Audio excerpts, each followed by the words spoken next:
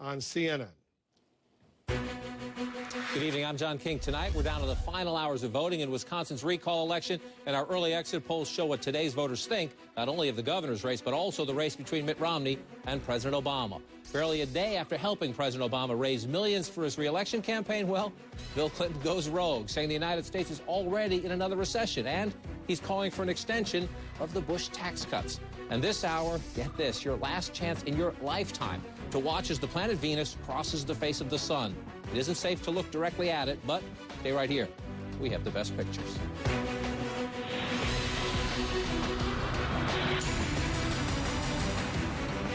We begin this evening in Wisconsin, where voters have 3 more hours to cast ballots in an effort to recall their Republican Governor Scott Walker and replace him with the Democratic Milwaukee Mayor Tom Barrett. It's a race dominated by Governor Walker's efforts to curtail union rights and benefits as he grapples with a state budget crisis. But both parties also see it as a potential weather vane for November's presidential election. Let's take a look at some of the early exit polls. They are fascinating to begin with, number one. Number two, they show a very close race. They also show just how polarized and partisan the electorate is. Look at this out here. We just mentioned Governor Walker's efforts to limit collective bargaining rights. That's a defining issue. Strongly disapprove of those efforts. 38% of those voting today say they strongly disapprove. But let's come to the other end. 37% strongly approve. That tells you why we think this is going to be a very close race as we go through. The others in the middle there. That's the defining issue in the race. Look at the electorate today. Again, another close divide. Tells us we're going to have a close race. 35% of those voting today are Democrats. 33% are Republicans. We'll get that to highlight. 32% of the electorate today independents. So a very closely breakdown in the election as well. Let's take a look at some of the results by income. You also see a diverse electorate by income. Here's your classic middle-class voter, 50,000 to 75,000. That's 25% of the electorate today. And let's break it out and look. 50% for the incumbent, 49% for the Democratic challenger. Among the middle-class voters, essentially, in the early waves of exit polls, a dead heat. Again, telling us we look likely to have a very, very close election. Let's also look at this. This is a recall election. People are clearly fed up with the polarization in their state. 50% have an unfavorable view of the Republican Party. 47% say favorable. You might think that benefits the Democrats. Not so much. 50%, the exact same numbers, have an unfavorable view of the Democratic Party. 47% have a favorable view. So now let's get right out to the ground. There is the 3 more hours to vote. Our senior congressional correspondent, Dana Bash, she's at Governor Walker's headquarters. Dana, few hours left to vote. What's the mood on the incumbent side in this huge recall?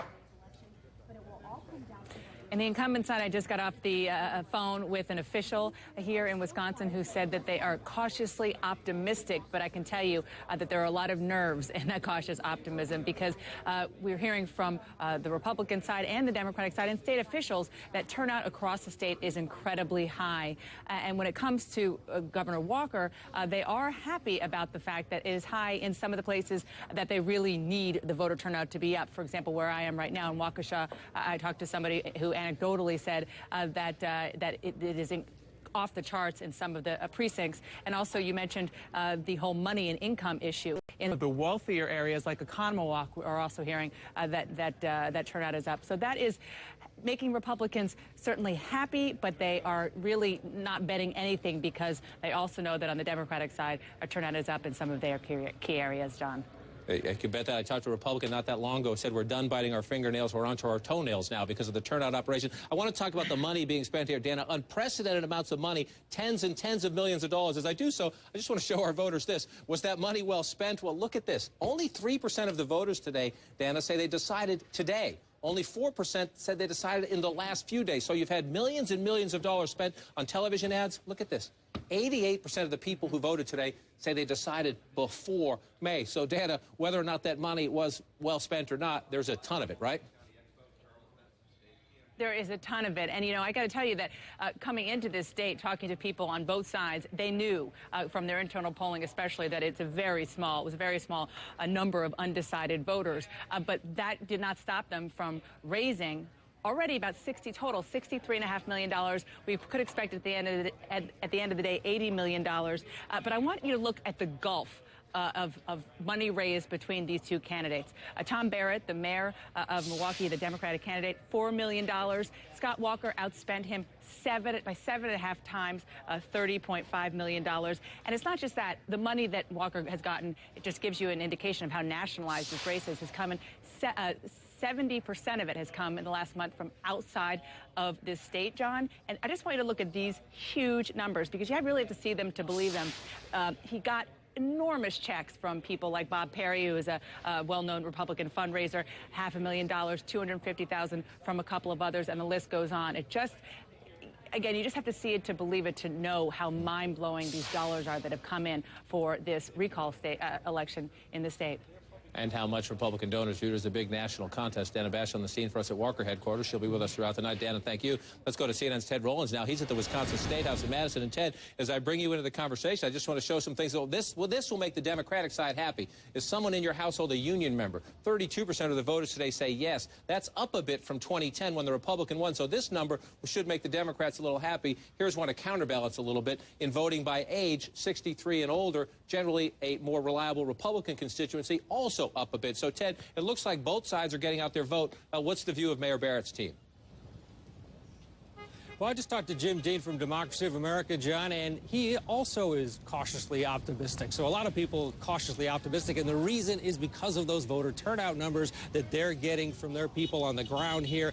One thing in particular they're very pleased with. Apparently, they claim they're getting reports that more ballots were needed in a North Milwaukee area where they are very strong. They're looking at that as a very positive indication, but I think everybody's biting both the fingernails and the toenails on both sides with 3 hours left to go here. CNN's Ted Rollins at the Democratic headquarters. We'll keep in touch with Ted throughout the evening as well. Again, it's a massive recall. Thanks, Ted. The Wisconsin voting is being watched for its potential national implications and by governors of both parties who want to see whether voters reward or punish Governor Walker for the bruising battles of his first 2 years. Among them, Martin O'Malley. He's Maryland's governor and head of the Democratic Governors Association. Governor, thanks for being with us today. What is your sense? As you watch this voting, you were out campaigning for the Democratic candidate, Mayor Barrett. What will the message be? Well, I think that the message that Tom Barrett's been taking across Wisconsin is that, look, we have to stop fighting one another and we have to start fighting for jobs and for opportunity. This sort of ideological effort to roll back workers' rights, roll back women's rights, roll back voting rights, none of those things create jobs. And as a result, Wisconsin's been 50th out of 50 states in the rate of job creation. So I think that is the main thrust and the main message here. And it'll be very interesting to see. You know, if Mayor Barrett pulls this off, this will be one of the biggest upsets in modern American history. He's been outspent 7-1, and yet the race is coming down to the wire. And if he doesn't pull it off, what's the message then?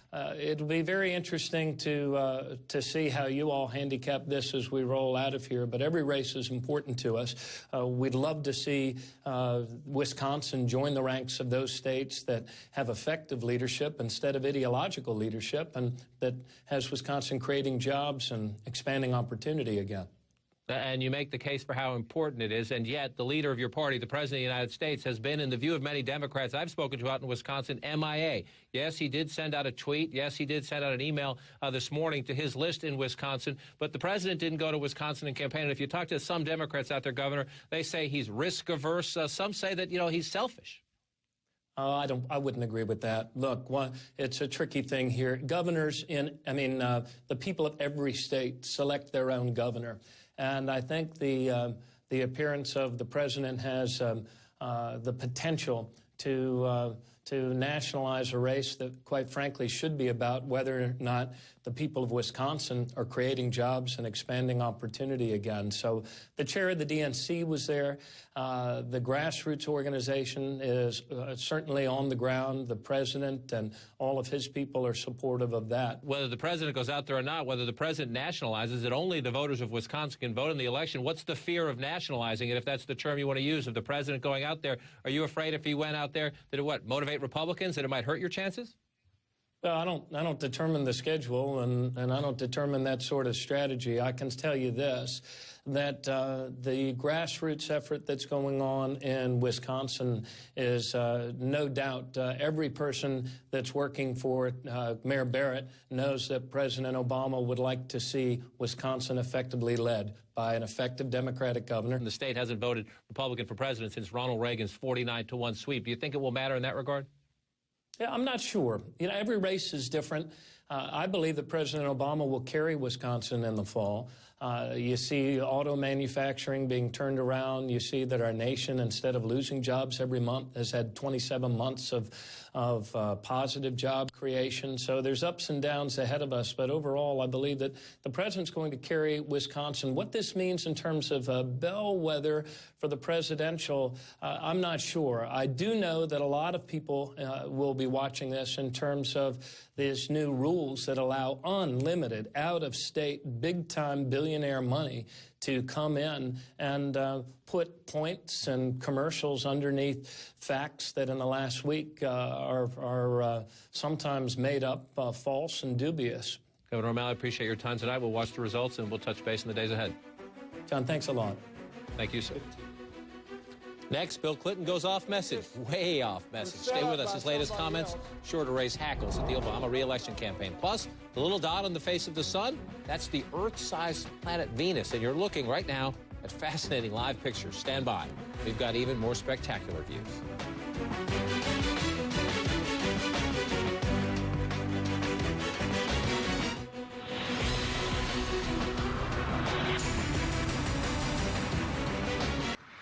Covering Bill Clinton is a bit like riding a roller coaster. Remember just the other day, he said Mitt Romney had a sterling business career.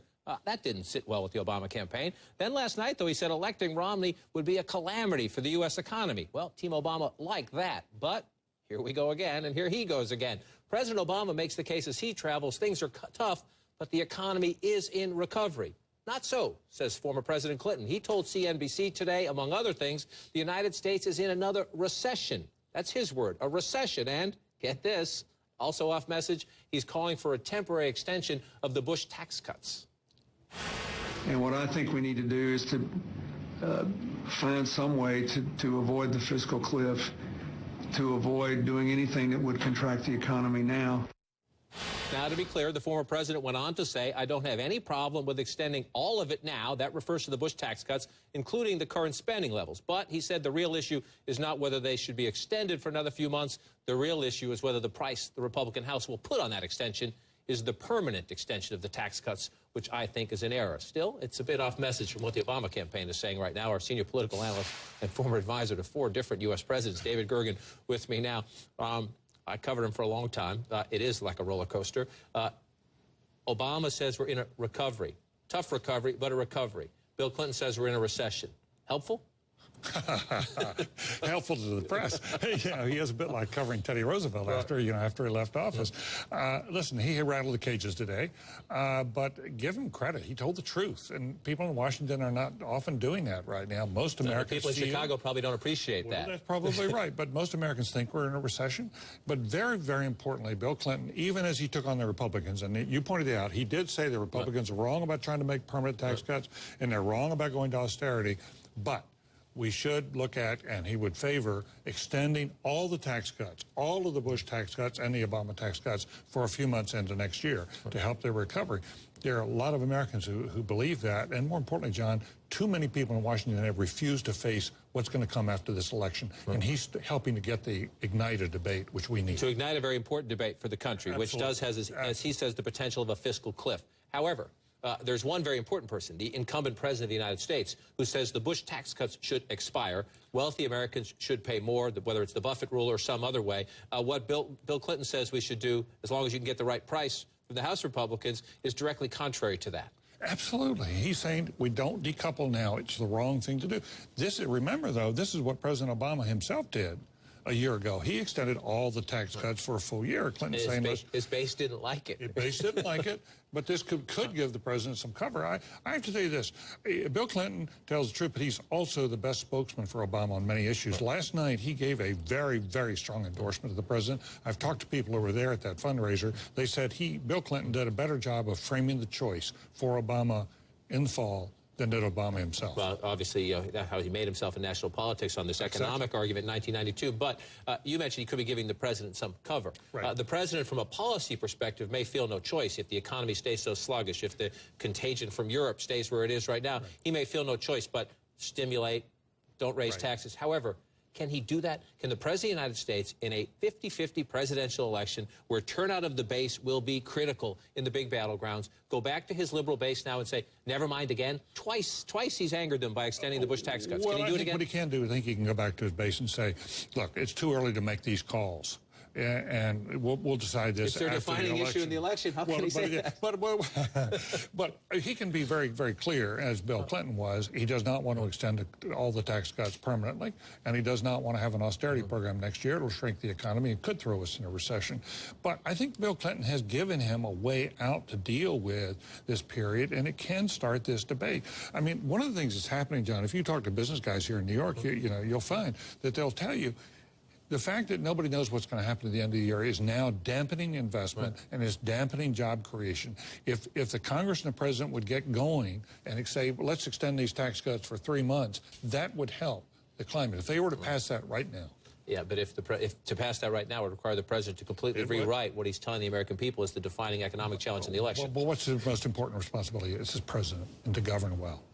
Not to campaign. Well, you just framed the choice, governing or politics. We'll see how that one goes. David, appreciate your time tonight. Michelle Obama has a new convert to her fight to help people eat better. Next, the Walt Disney Company swears off junk food, ads that target children. We'll see how that one plays out. Plus, Queen Elizabeth's heartfelt thank you after 4 days of spectacular celebration of her diamond jubilee.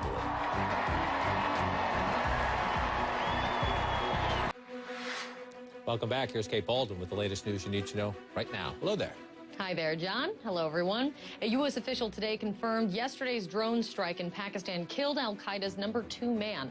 That same official tells CNN the terror group will have a hard time replacing Abu Yahya al-Libi because no one comes close in terms of expertise. He even escaped from Bagram Air Force Base in Afghanistan back in 2005.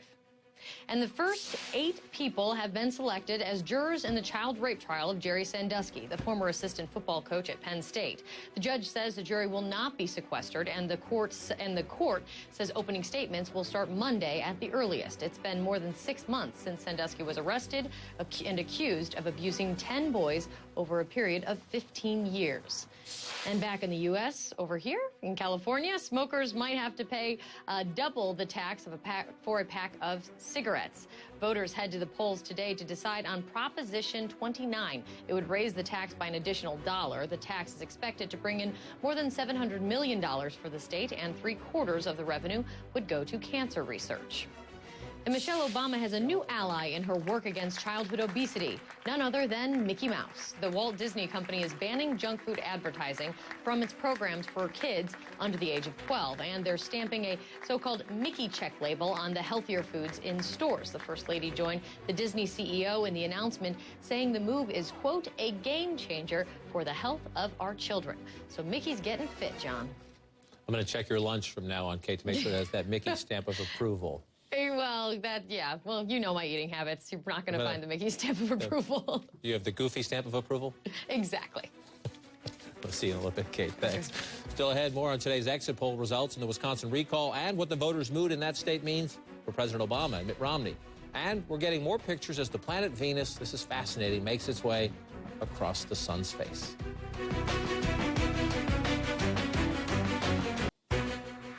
This half hour, the nation's eyes are on Wisconsin tonight. 2 pivotal questions. Can Republican Governor Scott Walker survive a recall attempt? And if he does, what does it mean for Mitt Romney come November? And today, Venus passes between Earth and the sun. Not safe to stare straight at it. Please don't do that, but stay tuned. We've got the fascinating pictures right here, and it won't happen again for more than 100 years. Plus, hear Queen Elizabeth's heartfelt message to the British people, capping off a stunning celebration to mark her 60-year reign.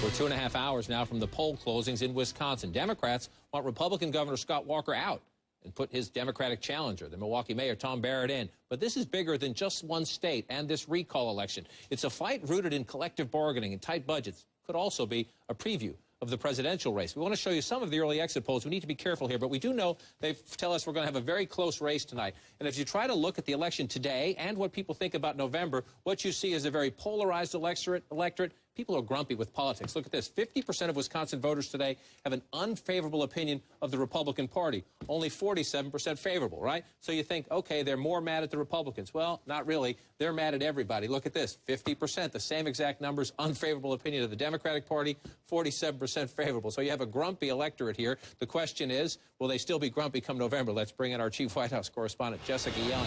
And Jess, as the Obama team watches this, the president did tweet this, I'm standing by Tom Barrett. He'd make an excellent governor, but he didn't go there, an outstanding governor, I'm sorry. He didn't go there, Jess, keeping his distance. Why? Well, look, John, a visit by the president nationalizes the race more than it is, and there are downsides on both ends. For Barrett, a visit by the president right now has the potential to turn off voters who might have sided with him but might not like the president. For the president at this point, if Barrett's not going to win, why show up and back the guy who is not going to win, bottom line? Look, in the end, the president's campaign says the Democrats have backed Barrett with $1.4 million going into the state. They've sent supporters. They've shown up and shown support in other ways. And Barrett himself has said he doesn't feel upset or ignored by the president. But this is a very clear case of distance being the smarter choice politically for both men. The smarter choice, they think, anyway. We'll see. It was a blowout 4 years ago. The president easily won, then Senator Obama easily won Wisconsin. What do they think this environment will mean if Walker keeps his job? Well, look, the president won that state handily, and the last time a Republican won in a presidential year was 1984 with Ronald Reagan. And the issues there, Republicans insist, make it a much friendlier environment for Republican politics in November because debt and the role of government are the major issues. Those are also national issues. But I'd point out that, and this is what the Democrats are saying, the president's team, look, governors are doing better there in terms of Republicans. The Republicans have a better track record running for the state house than they do for president. And it's the spending they point to that Walker outspent, in the end, Barrett over 7 times. And they believe that there will be a more even playing field come November in terms of Democrat and Republican spending in Wisconsin. So the Democrats have a better shot at winning there in November, and Democrats sure plan to compete hard and try to win in Wisconsin, John. They have to get the presidency. One of the big Midwest battlegrounds, hasn't voted Republican for president since 1984. Our chief White House correspondent, Jessica Young. Jess, thanks. Jess will be with us throughout the night as well as we watch Wisconsin 2.5 hours till the polls close. Now, let's shift. This is fascinating. Look at this. No, this isn't politics, but this is a picture you won't see again for 105 years. What you're looking at there, that's Venus, the second planet in the solar system, coming between the Earth and the Sun. Astronomers and space enthusiasts are gathered with their telescopes to get a glimpse of the last opportunity to see the planet Venus transit across the sun in our lifetime. Dr. Charles Lewis has been with us before. He's a professor of astrophysics at the City University of New York. He's with me live now. Okay. I love looking at these pictures. Me too. Fascinating to watch. What's the significance? Well, there are a couple of significant things going on here. First of all, it was this kind of transit that allowed humans to figure out the distance between the Earth and the Sun more than a century ago. It also helped us figure out that there's an atmosphere around Venus, which is something we're using to study global warming here on Earth today. And if we translate out to the 21st century, these transits are precisely the kind of techniques that astronomers are using in order to find planets orbiting other solar systems, other stars. So far, this transit method is being used by the Kepler satellite to stare at more than 100,000 stars in the sky, hour after hour, week after week, and we found, we think, up to 2,000 planets outside our solar system using this method. 2,000 planets outside our solar system. Explain the safety issues. Well, here's the basic point. If you stare at the sun right now, you will hurt your eyes, just like any other time you stare at the sun.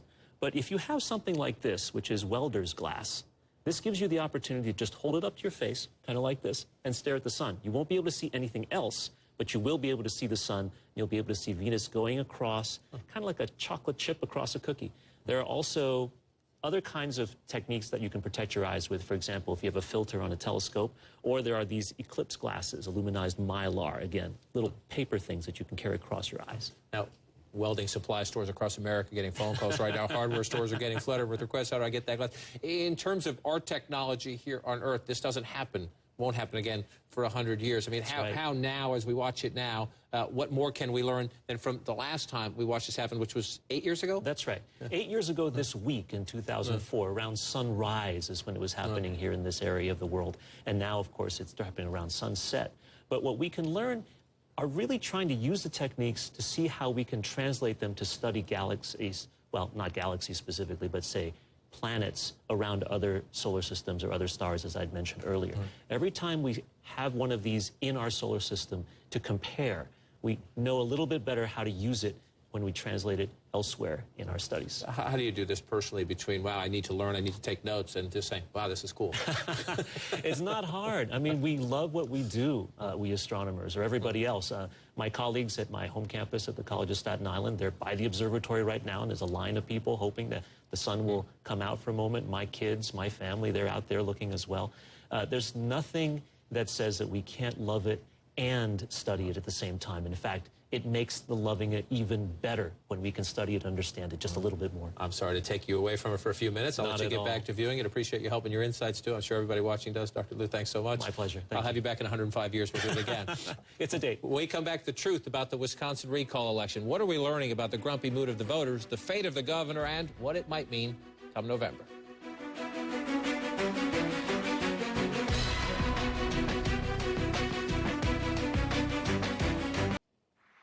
A little less than 2.5 hours before the polls close in Wisconsin, it's a recall election. Voters deciding whether to keep their Republican governor, Scott Walker, or to replace him in midstream with the Democratic mayor of Milwaukee, Tom Barrett. It's a rematch of the race in 2010.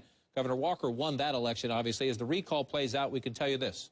We're already brewing the coffee. We've looked at our early exit polls. They tell us we have a very close race on the ground, and we'll be counting the votes, we think, late into the night. That's the one truth we do know. Let's explore some of this data now in the exit polls for what it means. Eric Erickson is with us. He's the editor-in-chief, of course, of the conservative blog RedState.com, and a CNN contributor. Cornell Belcher, the Democratic pollster for the Obama 2012 campaign, and Ron Brownstein, our senior political analyst and editorial director for the National Journal. Gentlemen, I want to start with this one. This all started because Democrats got mad, labor unions got mad at Governor Walker's efforts to restrict collective bargaining rights. So you watch who's voting today and what do they think on that issue. Well, let's look at this.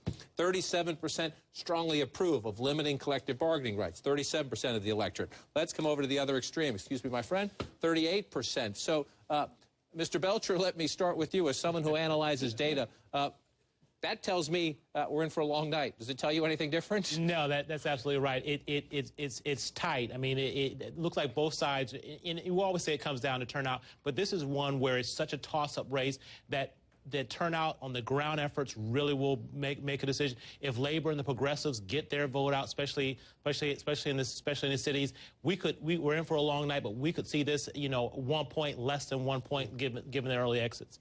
And, Eric, this has been a polarizing debate in Wisconsin, but it has spilled out across the country. Other governors, perhaps not as confrontational, but other governors have to deal with these issues. When you see this electorate that has lived this issue for the past 2 years so evenly divided on this question, 13% somewhat, 10% somewhat disapprove, you see the small middle there. What does it tell you?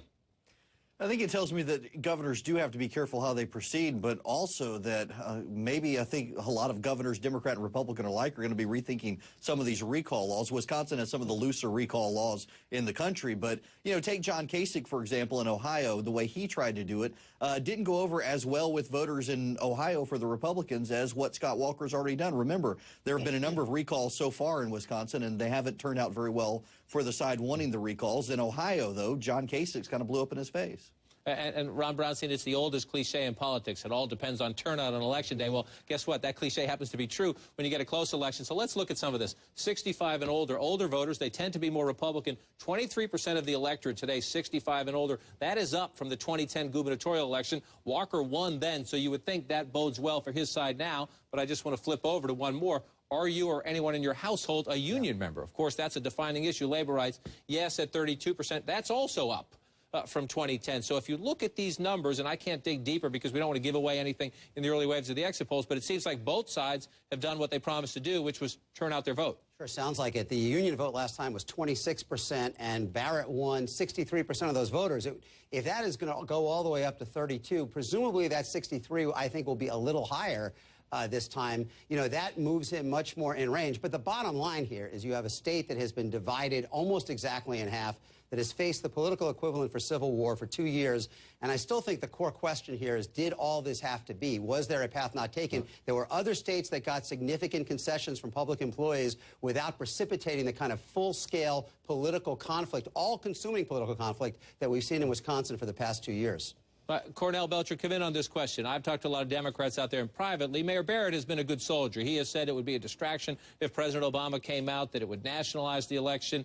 Only people in Wisconsin can vote in this election, so I'm not sure what the difference would be if you nationalize or not. Why not go? If this is the defining challenge for your party right now, if this is the biggest election between now and November, why doesn't the leader of the party, the President of the United States, especially if turnout matters so much, African-American voters in Milwaukee and Madison, for example, why not?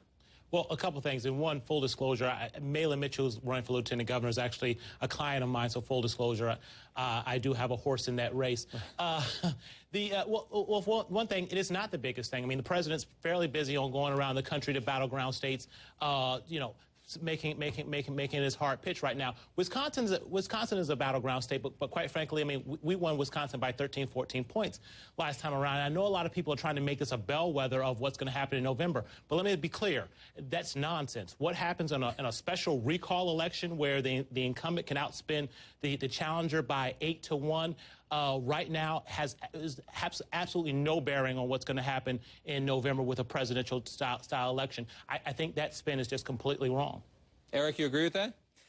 You know, I do. The funny thing is I always hear when the elections are going the way of the Democrats and these specials that, oh, it has great meaning, or same with the Republicans. I don't think special elections ever really have meaning. If so, the Democrats would have won in 2010, given how all the special elections and Republican seats went for the Democrats. The issue here, though, John, is this is a testing ground for Republican technology that they didn't have in 2010. They've got a live test this time to be able to tweak their turnout models for November, which helps them, but I don't think it's necessarily crucial to this election. But there is a but, though, right? And John, I think as we talked about, I mean, I think people will be watching to see if the key voting blocks in Wisconsin that moved away from the Democrats from 2008 to 2010 stay away. And you mentioned older voters. There's also the really calamitous decline among blue-collar, non-college white voters the Democrats experienced in Wisconsin from Obama's, I think, 52% in 2008 to only 40% for Barrett in 2010. If that number stays down in that range for Barrett, even with all of this union strength, I think that is a warning sign, especially given how poorly Obama is showing in both national and swing state polls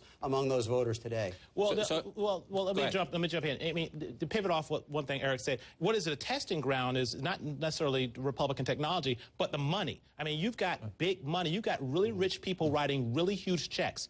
A lot of this money is coming from outside groups having absolutely nothing to do with the voters and the voice of Wisconsin voters. What this is a testing ground is to see how influential really rich people can have in our system. The rich people giving to the Democratic cause and the union. It's not even close. But Eric, it's not even close. It's not even close. It's 7-1 right now, Republican advantage based on what we know so far. We'll watch and see if the late reports come in. We'll see if that advantage changes. But here's my question. You brought up the big money. Whether you're a Democrat, whether you're a Republican, whether you're just somebody who felt like writing a big check, are you going to write another one after you see exit poll data like this? Remember, $70 million, maybe it'll be $80 million in the end, a lot of that money coming in the final few weeks. 3% of the voters said they decided today. 4% said they decided in the last few days. 5% said they decided in May. So there's your 12%, okay? 12%. 88%, nearly 9 in 10 voters said they decided before May. Eric, to you first, is anybody who wrote a big check now, later on, they'll send a big check here, send a big check there, are they going to think, wait a minute? Yeah, I think they will, largely because look at what's happening. 88% of people made up their mind a long time ago, but it's going to be a neck-and-neck race. It's going to come down to turnout models and getting people out. And frankly, I think the Republicans might have overplayed their hand a little bit by saying in the past week, oh, it's in the bag, don't worry about it, Walker's going to win, the polls have him over 50%. That breeds a lot of overconfidence. Democrats fall prey to this as well sometimes, and it may hurt the Republicans a little bit tonight. Ron, that's the Ron, are those big donors going to say, you know, are all these ads worth it? Are people being swayed? Or is this such a polarized electorate, a polarized issue, that it's not really a good test case of whether you can move people? No, I think, look, it's the paradox of our modern polarized era. You do have somewhere between 88 and 92% of the electorate, both in many states and certainly nationally, that is locked down long before they see a single ad. But even though you have a small percentage that's left, if the country and the state is divided almost 50-50, that marginal voter matters enormously. So in a strange way, it creates more demand for more effort, even though usually those last few percentage points of voters are the ones that are hardest to reach, that are paying least attention. The paradox is the more polarized we are, The more voters that are locked in, the more valuable moving those last few percentage points can be if you've got a closely divided country, as all signs are that we are heading toward in November. I switched maps. I want to show people just the map, and I want to bring up the 2010 governor's race. If you look at it right here, 52% for Walker, 47% for Tom Barrett. Again, this recall election is a rematch. And if you look at the state, let me bring it up to the center here. As you see a lot of red mostly over the state. Well, we went through this a lot in the Republican primaries, where you'd see Rick Santorum winning a lot in the rural areas. Mitt Romney would win where the people are. That's how this state plays out in a general election environment. You have here Dane County. This is huge for the Democrats. They need huge population here. You see Mayor Barrett last time got nearly 70%. He was below 70, though. A lot of Democrats think he needs to be above 70 here. Dane County, that's Madison. And I want to come over here real quick. Milwaukee suburbs, you have Waukesha County here. Again, it's about 7% of the state population. Governor Walker wins that last time above 70%. Those are the two big counties we'll watch in the turnout. Cornell, is there anything else? Let's assume both sides do their job. And if I'm looking at Waukesha later, it's about 70% for the Republicans. I'm looking at Dane, it's about 70% for the Democrats. Where will it be settled? Well, a little bit of reporting news here. You know, the Democrats are saying that in Milwaukee, it's like it's up. Turnout is up like 114% up. So they're actually outpacing what their expectations were. I think this is one in the margins. You know, it's not the big sort of Democrat places and the big Republican places are going to do, but it is really about those winning 2 or 3 more percentages in that red. You know, 3 or 4 percentages in those red areas. If the Democrat can do that, it bodes very well for Tom Barrett. He doesn't have to win those areas, but he has to do 1 or 2 points better in some of those red areas. Eric, what are you going to look for? You know, I definitely would look for the counties you've cited. I would look to see in Milwaukee and in Madison, how late do the polls stay open after they close? There are already Democrats and Republicans yelling vote fraud arguments after each other. How late are things going to go tonight, and will it descend into chaos? I mean, we've got the lawyers ready, and I think for the Republicans, please tell me that Scott Walker hired someone other than Norm Coleman's recount team. Ron Brownstein, that brings up the dreaded question. Could we have a recount? Oh. Boy, I mean, look, Wisconsin has been living with basically a 2-year campaign, you know, starting with protests. And this is the second round of recalls. We should remind voters. And the governor isn't the only recall. Walker could win and Republicans could lose control of the state Senate. Right. So how are we going to interpret that tomorrow?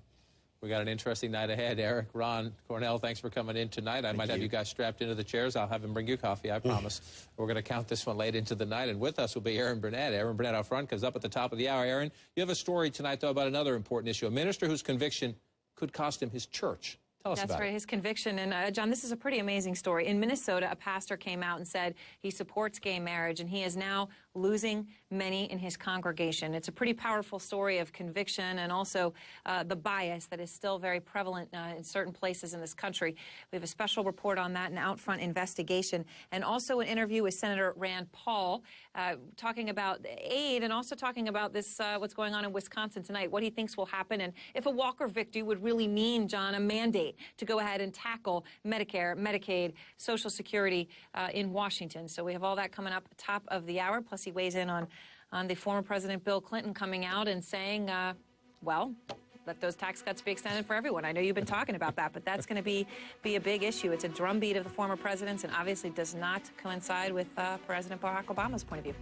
No, off message is a simple term and fascinating. But the former president, you know, he usually thinks about what he's doing, so he's doing this for a reason. That's Aaron, right. We'll see you in just he a few didn't just minutes. stumble into it. No, he didn't. No, he didn't. See you in a few minutes. Thank you. Right. Still ahead here, Queen Elizabeth says thank you to the British people after a stunning 4-day jubilee honoring her reign. Why she calls the experience humbling. Minivans and SUVs make room. There's a new family car on the road. Look at that. I want one. It's a Ferrari.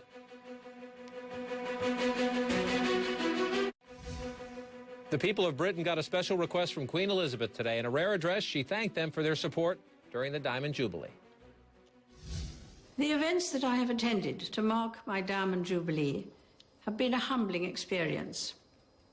It has touched me deeply to see so many thousands of families, neighbours and friends celebrating together in such a happy atmosphere.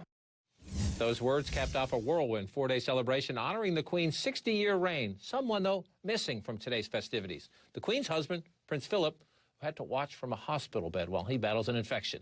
Here's CNN royal correspondent Max Foster.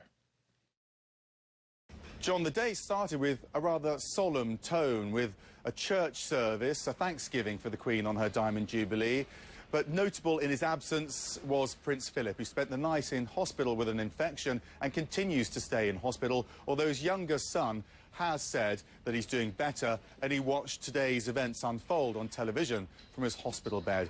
And what a spectacular day of events he must have seen, because once the carriage procession started and it went into the palace, the crowd simply went wild, and the Mall was opened up to tens of thousands, if not 1 million people, some people suggesting, as they walked slowly down the Mall towards Buckingham Palace for a chance to see the royal family on the balcony of Buckingham Palace. When they came out, there was a huge response, of course, from those crowds. And it was interesting to see a slimmed-down version of the royal family.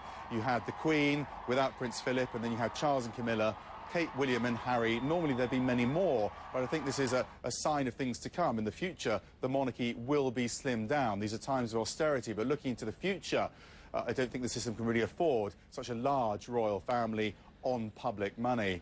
But when the fly-past came over, the inevitable fly-past, there was a huge response, and the Queen looked thrilled with not just that moment, actually the whole day. She doesn't always smile a lot, but when she does smile, she really means it. I think going into this, she was popular. Now she's even more popular, John. Max Foster there reporting. Now Kate Baldwin's back with us. I love all those pictures. I don't know what you think of the Jubilee. Kate now has news you need to know right now. Hey there. Hey there, John. Thank you. This is just into CNN. Mitt Romney's campaign is confirming to our own Jim Acosta that Mitt Romney's personal email account has been hacked. Romney's communication director, Gail Gitcho, says, quote, "The proper authorities are investigating this crime, and we will have no further comment on it," end quote. And late this afternoon, Senator John McCain complained someone within the Obama administration is trying to make the president look good by leaking classified information. He pointed to recent stories about picking targets for U.S. drone strikes, and about the efforts to sabotage Iran's nuclear program using computer viruses. I call on the president to take immediate and decisive action, including the appointment of a special counsel to aggressively investigate the leak of any classified information on which the recent stories were based, and where appropriate, to prosecute those responsible. Now, White House officials have denied that these were any authorized leaks. States' economies aren't growing as fast as they were in 2010, but business is booming in, say, North Dakota. Its economy grew by 7.6% last year, getting a big lift from oil drilling. The Bureau of Economic Analysis says Oregon and West Virginia are also going strong, rounding out the top three. On the flip side, unfortunately, Wyoming has the fastest shrinking economy, followed by Mississippi and Alabama. And finally, on the off chance you've been holding out on buying a Ferrari because it's not family friendly, I'm sure that's why the only reason why we've all been holding off on buying a Ferrari, well, your ride has arrived. Behold the new Ferrari 4, a four-seater that... Out front next, breaking news. Exit polls just out in Wisconsin tell us we're in for... Well, hold on, because we got the news in seconds. And then Senator Rand Paul out front to tell us why America must make a bold move right now to prevent a key CIA informant's death. And then the cannibal murder suspect. Body parts apparently still could be in the mail. Let's go out front.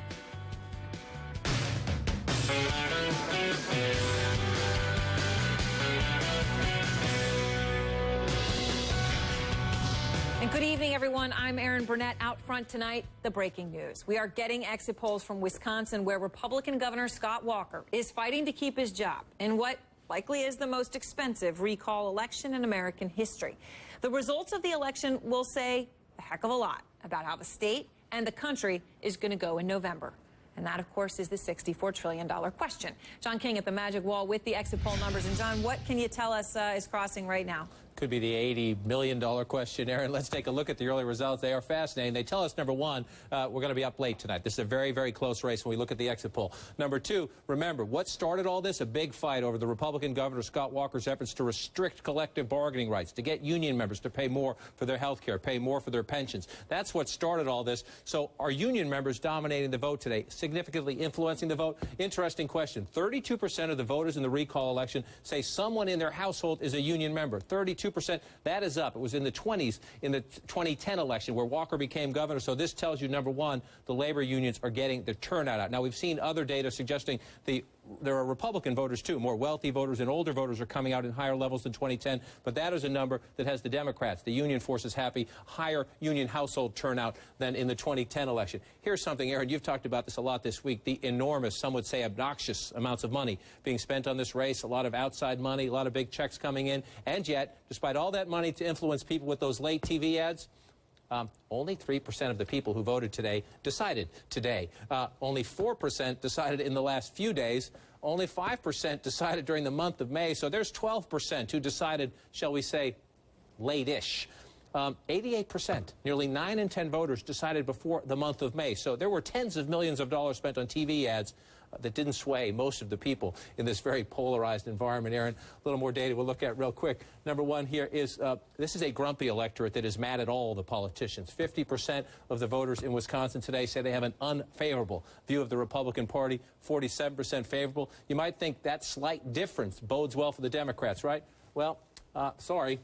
View of the Democratic Party, 50% unfavorable, 40% unfavorable, identical. So in this state that has been polarized by these fights, we have a very, very close election. The exit poll data is fascinating when you look at the incomes, when you look at the breakdowns, when you look ahead to the presidential election. But the one bottom line, Aaron, we know, a lot of money spent, and it is very, very close. It's amazing. A lot of money spent, and as you say, only 3% of people decided today. Talk about a low rate of return on your money.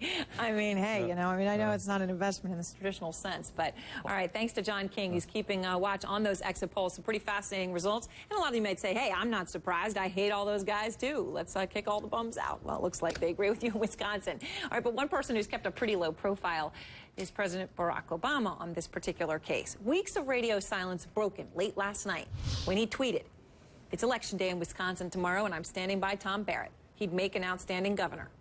B.O." The worst initials ever. Not a speech, not a photo op, just a tweet. The RNC chairman, meanwhile, pouncing. Bold tweet from the president who wouldn't actually campaign with him or step foot in Wisconsin. Should President Obama have done more to help the Democratic candidate, or was it better to steer clear of this lightning rod race in a swing state that he needs to win in November, and frankly has almost always gone Democratic? We asked the Outfront Political Strike team to weigh in on that crucial question. Our team of political reporters and independent analysts, so everyone on this is an identified eye, like 40% of the country. They're going to be breaking down issues for us through the election. 70% of them said no, the president should not have campaigned for Barrett in Wisconsin. He made the right call. 30% said he made a mistake by staying home. John Avlon joins us, Paul Begala, and David Frum. So we've got an I, an R, and a D, but obviously, John Avlon, you're the I. You're on the strike team. Did he make a mistake or not? Were you in the 70 or the 30? I was in the 70. Look, when an election is this close, I think it's fine for the president. You want to do everything you can. That said, the president could have polarized the electorate even further. The big question for me is why the DNC didn't play even harder. Right now, Walker seems to have outraised Barrett 7-1. When it's this close, every vote counts. You don't want to leave anything in the locker room. But putting the president out may have been too risky a move. And Paul, do you think the verdict on the president's side was, you know what, don't risk the hit. The hit is worse than the benefit. My guess is that was the assessment. You know, President Obama didn't get where he is by being risk-averse, though. And I think they made the wrong call. He needed to go in there. I don't think it would have been outcome determinative, let me be clear. But there was no worry. It's already polarized, believe me. When you're spending $50, $60, $80 million in a state, it's polarized. But for his own good, I'd have gone in there. Not because of Wisconsin. Wisconsin's not a swing state. He's going to win it in November. He won by 14 last time. Even now, he's leading by 8 in the Marquette University poll. That shows Walker ahead, but it shows the president winning the state by 8. That's not the issue. It's that when somebody stands with you, you stand with them. This is like raw politics 101, interpersonal politics, so that he can look at members of the House, the Senate, other governors, and say, look, when this guy's back was up against the wall, I stood there for him, even if he can't save him. This guy, Tom Barrett. And by the way, Barrett, when he was mayor of Milwaukee, endorsed Senator Obama against Senator Clinton in that primary. There's a loyalty thing here. This is an easy call, and I frankly think my friends in the White House made the wrong one. Interesting. And David Frum, what's your take? I mean, I guess I'm kind of curious, taking a step back, David. Everyone talks about, oh, this state could never go Republican. They say the same thing about a state like New Jersey, but both of these states elected Republican governors, and there are others like it, too. I mean, there's sort of a little confusion on that. If you'd elect a Republican governor, why not? Well, if this president hankers to play in state politics, he's going to have a lot of opportunities, because what's happening in Wisconsin is ghost of Christmas future, especially if and when the economy begins to recover. Every state has huge reckonings to do with these promises they have made public employees in better times, promises that are going to be impossible to fulfill for pensions and for health care. And there are going to be fights like this in state after state over the next decade, over the next generation. And the states are going to face this agony. Do they provide services now, or do they pay for the pensions of the people who provided services before, cannibalizing services now? As I said, if the president wants to join that fight, there are going to be opportunities in California. There are going to be a lot of opportunities in a lot of places. This is coming to a state near you. And Aaron, that's exactly why this is such a closely watched fight. It's so high stakes because whoever comes out ahead at all the votes are counted, it's going to be read as a mandate. It's either going to embolden more Republican governors to try to deal with their budget deficits by taking on their union, or it's going to be as a warning shot. But let's remember, the reason we're here at this very rare place where a recall occurs, only happened 2 times successfully in the past century, is because Governor Walker made a classic mistake of overreach, and that provokes a backlash. Didn't it's a work classic with anybody. cycle. Unlike Chris Christie, who we pointed out. That's right. Also took on the unions, but did so in a more collaborative. Daniels did it. Chris Christie did it. He didn't need to be so polarizing as he did, and he's paying that price tonight with this recall vote. And John, let me just show you. 3 weeks ago, the president, the Obama campaign, laid out several paths to victory, right? Everyone loves to play the numbers game, and we love it because we love to talk about whether things add up. But here's the question on Wisconsin. Does it add up? Every plan the president laid out showed Wisconsin in blue, and today they released an updated map that showed Wisconsin as a toss-up. Now, why'd they do that, John Avalon? To show we can win anyway, or because they're maybe a little nervous and want to look like, oh, hey, we knew it might happen anyway. It's not a big deal. I think some clever expectations adjustment the night before. It inoculates them if it doesn't go their way. Right. But I'd love to hear what Paul Begala has been hearing from his friends about that. Yeah, Paul, is Wisconsin a toss-up? No. It's just not. It's just not. I mean, look, you pay me to tell the truth there, and I can pretend that it is, and this has augurs ill or well for the president in November. It doesn't.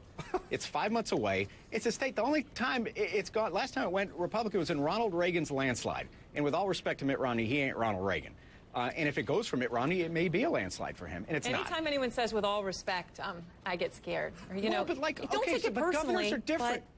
New Jersey has a Republican governor. It's not a swing state. It's going to go for Obama. Arkansas has a Democratic governor. It's not a swing state. It's going for Mitt Romney. Yeah. These presidential level races in states like Wisconsin sort themselves out, I think, very early. And President Obama is going to win Wisconsin, I think, not by 14 like he did, but by at least 5. All right. With all due respect, I got to hit pause in the conversation. All right. Still out front, Senator Rand Paul. He wants to make a big change in American policy that is going to affect a country with nuclear weapons and mayhem. And did President Clinton go rogue yet again? He just said something about the Bush tax cuts, and you know what? It doesn't add up. And what goes through the mind of a cannibal? That story still out front. Our second story out front, American officials today confirmed that al-Qaeda's #2 leader, Abu Yahya al-Libi, is dead. It's the most significant kill since U.S. Navy SEALs killed Osama bin Laden, and it was done by an American drone. The drone attack also killed at least 14 other suspected militants. And of course, it's just the latest incident to strain an already antagonistic relationship between the U.S. and Pakistan. Now, this is an amazing number. Over the past decade, the U.S. government has given Pakistan more than $23 billion in aid. But has that money added up to anything? The latest slap at America came today from a council of Pakistani religious leaders who called for the death penalty in the case of a CIA informant who helped American SEALs find bin Laden. Dr. Shakil Afridi stood trial for treason, and now he's sentenced to 33 years in jail and, as I said, maybe even the death penalty for helping the United States of America. Senator Rand Paul introduced legislation calling for an end to all American aid to Pakistan in protest of the Afridi situation. And just a few moments ago, I asked him why the Americans left this informant of Pakistan, considering that he was so important to our finding and killing Osama bin Laden. You know, I'm a little perplexed by it also. I don't have any inside information on this, but I have read reports that say he was offered the ability to leave and didn't take it. Sometimes it's complicated. If you don't get to go with all of your family, do you go by yourself? You know, we've been through this in Egypt where some of them escaped but have gone back for trial because they're worried about their family still being there. I don't know the details, but I do have a lot of sympathy for Dr. Afridi. I'm a physician also. We're about the same age, and I think it was particularly brave of him to help us get bin Laden. We had offered a $25 million reward, and now we're giving money to a country that's keeping him in prison for 33 years. To me, it makes no sense. And about the cuts, I wanted to understand exactly where you stood on that. And obviously, you want them to be halted until Pakistan changes how it's handling the U.S. or for 33 years, the same length as his sentence. But, you know, the president of the United States is also extremely frustrated with Pakistan. He's cut aid by about 50% because of his frustrations with the government and how it has openly worked against the United States in so many of our counterterrorism efforts. Why isn't that enough? Well, you know, I think what we need to do, and if the president negotiated from a point of strength, if he told the Pakistani government you're not getting 1 red cent more unless you free Dr. Afridi, I think he'd be released tomorrow. If you tell them you're going to cut 3% of next year's budget, and by the way, we're going to keep spending the $500 million we haven't given you so far, I think that looks pretty weak, and they kind of laugh at us and say, yeah, we'll cash our welfare check and we'll keep doing whatever we want. So I think if you want to influence their behavior, at the very least, you should tell them you're not getting any more unless you do behave. I understand that, but what happens in the interim? I mean, you're dealing with an impoverished country where, you know, I've been there. The anti-American sentiment is a bit overwhelming, and they've got nukes. I mean, just abandoning it all. Don't we put ourselves more at risk?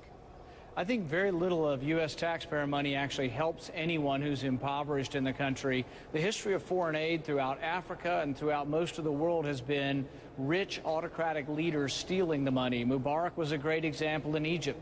He allegedly stole and was worth billions and billions of dollars, U.S. taxpayer dollars, that he just skimmed off the top. I think Pakistan's no different. I think the average ordinary Pakistani never sees any of that American money. The bottom line is, though, do you think we can work this out with Pakistan? I mean, every single example of what's happened just seems to be an example of failure for them to support or work with this country. Some of it partially, you know, let's be honest, America's fault. But that seems to be consistent, whether it's George W. Bush or Barack Obama. I think both parties, but what I would say is that people understand negotiation from strength, and if you say you're not going to give them any more aid, I think all of a sudden their ears will perk up, and I think we'd get results. If you say you're going to cut their aid by 3%, not this year, but next year, I think they're going to say, so what, and you're going to get nothing. When I threatened to remove aid from Egypt, within 2 weeks, 16 Americans were released. So I think if you threaten to be significant, to significantly change policy in a way that would affect their pocketbook, I think they would sit up and take notice.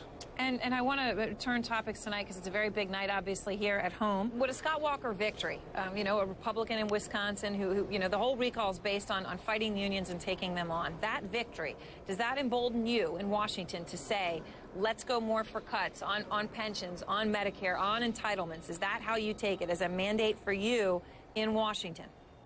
Well, see, I see none of it that I'm jumping up and down to do. I see it the things we have to do. For example, Social Security. I don't see it as my mandate to say, oh, I want to make everybody wait longer to get Social Security. I see it as something I have to do to save the system because we had the huge population of baby boomers. We're living longer. There's now about 2.5 workers, maybe 3 workers for every retiree, and the system's $6 trillion in the hole. So it's not that I see it as a mandate to get what I want. It's that I see it that we have to do this or Social Security will drown under a mountain of debt. And Senator, are you ready for a grand bargain? You and I have talked before, and you've talked about your support for, say, means testing of Medicare, where millionaires would contribute more or get less in benefits. Are you similarly also for closing loopholes in the overall tax system that would end up with the wealthier in this country paying more? It would be an effective tax increase, even though, of course, you'd get the political point of saying, oh, well, maybe your rate went down. But are you for that?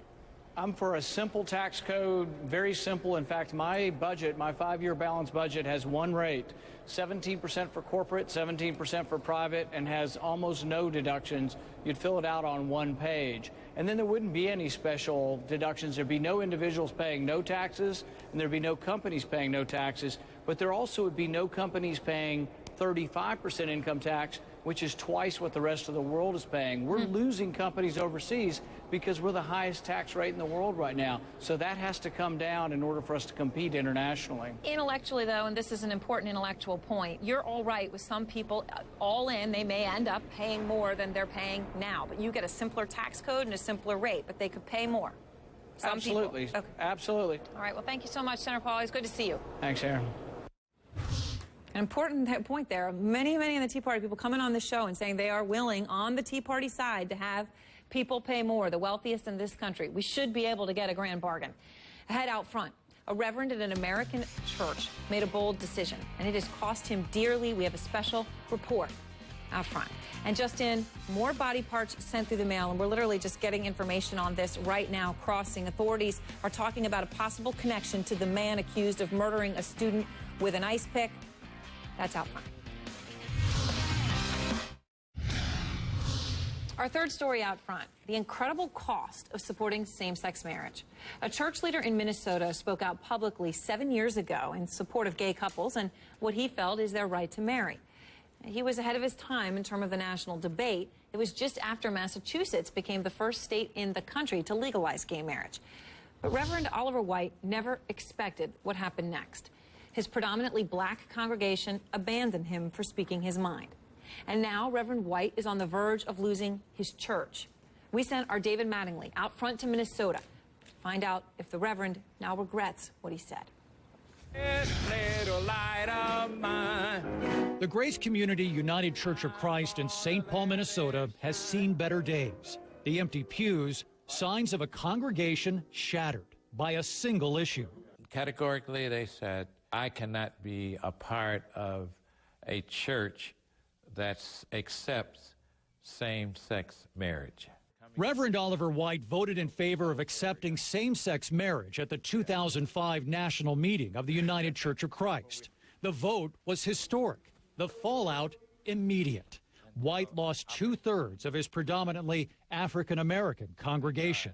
They thought I was a heretic, that I was not leading them to Christ. 7 years later, White's congregation still has not come back. I was invited to watch what could be the last service before the church closes its doors for good. What I saw was a far cry from the days when the seats were full. When services started just a few minutes ago, there were only about 20 people in the pews. A few people have come in since then, but more than half of the people attending today are visitors. The church is now in financial ruin. The few members that still remain say they couldn't overcome a stigma. It is hush, hush, you don't talk about it. Right. If you're gay, you're wrong, and it is very prevalent in the black church that you do not talk about it. You pray about this a lot? Every day. What do you pray for right now? $200,000. $200,000. That's what White says will keep his church afloat. But he has just a few days left to raise it. $2. $2. Yes. Little miracles arrive in the mail every day. Donations along with words of encouragement and at times, temptation. This man was going to pay all your bills. Yes. All your worries would be gone. All my worries would be gone. All you had to do was what? Renounce. Renounce what I have been saying and come back to God as he said. Did you think about it? Well, maybe for 1/10 of a second.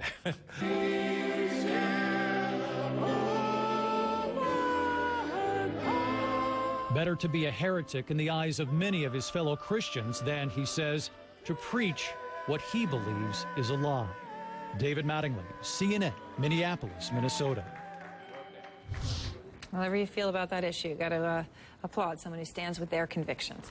And still out front, Bill Clinton affronting some in his own party, at it again, butting heads with the president. And reports of, quote, love letters in Jerry Sandusky's Penn State child rape case.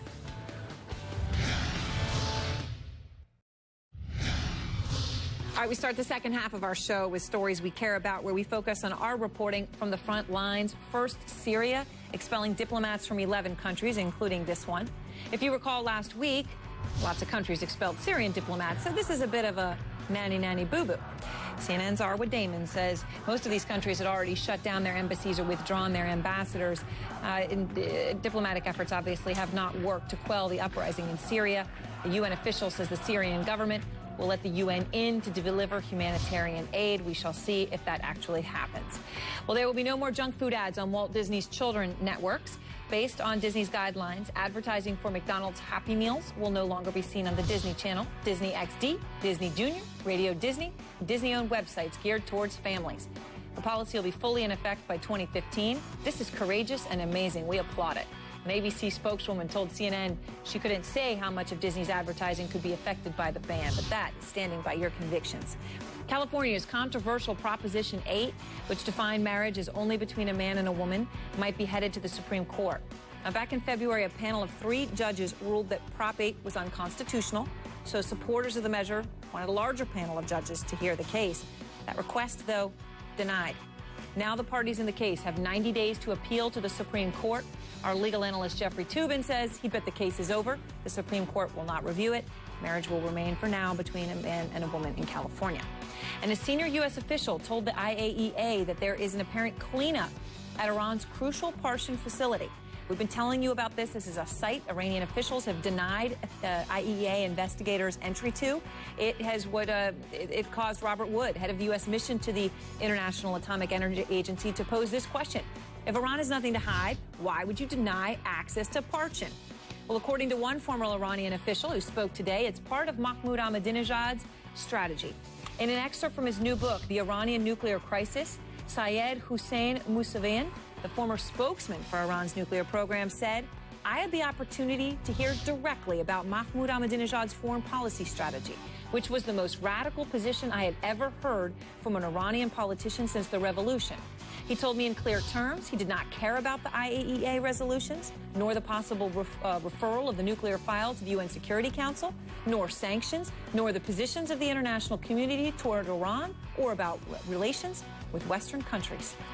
Well, it has been 306 days since the optimistic parade, if you were feeling good. The CBO, Congressional Budget Office, says the United States debt will be twice the size of our economy in 25 years if current tax and spending policies remain in place. Which brings me to our fourth story up front. A very unlikely man has come out in favor of keeping current tax.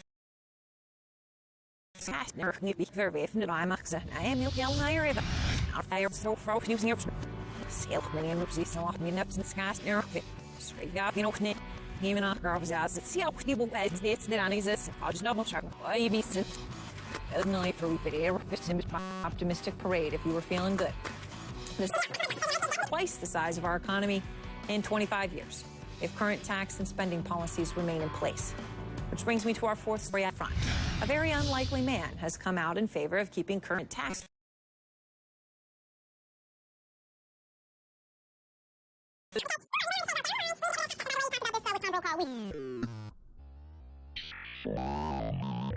To say that they should be Extended for everyone, including the wealthiest Americans, at the end of this year. It is impossible to spin that as in line with President Obama. Am I crazy? It's also impossible to spin it as a big deal. It's the same thing he's been saying, as you pointed out, for a long time. He would say, this is what his position is, we don't want to have this huge fiscal cliff that we're going to fall off of in December. So let's kick the can, as Washington always does, for a couple of weeks, push it over into 2013, and then put a reasonable deal together where President Clinton has said for 21 years now that wealthy people should pay more. In fact, he wants, as you point out, to go back to the rates that wealthy people paid under the Clinton economy, 39%, when, of course, America was a socialist paradise and we had Che Guevara on the $20 bill. I mean, it's the same position he's always had. The slight difference, I think, in tactics from the White House is, I think the White House wants to stand firm in December. The president is saying, well, President Clinton, the former president, is saying, well, let's kick this over into 2013. All right. To me, it's not a very big difference. Okay, now, Paul, you make a very good case there, and that's a very good spin, and perhaps you're right. But, Ryan, I have to say, given what I have heard out there about the position here, the president saying the wealthiest need to pay more, it's a matter of fairness, this president has not seemed to indicate in any way that for any period of time it would be acceptable for those tax cuts to be extended for the wealthy. This has been a central message of his campaign. The Buffett rule has been a central part of his campaign. I think that there is another interesting wrinkle to this, however. So President Clinton wants to restore the Clinton-era tax rates for all households. And it's important to remember that actually those middle-income tax rates, President Obama has pledged to extend those permanently. So actually, President Obama and President Clinton have not seen eye to eye for a quite long time. And the interesting question is, will President Obama stick with that pledge to extend the middle-income tax cuts if he's reelected? Or will he do what Peter Orszag, his former OMB director, and what President Clinton want him to do, which is return to the Clinton levels for everyone, including the middle class? And my guess is that actually his views are more in line with President Clinton's on that front as well. Okay, they may be, but John Avlon, it's not what he says. It's not what he says again and again and again. It's not what his surrogates. It's not what he says.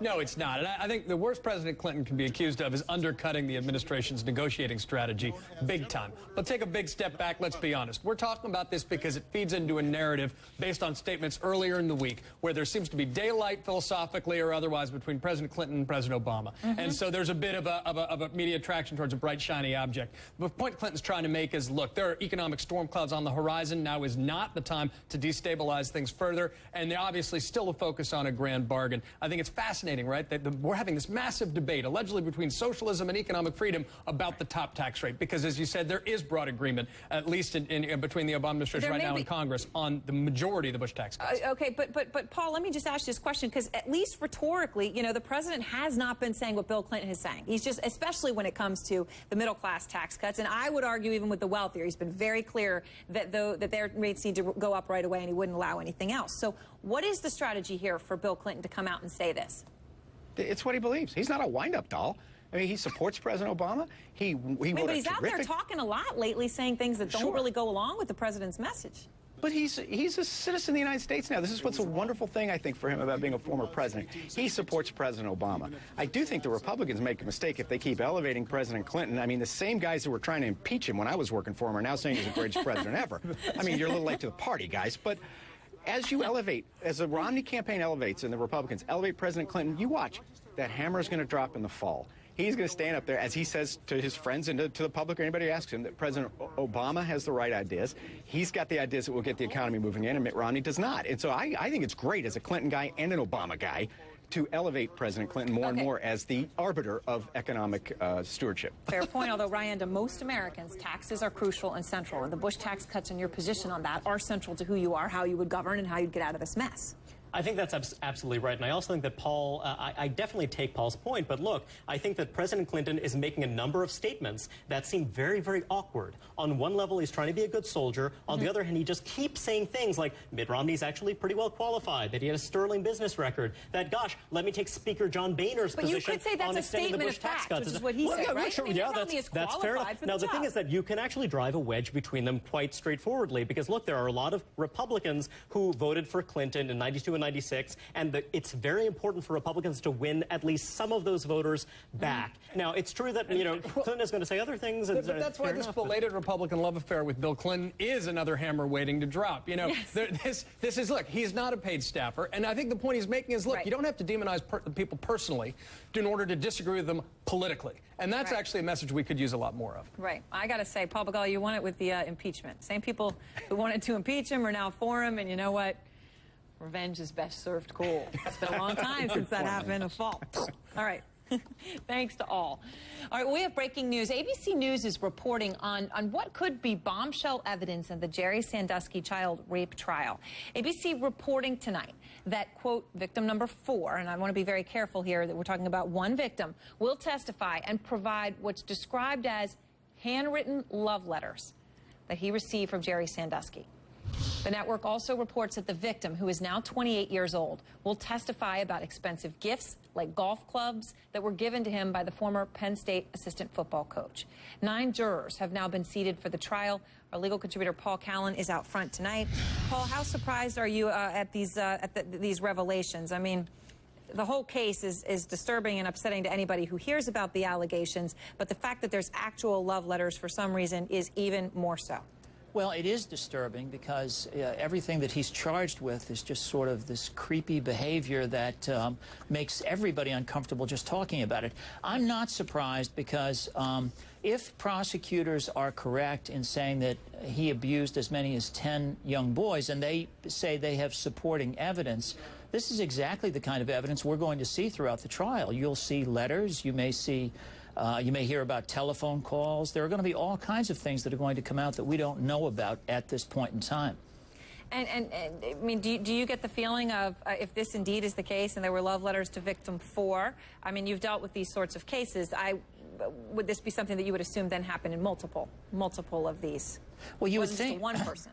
You would think so, because a grown man sending a handwritten love letter to a teenager is highly unusual behavior, and I would think that if he did it with one, he might have done it with others. But what I really find to be odd is this victim, this is described as victim number 4 in the indictment, who's now well into his 20s, he saved the letter, apparently. How does he still have the letter? And how many of the other alleged victims would still have letters, or would they have destroyed them?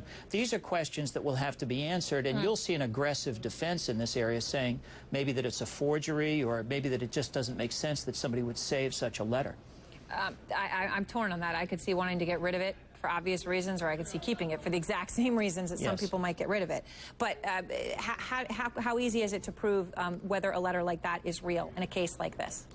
If they have a letter in Jerry Sandusky's handwriting, it's going to be very, very difficult to prove that that's a fraud. You'll have handwriting experts. You can date the ink that was used. There are a variety of forensic techniques that can be used to substantiate it. That would leave them then with the only defense, which is kind of the defense they started with in those bizarre television interviews we saw, which is that this is how Jerry Sandusky acts around boys, horsing around in the shower, and it's totally normal, and he'll try to say sending a letter like this is totally normal. So that's their default position. I have my doubts that a jury will buy it, but we have to see. And certainly one thing I think we can all agree on, it's not normal. What else might have happened for the court? Thanks to Paul. And out front, Canadian authorities just announced a couple of moments ago that they have confirmed more body parts were sent through the mail. Does this have anything to do with the man accused of murdering a man with an ice pick and sending pieces to people, including the Prime Minister? And in certainly happier news, a Piers Morgan Queen Elizabeth sighting on out front. We're back tonight's Outer Circle, where we reach out to sources around the world. And tonight we go to Great Britain. President Obama sent his congratulations to Queen Elizabeth II today as she marked the end of her Diamond Jubilee celebrations. Yeah, thanks, Erin. It's been an amazing day here in London. Here on Buckingham Palace, obviously, you can see from the backdrop. And it's been a very special moment, I think, for the Queen and for her subjects. For 60 years, this woman has reigned in Great Britain. And she's been more than that, I think. She's been a global figure, one of the most famous people in the whole of the world, celebrating a unique achievement. There's only been one Diamond Jubilee before, that was Queen Victoria. There won't be another one in our lifetime.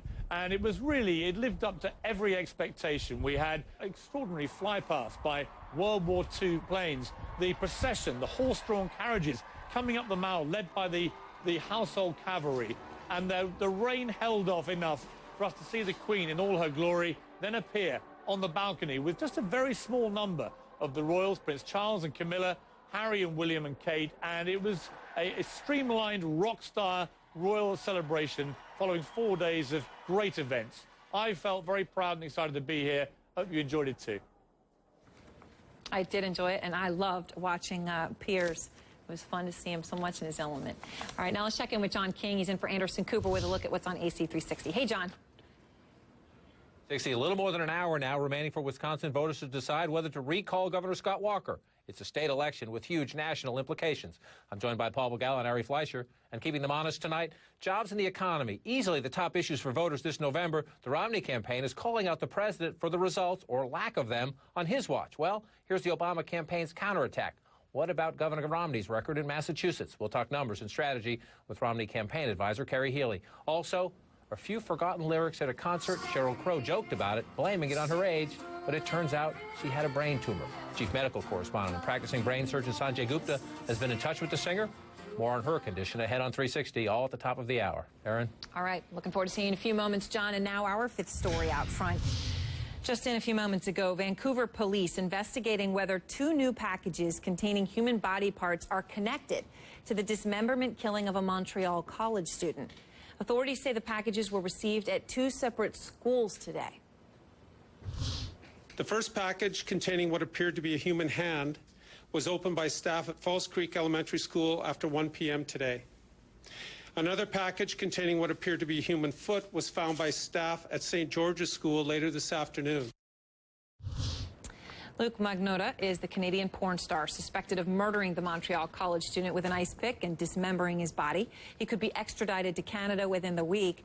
He was captured yesterday at a cafe in Berlin where he had spent an hour online Googling and reading stories about himself. Magnotta is suspected of mailing body parts to prominent Canadian officials. He's also accused of videotaping the grisly murder and posting it on the web. So what goes in the mind of someone who could even consider or think about doing such a thing? Dr. Michael Wellner is a forensic psychiatrist who developed the depravity scale. You're out front tonight, and good to see you. Appreciate it. What does go through the mind of somebody who could do this? I think that what distinguishes this crime from another dismemberment that you might hear of is that the aim is shock. Targeting a political entity, knowing that the media would jump all over that and give it a lot of attention, uploading a horrible, grisly, shocking, painful torture so that others could view the spectacle of somebody being tortured. It's carrying out a crime. It's criminal exhibitionism in order to gather an audience. So the motivation of attention-seeking is entirely consistent with somebody who's been carrying himself out as a public figure and who wants to be seen as Luke, when that's not even his given name. It's a persona that he's after, but what he's really after is shocking and having us talk about him. And that's a very important thing to keep in mind, because how should we be talking about him? Should we be talking about him as a porn star, or should we be talking about him as a sexual deviant who went from necrophilia to sadism? I mean, it is really That's more of a factual description. It is a factual description. I mean, it sounds like we're just, throwing in adjectives just because, but all of this is exactly what, we saw and is alleged that this man did. But is this something that, given what we've seen, would be consistent with someone who had done this only once? I mean, now that there's more body parts, I mean, the question is he linked to those? We don't know. But is this something that someone would do only once? If you're capable of this, is this not something that you would have done many times? You could be a serial killer. If he was uploading animal cruelty, he was trying to gather attention. It wasn't just animal cruelty for cruelty's Which sake. you're referring to the kittens torturing that he had done. This is a fascination, and so there's some level of fantasy and practice and some fixation on violence. But again, the idea of trying to escalate for shock value his own persona into something that could become a man we talk about, that's really what he has organized himself around. And that, tied into his fascination and violence, makes him very much similar to people who carry out crimes for seeking notoriety. The mass shooters, the people like the Lawners who target the congressman. It has nothing to do with political affiliation. It's because it's a celebrity next door, like Andrew Cunanan. Right. Who would target Gianni Versace, because then we would be talking about him on the national news. That's what he wanted. And he should be remembered as a pervert without these flattering pictures, because otherwise people who'd be inspired by that won't emulate it. So let's talk about what we know about him. Obviously, we know he was a porn star. He was a paid escort. People who knew him when he was younger described him as odd. I don't know what you can read into that, but they say he was raised by a domineering grandmother. I mean, what's the profile here that you can pull together of this person? Well, there are millions of people who are raised by domineering parents, and they don't go out and carry out shocking, extreme violence for attention-seeking. The profile is, this is a social phenomenon. It's very important. This isn't a psychiatric phenomenon. It's a social phenomenon where shocking violence yields attention and notoriety. And until it gets extinguished, you have people like this character who figure out a way to do something that no one's heard of before. To get attention. Well, because, again, why would you send a hand to an elementary school? Because if you send it to the corner store, nobody will be talking about it in New York and all over the world. But if you send it to an elementary school, people will be talking about it because they're mortified. It's a violence exhibitionism, the same way a person might expose themselves to view the shock in the reaction of others, and that's what he's after, only it's a different kind of perversion. In a word, on the depravity scale, what's the scale, 1 to 10 or something? I mean, is he as bad as it gets? It's not so much a scale as it is the grotesque suffering that he caused this very tragic victim, and yet at the same time the idea of carrying out a crime in order to show off. If we don't repulse this by remembering him, for example, the way we did Khalid Sheikh Mohammed, with an image looking like he just got out of bed, then he gets to be glorified and others follow in his footsteps, and we have to extinguish it in how we discuss it now. All right, well, thank you very much. Appreciate it. And still ahead, something that will never happen again while you are alive. But it's out front, of course.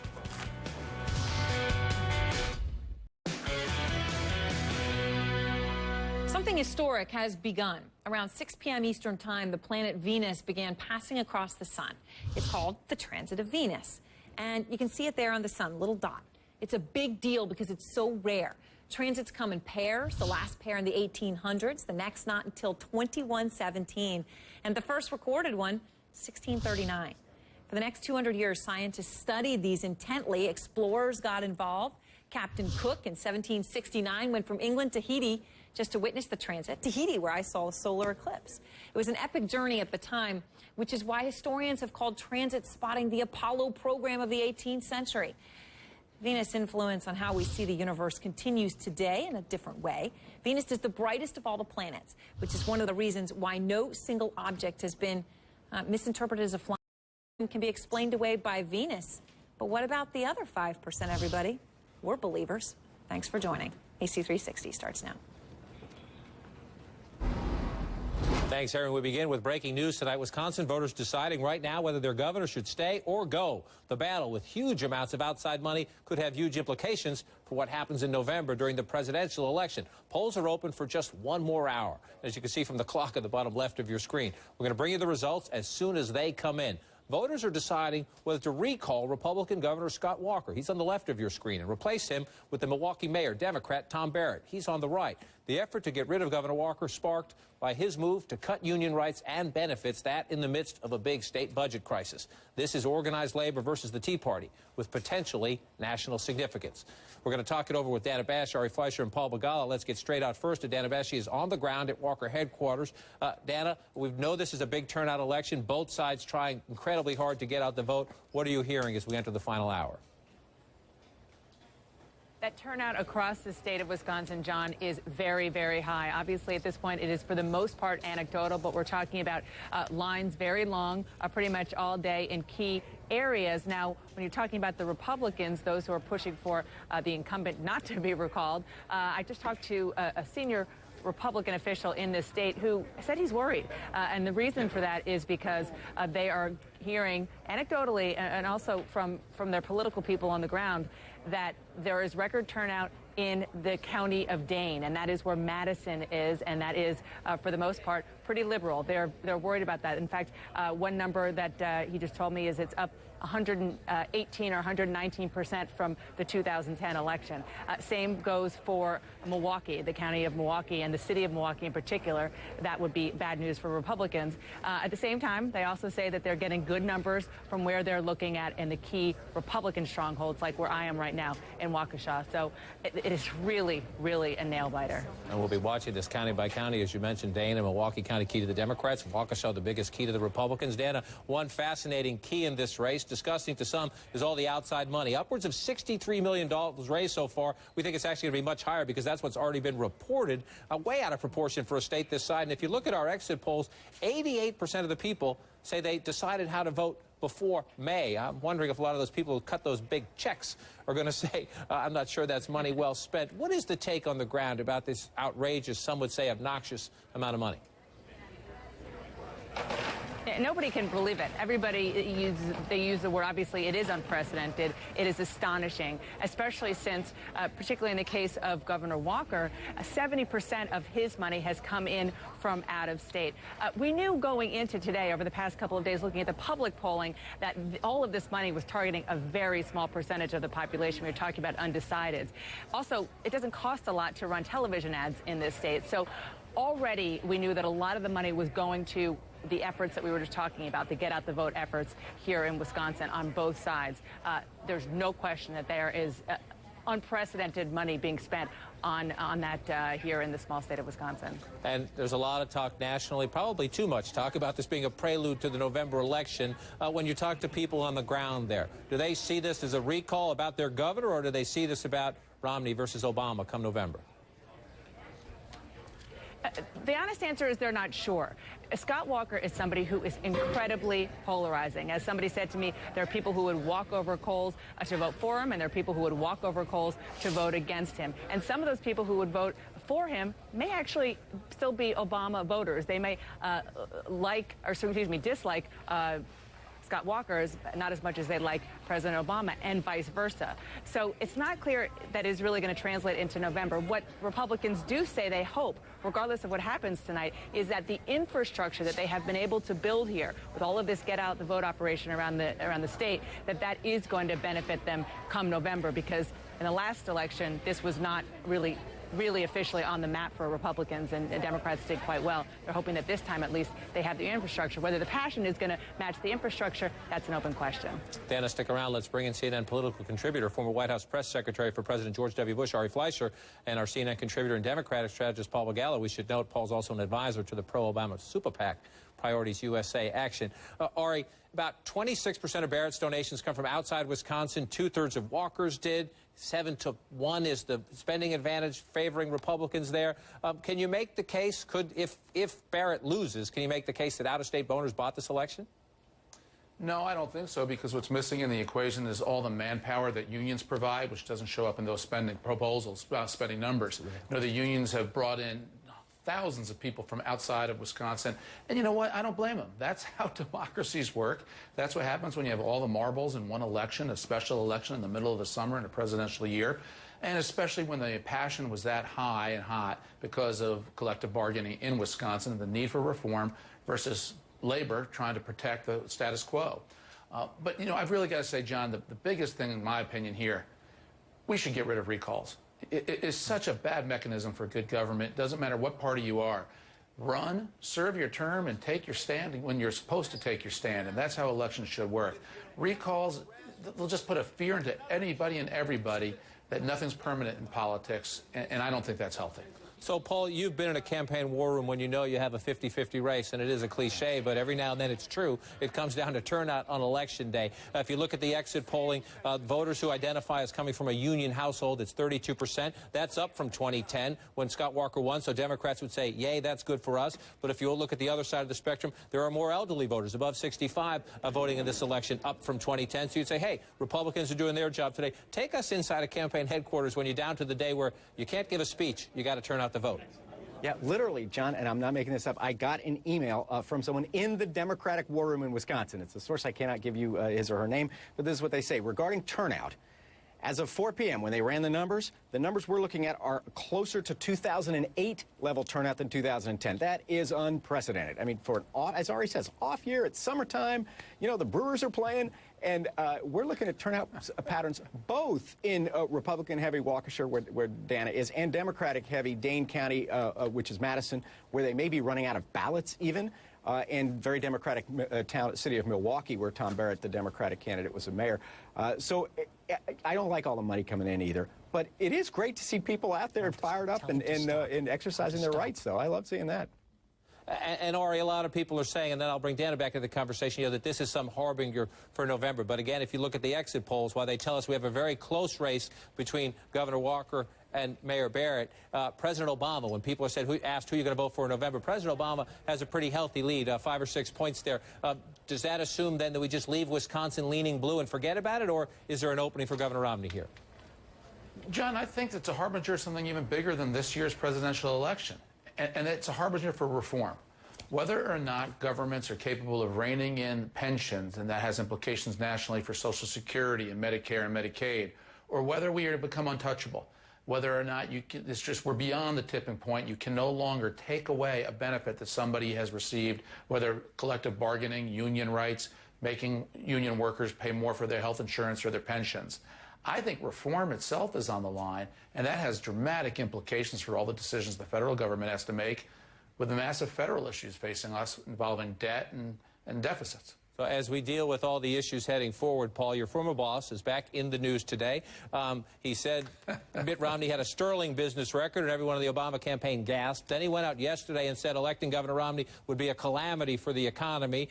Then today he was asked about the economy. He says we are in a recession, and he says this. So does that mean extending the tax cuts? Well, I think what it means is they will have to extend.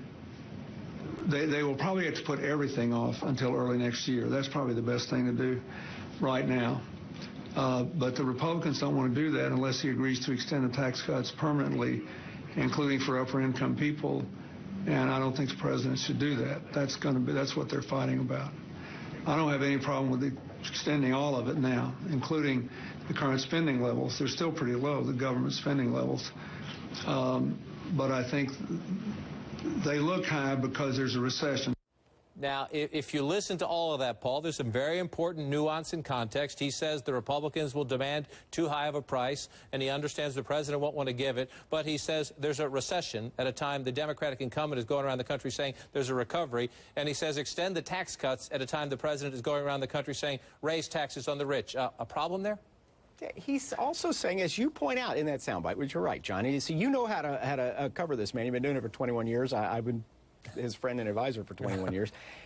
He said very clearly that he thinks the upper income tax cuts should go away and we should go back to the Clinton era levels of taxation on the wealthy. Eventually. The only tactical difference is he's saying for a few weeks we should kick the can past the new year so you get the new Congress in there and you can cut the deal that we need to cut with the newly elected Congress and the newly re-elected president who he strongly supports. I think people are really blowing this thing out of proportion. Over the course of time, I think it's great for President Obama because the more Bill Clinton is heightened as the economic arbiter, the better it is for Barack Obama because he thinks President Obama is doing a great job. Ari, weigh in on the economics of what President Clinton is saying now. Well, I love Paul. Paul just did a masterful job of spending something that's really bad for his side. You know, if you're Barack Obama and his people, the last thing you want is for President Clinton to say what he said. It undermines the heart of his economic issue going into the election. President Clinton is saying the economy is still in a recession. If the economy is still in recession, it's very hard to see how Barack Obama can win re-election. So that's the core of that matter. But extending tax cuts for everybody does make sense so we can get some type of permanency in the tax code. Democrats, Republicans, whoever the new president is, has to get together for certainty because that's what's going to bring the economy back down again regardless of its status. But this is one of those moments of politics where it's a goof and you didn't want to be part of it if you're the other side. Dana, take us inside the debate on the ground. We just showed pictures moments ago. President Clinton did come out there to campaign for the Democratic candidate. President Obama decided not to. Privately, Democrats I've talked to in Wisconsin are grumbling a little bit. They say the president didn't want to have his fingerprints on what might be an embarrassing loss. What's the conversation on the ground? Grumbling is a good word for what we're hearing from Democrats on the ground. They're not happy because of the fact that they feel that they could have benefited from somebody like President Obama here helping to raise money, helping to raise the profile, particularly since Republican heavyweights have come in here as well. The fact that Bill Clinton came certainly helped, and obviously we know, I think, politically the reason why President Obama didn't want to come in. It's exactly what you said. He didn't want to be that closely associated with something that could very likely be a losing effort for Bill Clinton. You know, he doesn't have the political future that President Obama does. But look, the bottom line is that there definitely are divisions. Can I just quickly add one thing to what you just said about the taxes? Just from my perch, my regular perch on Capitol Hill, the fact that President Clinton said that he would potentially take tax cuts off the table is not going to make Democrats on Capitol Hill happy because privately they have been saying that they have a big card, and that is if they sit back and do nothing, taxes go up. And that is why they feel that they really have Republicans there. And President Clinton saying, well, maybe we shouldn't use that card. Democrats on Capitol Hill, again, not happy about gone that. from the White House almost a dozen years now, but Bill Clinton's still driving to a degree our politics. Dana Bash, Paul Begala, Ari Fleischer, thanks, and let us know what you think. We're on Facebook, or you can follow me on Twitter at John King CNN. I'll be tweeting tonight when I'm not trying to work the wall here. And while Wisconsin voters are at the poll, Mitt Romney was campaigning in Texas, once again bashing President Obama for blaming his predecessor for the country's economic struggle. So why then is the Romney campaign playing the blame game itself when defending the former Massachusetts governor's economic record? We're keeping them honest. Keeping them honest in the presidential campaign, Mitt Romney is facing new accusations of hypocrisy for embracing the B word when it's to his own advantage. B as in blame. His campaign is using the tactic to explain some of the less flattering statistics from Romney's time as governor of Massachusetts, like the fact his state was 47th nationwide in job growth on his watch. Here's how senior Romney advisor Eric Fernstrom explained that on ABC's This Week. When Mitt Romney arrived, Massachusetts was an economic basket house. If you throw D.C. into the mix, we were 51 out of 51. So basically, he's arguing that Governor Romney inherited a disaster of an economy and should be applauded for helping it crawl out of the basement. Okay, fair enough. But keeping them honest, the Romney campaign has slammed President Obama for using the exact same argument. Talking about Mr. Obama in California, Governor Romney said, quote, "What he's very good at is finding other people to blame." Last week, President Bush was in the White House unveiling his portrait. That was a handy occasion, of course, to try and blame the predecessor, how bad things were because of his predecessor. It's an attack Governor Romney has made repeatedly. Most recently, just today, the latest shot in a long volley. George W. Bush was at the White House for the unveiling of his painting last week, and, you know, that was an easy... He's always an easy target, and so he's blamed, although after 3.5 years, people have figured out this is Obama's economy, not George Bush's economy. The president is always quick to find someone to blame. He said he'd bring us hope and change. Instead, he's divided the nation and tried to blame other people. Now, to be sure, Governor Romney's right. President Obama does blame his predecessor when he talks about the economy. You know, we inherited a $1 trillion deficit. The other side doesn't like to be reminded of this. We inherited an enormous deficit, enormous long-term debt projections. After inheriting a $1 trillion deficit, after inheriting a $1 trillion deficit, after inheriting a $1 trillion deficit, I inherited a $1 trillion deficit. He also says he inherited a recession. And now this is important because Mr. Romney's campaign is arguing that his first year in office as governor shouldn't be counted when considering his record. But that's not a latitude they grant the president. Here's Governor Romney's senior advisor, Ed Gillespie, on Fox News Sunday. So they're bringing down the gains of his fourth year in office, which shows the real impact of his policies, and diluting it with the first year in office when he came into office, and it was 50th in job creation. He inherited a $3 billion projected deficit. Now, just to be clear, Ed Gillespie, they're saying Romney's critics are making his record look worse by counting his first year in office, when he was grappling with a dog of an economy. But when Romney talks and the campaign talks about President Obama's record, as a rule, they start the clock running January 2009, even though the president didn't take office until January 20th. That's significant because the economy, as you all remember, was in a free fall at that point. The financial crisis still unfolding. Joining me now is Carrie Healy, a Romney campaign advisor and someone who knows this record well. She was lieutenant governor when Mitt Romney was governor. It's good to see you. Let me just ask you, I talked to you about this last night, and you said, no, we start the clock at the beginning. Did Ed Gillespie and Eric Fernstrom, they make a mistake there? No, what they were trying to point out is that the Obama administration has been trying to characterize the entire administration, the Romney administration, with one number, which they keep saying again and again, 47th in job growth. But in truth, really, it's a progression. You started out, and Governor Romney owns this, absolutely. We were 50th or 51st, actually, if you count the District of Columbia, in job growth when Governor Romney came into office. The next year, he bumped it up to about 46th. The next year, bumped it up to 40th. The next year, bumped it up to 30th. So the question is, do you give him credit for that progress? Yes, I think you do. I think you look at that as a progression toward increasing our competitiveness amongst the states. And also, what you see there is actual positive action, you know, positive momentum toward creating jobs. During that time, he brought down unemployment in Massachusetts from 5.7% or 5.6% to 4.7%. We haven't seen that under the Obama administration. So it doesn't matter whether you include the first year or not. The question is, well, it matters. It matters if you go out and say, well, if you don't count it, we did great.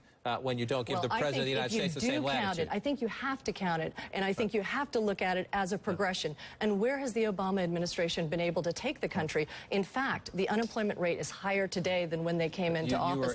And for, as you know, 40 straight months now, over 8%. But you know how politics works, having been on the ballot. When you have these two guys go on suggesting, well, if you just didn't count our first year, were extraordinary. But do you embrace this notion of averaging? Should we average the 4 years? Does that make any sense? Does that tell the voters anything? What the voters want to know is what direction are you moving? And so Governor Romney moved the ball forward. Under that scenario, though, couldn't President Obama say the first year was a disaster?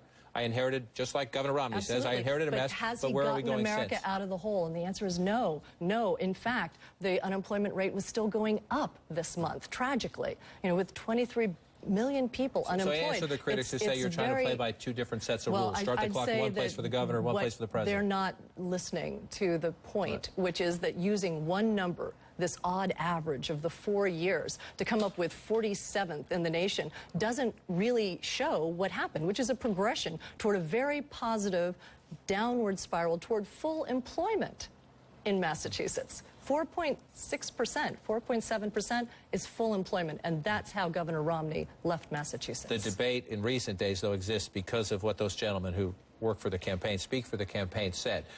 Could they have said it more clearly? Perhaps could they have said it more articulately? More clearly. I spent my life looking at statistics. Maybe I just see it a little bit more, more clearly than they might have. But let me just say that it's about a progression, it's about progress, and Governor Romney was moving our state forward to full employment. When they do say he inherited this mess, there were Republican governors before him, a string of Republican governors before him. What did they do wrong?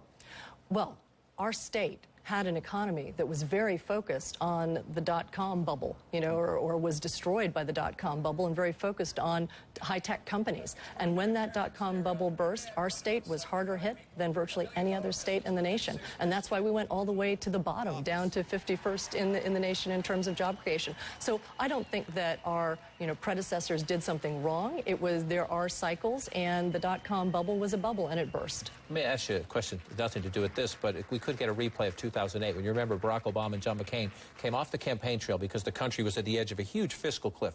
No one suggests we're at that big of a cliff, but you do see with the contagion from Europe. We just played former President Bill Clinton saying, he'd be open to extending the Bush tax cuts again. That's very counter to what the Democratic incumbent now says, but that he sees a problem, and he thinks everybody needs to get together and figure it out. Bill Clinton complaining the Republicans would ask for too much if the president gave them that now.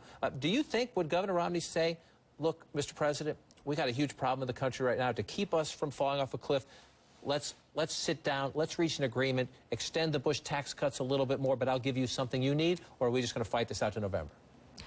I think that is really the role of the president right now, to sort that out with Congress. What I can tell you is that Governor Romney has a very strong record of bipartisan cooperation, reaching out across the aisle, because you have to remember, and probably most people across the country don't realize, that in Massachusetts, the legislature was 85% Democrat when Governor Romney was in office. So he had, in order to get anything done, to reach out and create those relationships and make those discussions work. And so that's what I would suggest for President Obama. But there was a grand bargain. They both decided not to criticize the TARP, essentially, back in 2008. I'm not suggesting we're in as dire a circumstance, but we're in a potentially dire circumstance. You don't see any potential for that happening this year.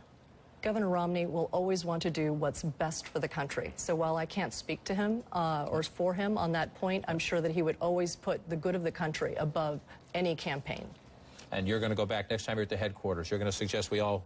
Same clock? That we talk about statistics more, yes. Everybody gets the same clock? Absolutely. Lieutenant Governor Carey Haley, appreciate your time tonight. Thank you. And I kept you from an important party tonight. I apologize for that very much. This was more fun. Thank you. All right. When we come back, remember the polls close in Wisconsin just a little more than 35 minutes away. And also, get this, a shocking announcement today from rocker Sheryl Crow. The 50-year-old says she has a brain tumor. We'll talk about her prognosis with our Dr. Sanjay Gupta next.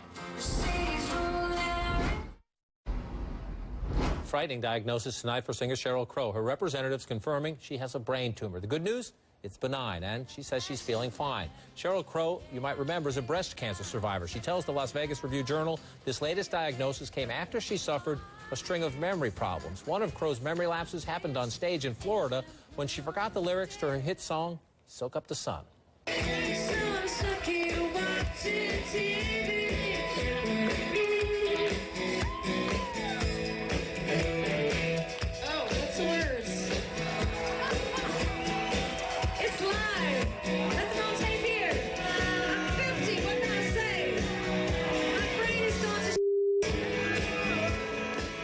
Sheryl Crow's representative says she has one of the most common forms of a brain tumor, and she does not want to alarm anyone with the news. Let's bring in our chief medical correspondent, Dr. Sanjay Gupta, who's a brain surgeon. Of course, Sanjay, I understand you actually spoke to Sheryl Crow this evening. What did she tell you? Well, she basically started off by saying, look, this is it's a relative small thing. Yeah, she described it as, quote unquote, a bump in the road. She also said that this tumor that was diagnosed a few months ago really has nothing to do with the memory problems, an example of what you just showed there.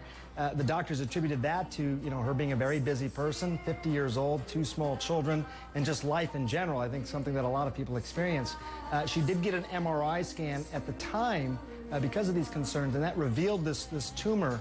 It's on the right side of her brain, she said, John. She also described sort of a burning sensation over her right temple. That also heightened her concern for this, and also, caused her to go see her doctor. The doctor said she doesn't need surgery, but she is getting MRI scans every few months just to sort of keep an eye on things. But she really, it was very good spirits, John. She seemed to really minimize it and didn't seem at all concerned. It's great to hear that she's in good spirits, that she's an optimist, but other viewers hear brain tumor, easy to think the worst, Sanjay. What is a meningioma? How common is it? It is one of the more common types of brain tumors, and this is typically what is known as a benign tumor. So, if you have benign and cancerous, more times than not, about 85% of the time, a meningioma is going to be benign. Interestingly enough, and you've heard of other people probably, John, who've had this. Elizabeth Taylor, for example, had this. Mary Tyler Moore had one of these. It's a tumor that typically grows between the outer layer of the brain and the brain itself. So it's not actually inside the brain as other tumors are. Again, some people, depending on how big it is, will have it removed right away. And other people, you sort of watch and wait, as is the case with Sheryl Crow. And, many people, they never have, they never need an operation or never need any further treatment. But in a small percentage of cases, it can suddenly start to grow more rapidly. It can become cancerous and require surgery, John. She was treated successfully for breast cancer back in 2006. Any chance the cancer treatment or any part of the treatment could have contributed to the development of the tumor? Well, this is an interesting question in medicine, and particularly in the world of cancer research. The answer is we don't know for sure. That has been a definite speculation out there for some time, that breast cancer survivors are more likely to develop meningiomas. Why exactly that is, it's unclear. It could be a result of the treatment for breast cancer, although it's a little unclear for sure. They don't know for sure. Women are more likely to get it than men. Hormone replacement therapy can be a risk factor. Radiation can be a risk factor. Sheryl told me that she had concerns about cell phone usage, something that we've talked about on this program before. Cell phones potentially increasing someone's risk for brain cancer, or brain tumor in this case. She doesn't know that for sure, but we don't know. In her case, again, because it is so small, they're just sort of going to keep an eye on things, John. And as they keep an eye on it, what's the test for deciding whether or not you need to go in and remove it? Simply whether it grows some, or whether it grows and causes side effect symptoms? Yeah, it's a great question. There's sort of two things. First of all, worth reiterating that her memory problems not caused by this. If they were, if the tumor was in a location that would be, potentially responsible for memory, that would be a reason for surgeons to operate. I've operated on patients for that very reason. Also, it's not only the growth, the size of it, but if it suddenly starts to rapidly grow. So, you get a scan, it's one size. 4 months later, it's grown much more quickly. That's an indication that, look, this tumor has now demonstrated that it can grow quickly, and the better sense of valor would be to just simply take it out. But, it's a judgment call between doctor and patient. Not so bad when your chief medical correspondent is not only a brain surgeon, but he can get Sheryl Crow on the phone. Like that. Sanjay, thanks. Let's get to some other stories we're following tonight. Aisha Sasay joins us now with a 360 Bulletin. Hi there.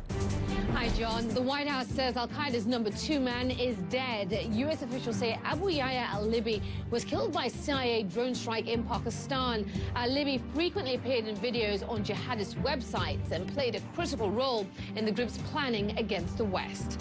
The Syrian government says it will allow the United Nations into the country to deliver humanitarian aid. But Bashar al-Assad's Ukraine's government also announced it's expelling diplomats from 11 countries. Those nations expelled Syrian officials last week in response to the massacre in Hula. Residents there say regime forces have cut off the town from basic necessities. Nigerian officials have suspended Dana Air's license in the wake of Sunday's deadly plane crash. The State Department says 7 U.S. citizens were on that flight, which killed everyone on board, including the pilot. And a once-in-a-lifetime event in the solar system is going on right now. It's called a transit of Venus. When the planet crosses between the Earth and the Sun, it appears as a black dot, as you see there, and it won't happen again until 2017. John, as I say to everyone, if you can see this, make sure you protect your eyes. See this right here? Welder's glass. Welder's glass. You use that, you get a peek, you get to see it. Want mine? Yeah, okay, if you can get it to me quickly. I'll get it. It's on the way. Thanks, Aisha. We'll see you in a bit. The jury taking shape for Jerry Sandusky's sex abuse trial. The former Penn State assistant football coach in court today as both sides make tough decisions on who will be seated to hear that case. And there's a new report tonight. The jury will get to see love letters Sandusky allegedly wrote to his victims. That's next. Polls are about to close in Wisconsin. We have new exit polls in the recall election that could impact the November presidential election. Coming up.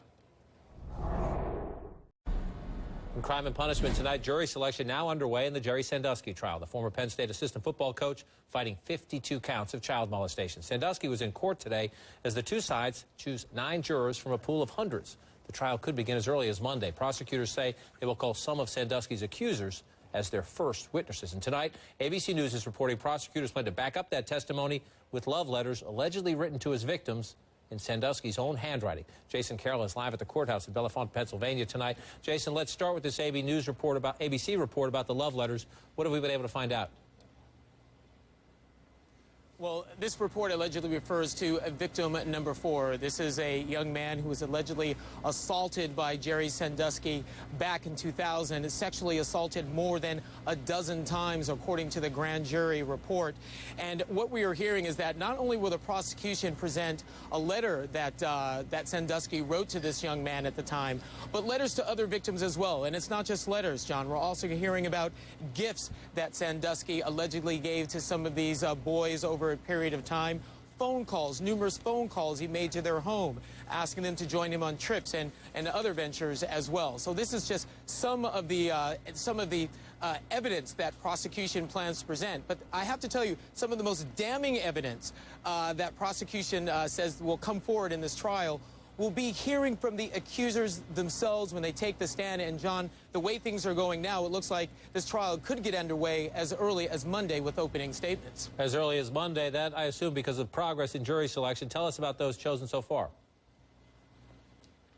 Well, I have to tell you, things have been moving right along. I mean, as you say, so far, 9 jurors have been chosen. And what's interesting about this is 4 of them have ties to Penn State. Now, a lot of people might find that unexpected, but let me point out a few examples here. The person chosen as juror number 3, or the 3rd juror, she's a middle-aged white woman. Her husband at one point worked with John McQuarrie. Now, that name may sound a little bit familiar because he is the father of Mike McQuarrie. Mike McQuarrie is the man who says that more than a decade ago, when he was a grad assistant, he saw Jerry Sandusky sexually assaulting a young boy in a shower at Penn State. So you've got this woman who has a relation to the McQuarrie family in terms of working at one point. She was actually chosen for the jury. And at one point, Joe Amendola, who of course is Jerry Sandusky's defense attorney, said, I don't want this woman on the jury, I want to strike her. The judge in the case, Judge Cleland, said, look, this is the type of, Center County is the type of place that is so small and Penn State is so big, you're not going to be able to avoiding some of these relations. The quote that he said is, these kind of relationships cannot be avoided. And then, John, Jerry Sandusky himself spoke in the court and said, quote, I think she can be fair. And so she was just one of those 9 jurors who ended up being chosen. John? Interesting already. A fascinating case about to unfold. Jason Carroll's right there. Jason, thanks. Let's bring in criminal defense attorney Mark Aragos and CNN legal analyst and former federal prosecutor Sonny Hostin. Mark, let me start with you as an accomplished defense attorney. When you hear about love letters Jerry Sandusky allegedly writing to the victims, how big of a problem is that for the defense? Well, it depends. I mean, you always hear before any of these trials start, there's always a leak right on the eve of jury selection that's purposely done. Usually comes from the prosecution's camp. They leak out this information. They try to make it look as damning as possible. So I would wait until we see what the letter actually says. You know, this idea that there's gifts, that he gave somebody golf clubs. Look, this is a coach. This is somebody who's in a charitable organization. They're taking at-risk youth, and that is not something that necessarily is going to look damning. I agree with the reporter, though. The thing that is going to, this case is going to turn on, number one, is obviously jury selection, who they put in that jury, and number two, how the witnesses come across, and that's what it's going to turn on. It's not going to really matter at the end of the day what the letter says. I highly doubt there's some letter that confesses any that I did it or I had sex with you or anything else. That would have been leaked long ago. So my guess is that you're going to find that the jury selection determines everything in this case, and then those first couple of witnesses are going to be major make or break for the prosecution. And Sonny, as we wait to get to that point, you say some of the decisions regarding the jury just today could leave the door wide open for the defense to file an appeal if Sandusky's found guilty. Why? Yeah, I'm just very surprised that this jury selection has gone so quickly. We're talking about seating 9 jurors in one day. And I think it's very surprising that these jurors have these types of ties to the players in this case. Yes, it's a small town. Yes, Penn State is a big school. But the bottom line is I'm very surprised that a judge would allow, or even the defense would allow, a juror that has a close tie to the father of Mike McQueary. Her husband practiced with John McQueary. Listen, my husband's a doctor. He tells me about his partners, people that he practices with, and you form opinions about those people. And so, ripe for appeal, I think that's a possibility. I'm actually also surprised that this jury hasn't been sequestered. I mean, they walked out, some of the potential jurors, right out of the courtroom, right out of the courthouse to see a throng of media, cameras, reporters. You know, I trust juries, but come on, I think it's going to be very difficult for this jury to stay away from the press in this case. Mark, come in on that point, particularly this one case. Come in on that with the woman whose husband worked with John McQueary. He's a probable witness. Jerry Sandusky's attorney is protesting, and then Jerry Sandusky says, oh, she can be fair. What do you make of that? Well, you know, usually that's when I elbow my client and say, look, I'm running this show, not you. So I don't know, unless that was rehearsed and some kind of anything but impromptu, my clients wouldn't get away with that. I think to Sonny's point, however, there is something to be said. If you moved for a change of venue and the judge denies it, and then you get into jury selection and the judge says, sorry, Charlie, I'm not moving this thing because, you know, it's a small town and everybody's going to have a relationship. They have just established the very prejudice that supported the motion for a change of venue and is ripe for appeal. So I don't get it. I'm kind of mystified, unless there's some thought that, look, anybody, you want to be in a Penn State, a pro-Penn State kind of environment, and the jurors you're going to get are going to be very pro-Penn State. I know a lot of people feel like this prosecution is an attack on Penn State by proxy, so maybe there's some kind of thinking as to that. Otherwise, it's completely inexplicable to me. And one of the questions early on in any trial is, will the defendant testify? Sonny, what's your take? You say, you know, obviously he gave some interviews. He's very active in court today, at one point overruling or at least giving advice to his attorney. Do you see him taking the stand? You know, I think in a case like this involving Jerry Sandusky, after he was interviewed by the New York Times, after that now infamous interview with Bob Costas, after allegedly what he said in court, this is a defendant that seems to want to talk. So I don't think we should be surprised if Jerry Sandusky indeed takes the stand. He seems to be, in my view, sort of that runaway defendant that I'm sure Mark would hate to have and would be elbowing quite a bit in the courtroom. So will we see him on the witness stand? I wouldn't be surprised. Mark, would you let him, or would you use the elbow, maybe some crazy glue to keep him in the chair? Look, this would not be the first defendant who, over my objections, took the stand. Ultimately, it's the defendant's choice.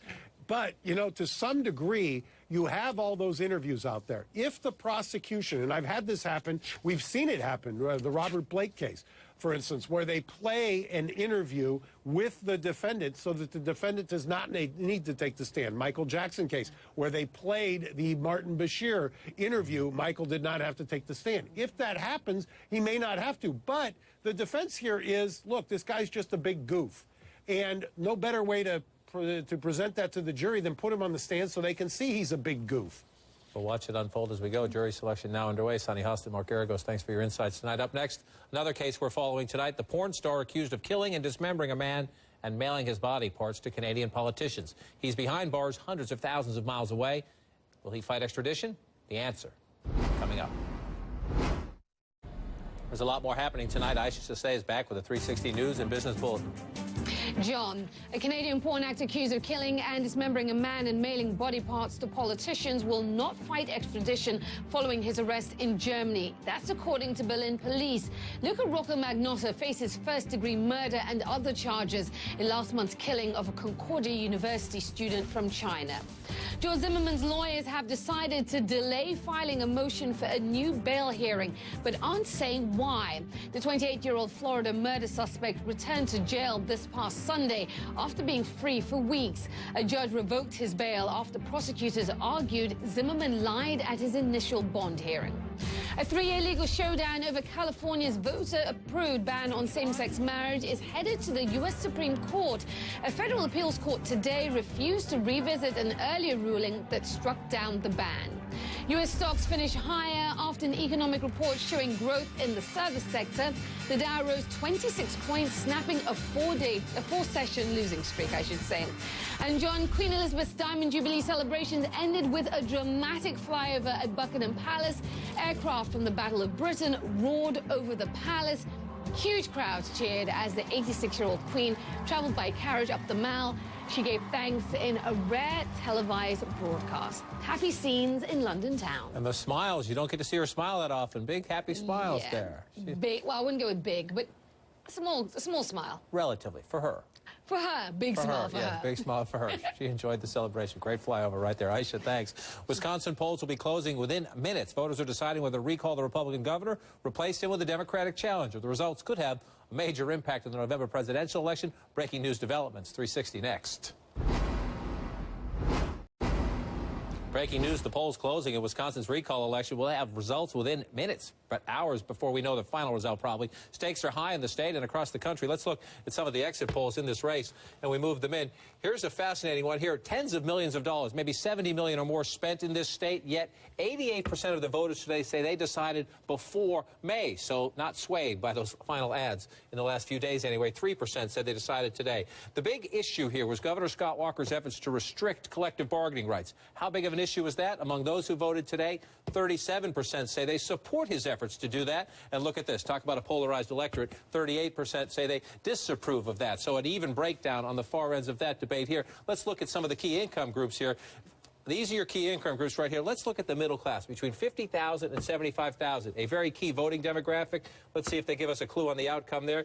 Try to bring that out. All right, it doesn't want to come up, but I can. There we go. Finally comes up. Walker 50, Barrett 49. That tells you you've got a very, very close race playing out in Wisconsin. So let's get straight to the ground there. Dana Bash is in Waukesha, Wisconsin tonight. Dana, what are you hearing on the ground as the polls prepare to close?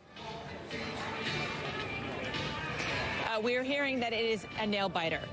The fact of the matter is that anecdotally here in Waukesha County, where I am right now, this is going to be Scott Walker's headquarters tonight, they are hearing about record turnout, which is good for Republicans, but also we're hearing about turnout that is good for Democrats. John, I just got off the phone with the county clerk in Dane County. Dane County is where Madison is, and Madison is a pretty liberal city, to put it mildly. She told me that in some parts of the city they have 95 to 100% turnout, and that she was getting calls from clerks at polling stations all around the county saying that they were just swamped, and that they were asking for more and more voter registration forms, because there is same-day voter registration here. So that's why you have Republicans who are very nervous. Actually, you might see behind me, they're just letting people in here to come here for Scott Walker's event. Unclear right now. That does it for this edition of 360. We'll be back live right here at 10 p.m. Eastern with the latest from Wisconsin. For now, though, Piers Morgan tonight starts now.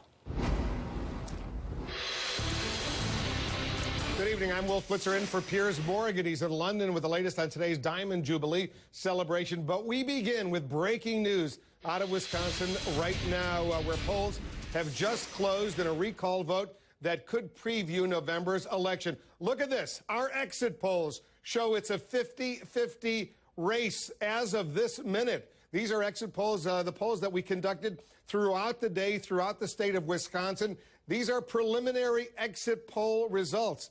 50% for Scott Walker. He's on the left of your screen. 50% for Tom Barrett, the Democrat, the mayor of Milwaukee. He's on the right. Scott Walker is the incumbent Republican governor. This is a race to recall him, to remove him from office. Based on the exit polls that we've been conducting throughout the day, right now the exit polls show it's 50% for Walker, 50% for Barrett. Doesn't get much closer than this. Obviously, we are in no position right now to make a projection of the winner in this race. Also, by the way, for the lieutenant governor race, the lieutenant governor, Rebecca Kleefisch, she is also there's a recall election for her.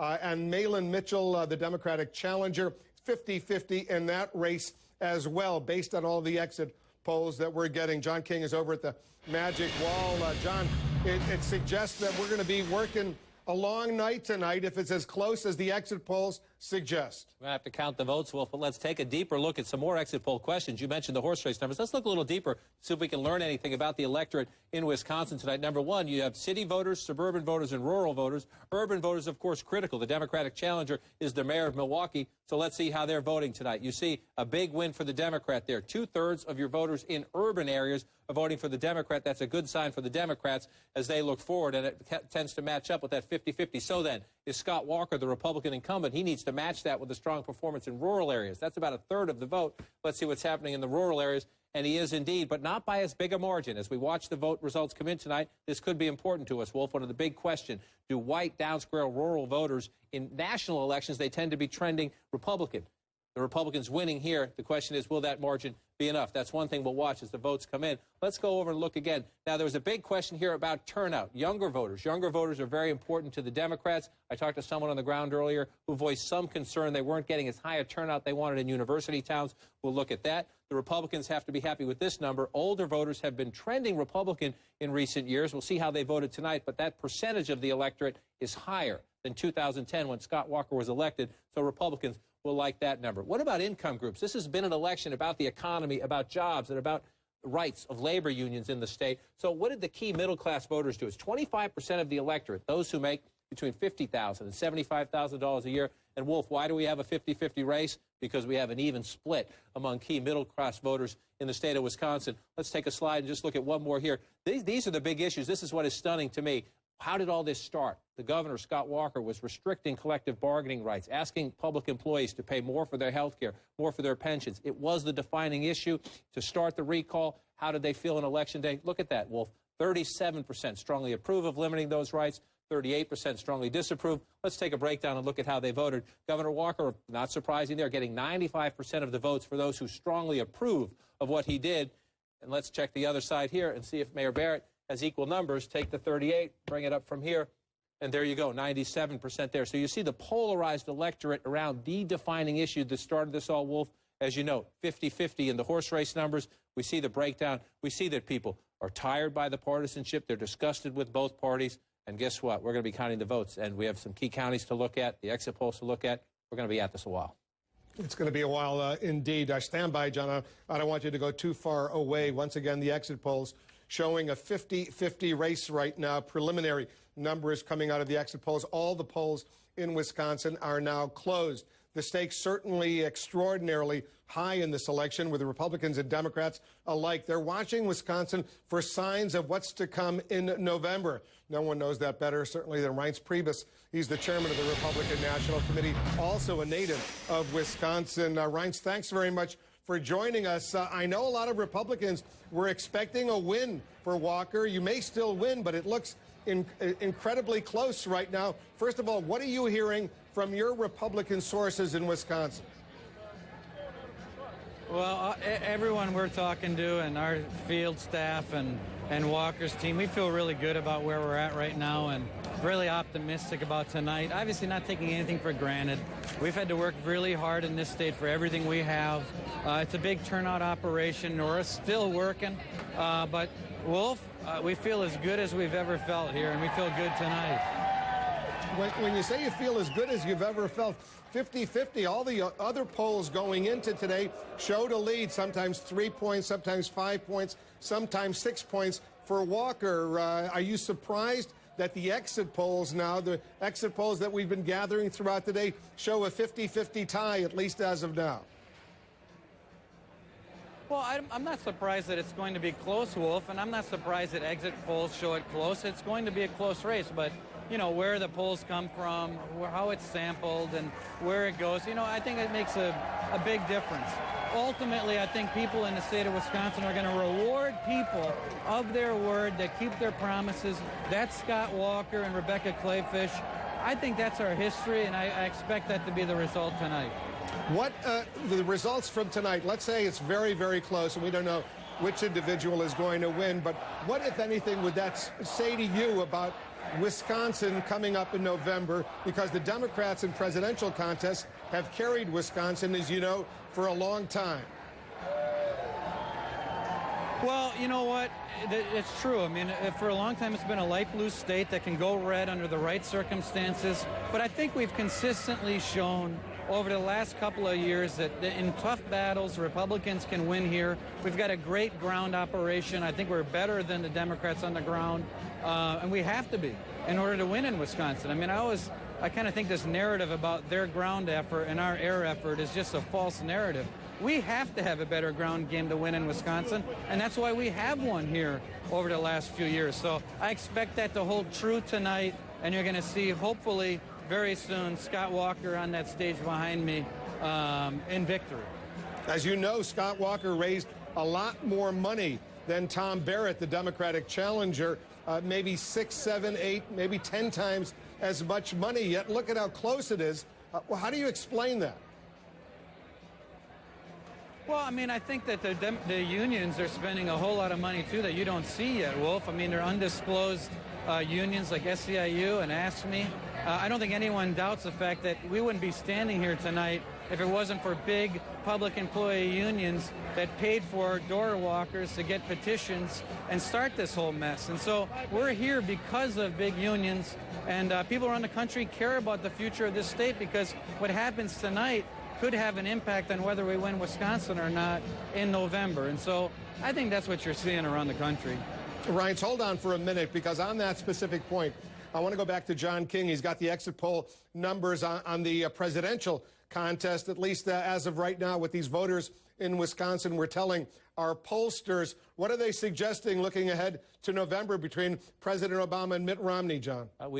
They tell us, even though they seem evenly split on the race for governor tonight in the recall election, Wolf, you would have to say, and then you could ask the chairman about this, President Obama continues to have a significant edge in Wisconsin. They were asked the voters today, how are you going to vote in November? 54% say they plan to vote for President Obama. 42% say they plan to vote for Governor Romney. Now, why is that? Let's go over here. We asked the voters, who would improve the economy? 45% of today voters say President Obama would support the economy. 36% say that of Governor Romney. So that is the key question, the economy. And let's just dig a little deeper on the economy. Which candidate would better help the middle class? You see President Obama with a 13-point advantage, Wolf. So on this night, you'd have to say the Obama campaign, despite what happens in the end, has to feel pretty happy.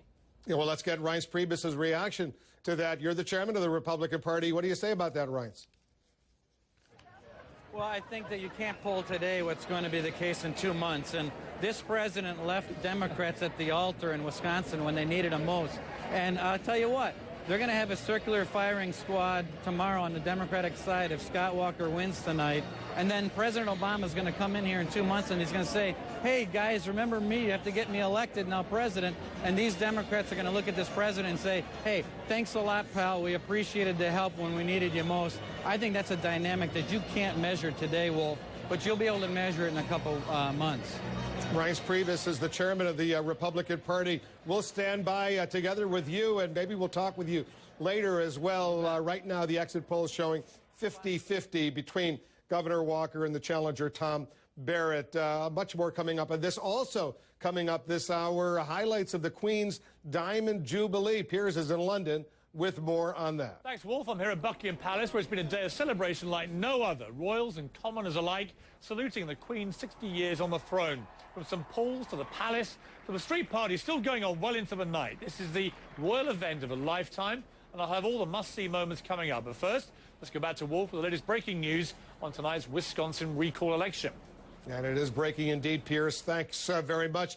Much more of the results in just a moment, and our political all-stars on how this state of Wisconsin, the election there, could be a preview of the Romney versus Obama battle in November. Stay with us.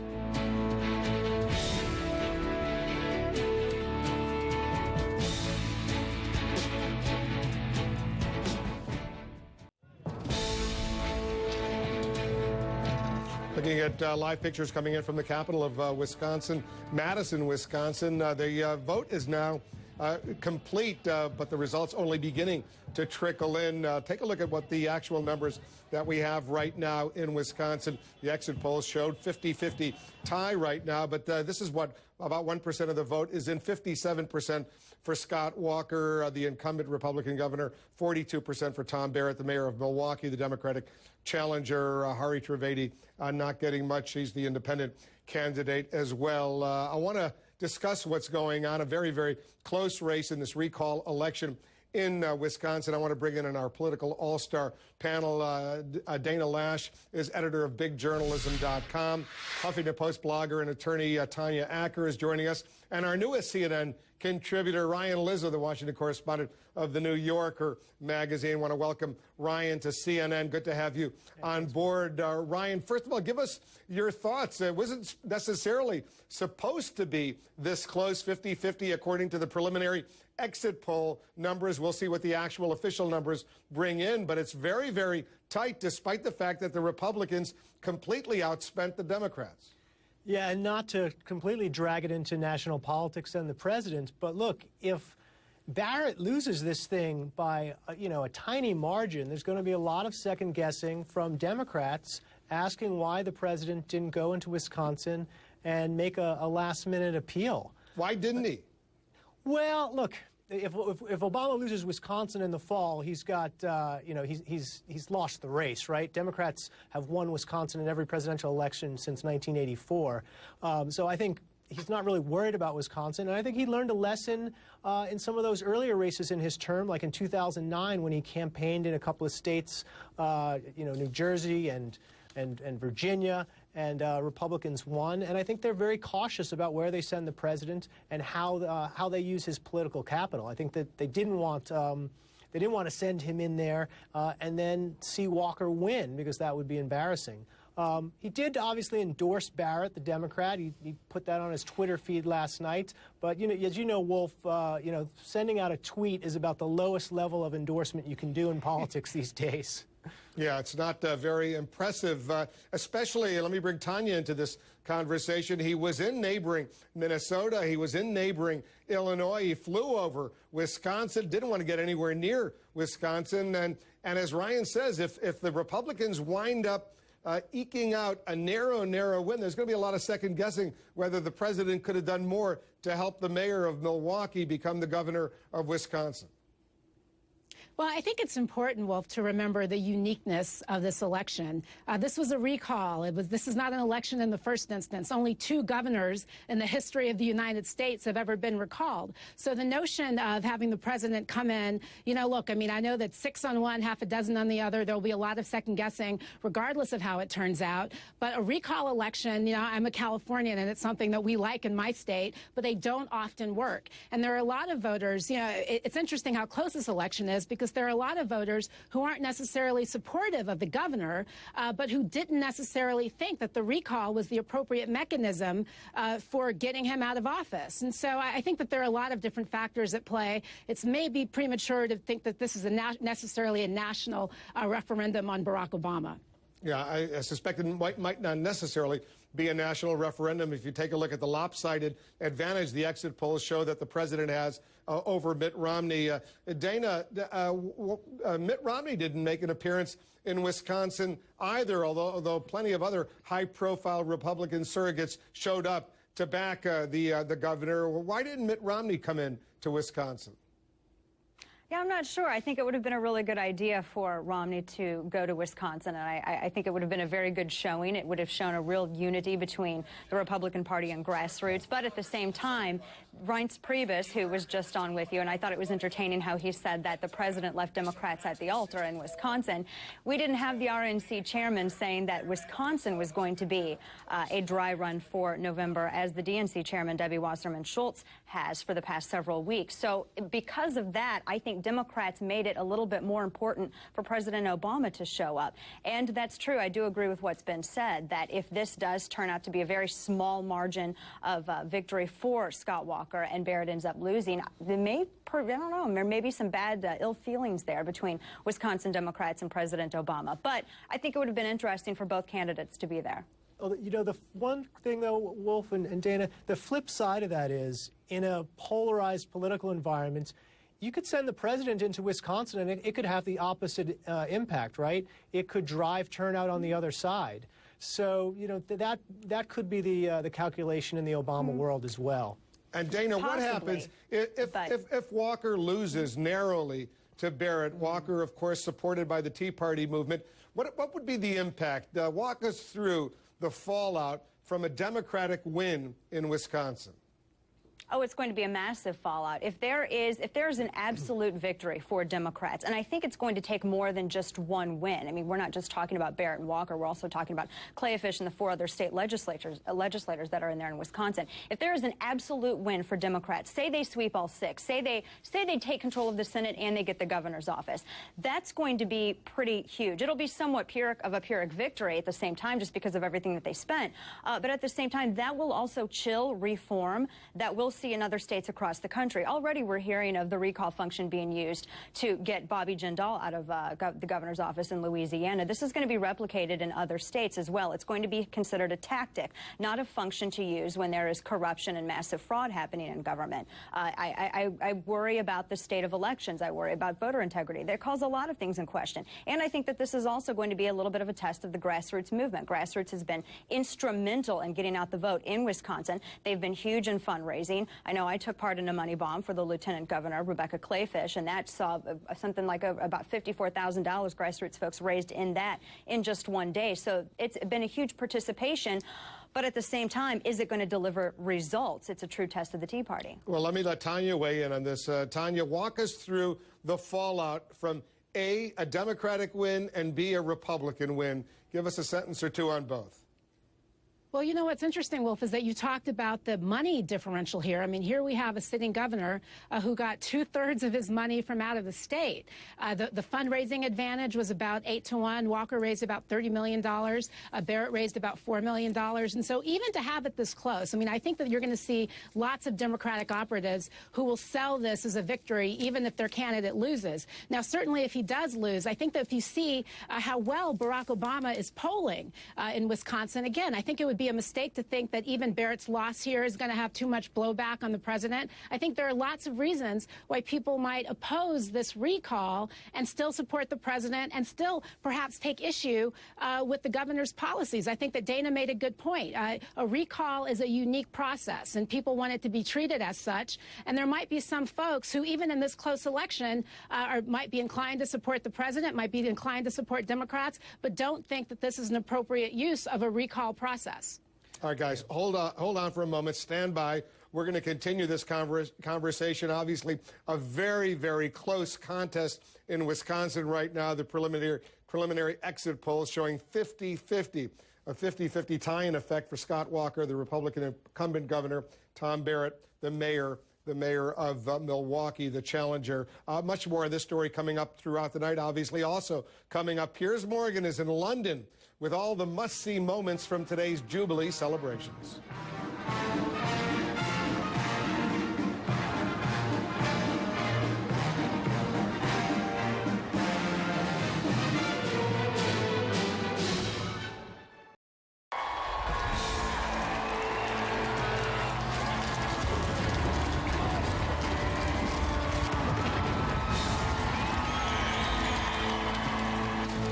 I'm at Buckingham Palace with the official celebration of the Queen's Diamond Jubilee is winding down.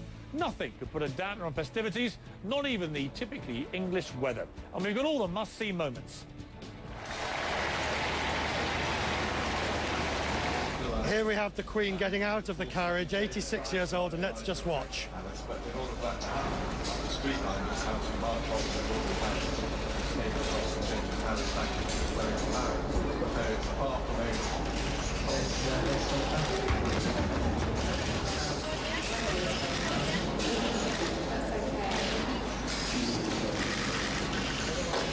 And the other carriage now arriving as well. This is the last we will see of the Queen before she appears on the balcony, just about an hour or so before the fly past. Other members, senior members of the royal family, now going inside.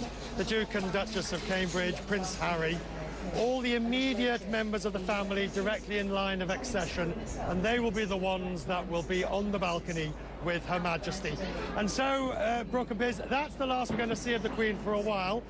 She's probably kicking off her shoes for a moment, having a cup of tea or whatever, while she gets ready for this amazing balcony appearance. Here in Trafalgar Square, the people are now going to start to move, and they're going to start to try and get down the Mall as far as they can.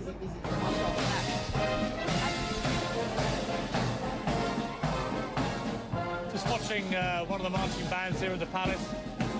One of the marching bands here at the Palace. I'm just going to take a little look at this, because you don't see this very often, and we'll never see another Diamond Jubilee again. So just soak in a bit of the atmosphere.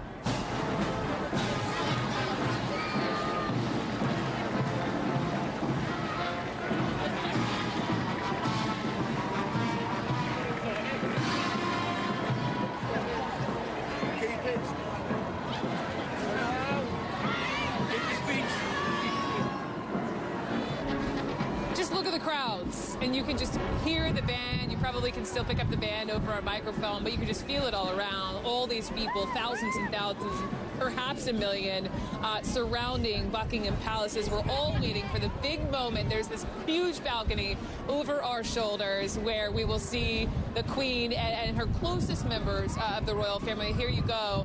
And we're moments away from that. I want to bring in... Look at that. These crowds, I mean... Look at the scene. I mean, you just don't see this anywhere in the world. But we're waiting for the big wave. No kisses today. That was last year for the royal wedding. How do you know? Because her husband isn't here. Yeah, but there might be other kissing on the balcony. Well, There's always kissing on a royal balcony. Want to welcome in Philippa Gregory. She is the best-selling author. Her book is called The Changeling. Welcome back. Thank you. You brought some better weather today. Yes, we appreciate that very much. We also have India Hicks and Katie Nicholl. And my question to you, Katie Nicholl, is just the significance of who we will be seeing in a matter of minutes out on that balcony. It's the closest of the royals, yes? Yes, well, it should be, of course, the Duke of Edinburgh, who's not here, the Duchess of Cornwall, the Prince of Wales, the Duchess of Cambridge, the Duke of Cambridge, and Prince Harry. That is it. Usually at the Queen's birthday parade, you get to see the whole plethora of the royal family. Not this time. The Golden Jubilee has been very different. Diamond Jubilee has been different to the Golden Jubilee and the Silver Jubilee, where you had a lot of members of the royal family up there. This is a slimmed down appearance by the monarchy, because it's all about the line of succession, and the Queen is sending out a very clear message by sending her heir and her other heir out there, and that is what this is all about. Ladies on the end, we have Katie Nicholl and India Hicks. And India, you were one of Princess Diana's 5 bridesmaids. I want you to describe to us what in the world that feeling is like, standing on that balcony with all the crowds of her people. She was the people's princess. Out of interest, when you're all standing behind the curtains, waiting to come out, what are you all doing? Chatting, catching up on family gossip, lots of family gossip, and drinking homemade lemon refresher. The Queen loves the homemade lemon refresher. Yes, yeah.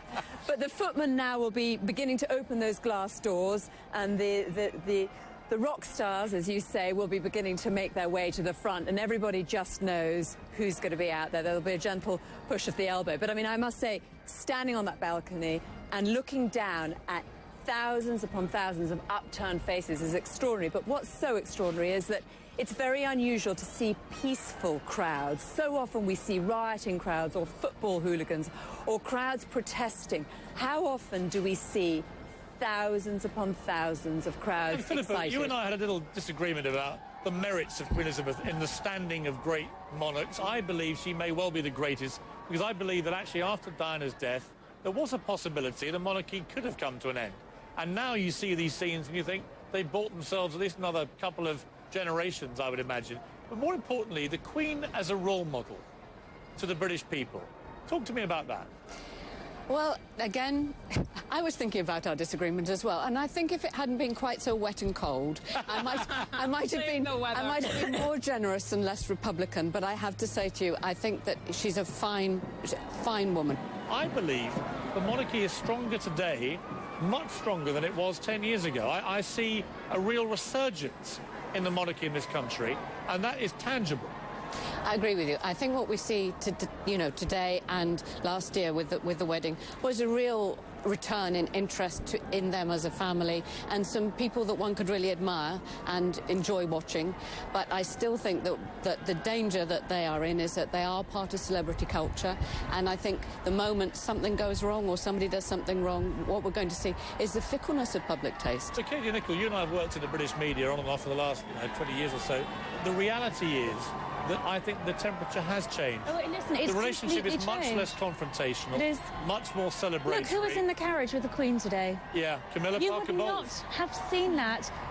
If you want to see how things After have changed, Diana's look at the funeral, carriage. Think of the 90s. This day, Camilla would be there. People would have thought you But were Piers, mad. you know, I think they've had to change. They've had to modernise. I know what Philip is saying about celebrity. I see the risks with the Duke and Duchess of Cambridge being billed as big as A-list stars as when they came over to LA.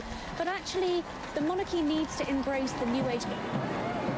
And later, the big moment, Her Majesty the Queen and the royal family on the balcony of Buckingham Palace.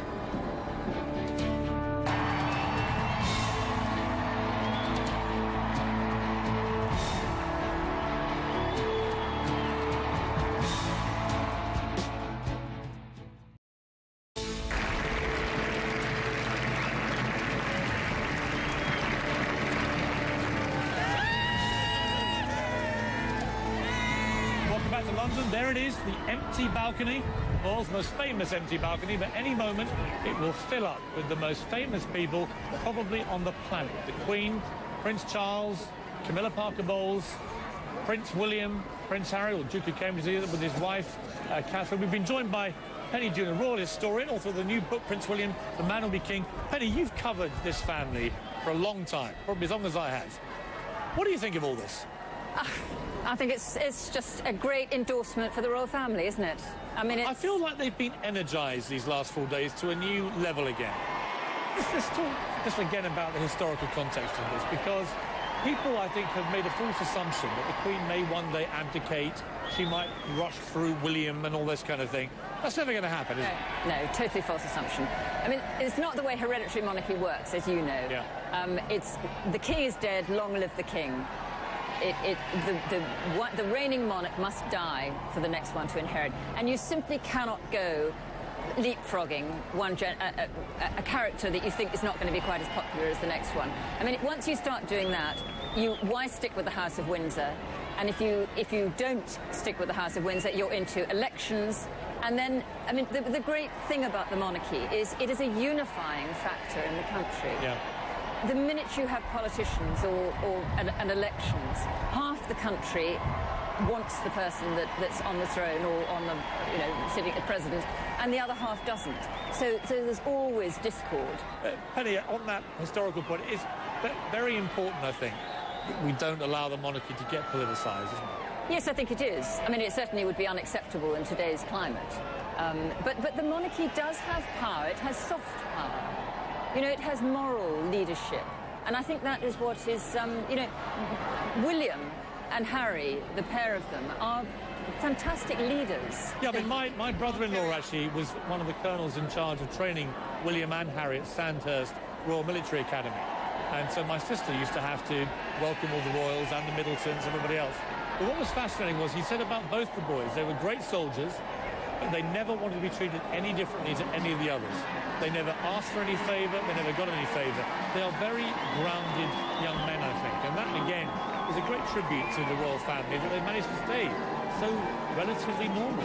Well, actually, probably as much to anybody else, Prince Charles and the Duchess of Cornwall, because most boys of the age that they were would be absolutely thrown by the death of their mother, and they would carry it with them as a sorrow all their lives. And the boys obviously, remember her very, very lovingly, have very fond memories of their childhood, but have managed to come through that. India, I mean, you would know better than most, but Charles, again, I say much maligned, because after Diana died, those two boys were in their teenage years. years.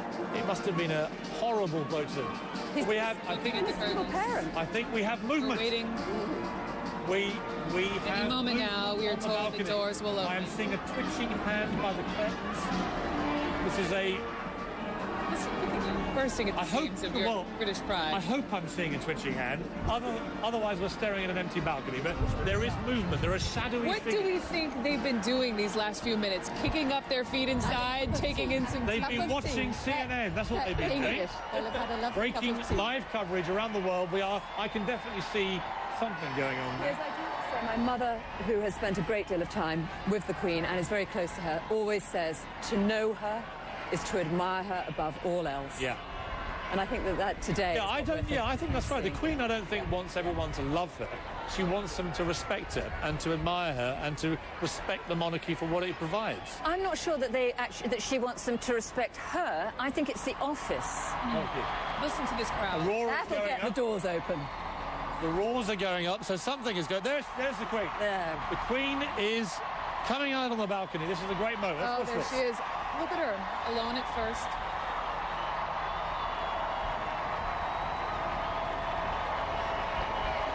Wow.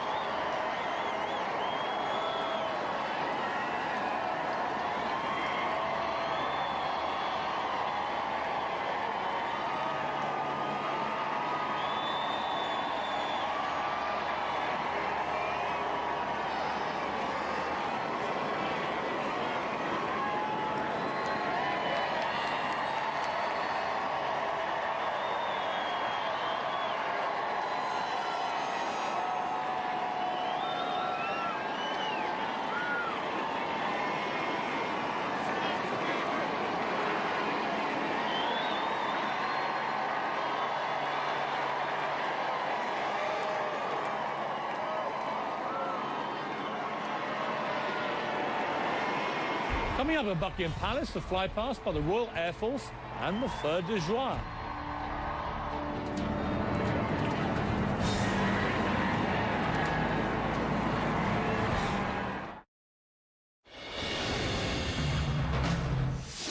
I'm Will Flitzer in for Piers Morgan. We have an update on tonight's breaking news from the Wisconsin recall. We've updated the exit poll information. The preliminary numbers we showed you earlier showed 50-50. Now take a look at this.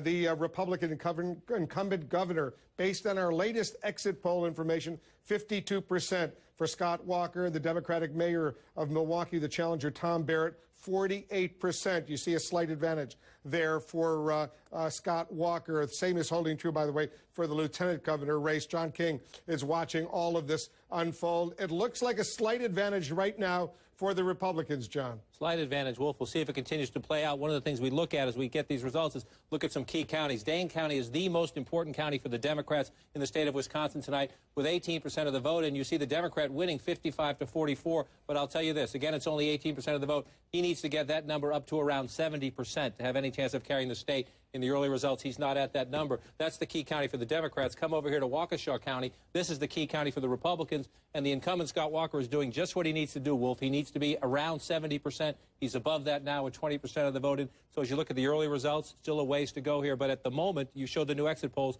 Governor Walker is performing as he has to. So far, the Democrat trailing, especially in the most important county. Yeah, we'll see what Milwaukee and Madison, some of the other cities suggest. We're going to be able to project a win at some point. We, of course, will do that whenever we get all the related relevant information. In the meantime, let's go back to Piers in London for more Jubilee highlights right after the break.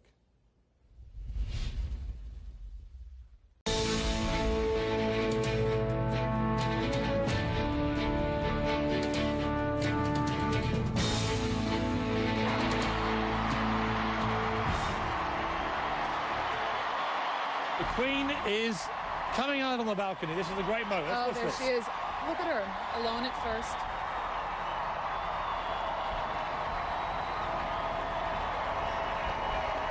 Wow.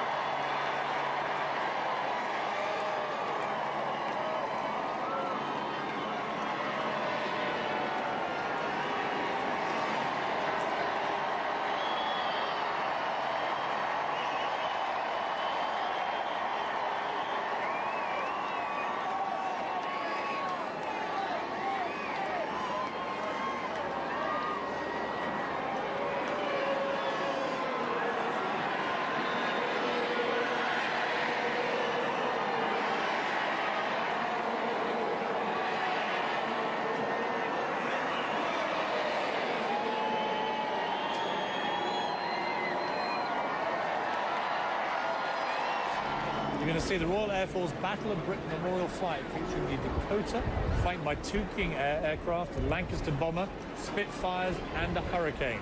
Then there'll be 9 members of the Red Arrows team in Hawk T-1 jets. So this will be pretty spectacular. We weren't expecting it because there's so much cloud and rain, but they're going for it. So the Queen will get her flyby.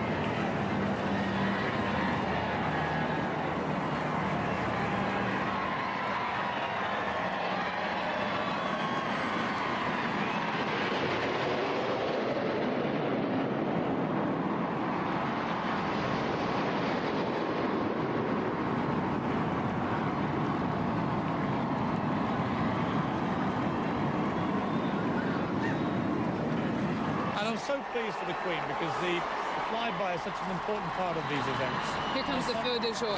Whoa! Fireworks. Calm down. Carry on.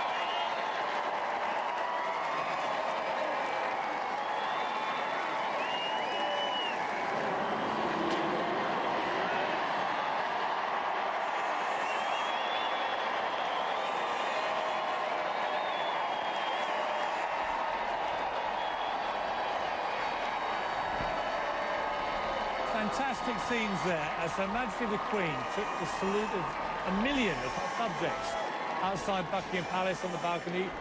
India, what did you think? Gut reaction to what we just saw? Immense pride to be sitting here and so close and feeling very blessed. It's emotional, wasn't it? Very, very emotional. And imagine how she feels, how many times she's been on that balcony. And she must be missing her mother and her sister, who are also incredibly close to her, but more so Prince Philip right now, who we hope is warm and cosy in hospital watching it on television. She looked really moved to me, Philip. I don't know whether you can touch it there, but she looked to me like she just took a moment because she was slightly overwhelmed by the whole thing, which I haven't seen before. Coming up, Queen Elizabeth marks 60 years on the throne and a nation celebrates.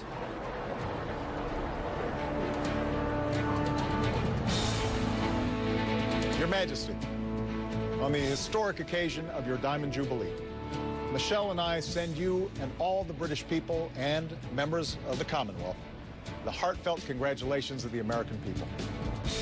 In war and in peace, in times of plenty and in times of hardship, the United States and the United Kingdom have shared a special relationship. We stood tall and strong, and together we faced some of the greatest challenges this world has known. And while many presidents and prime ministers have come and gone, Your Majesty's reign has endured.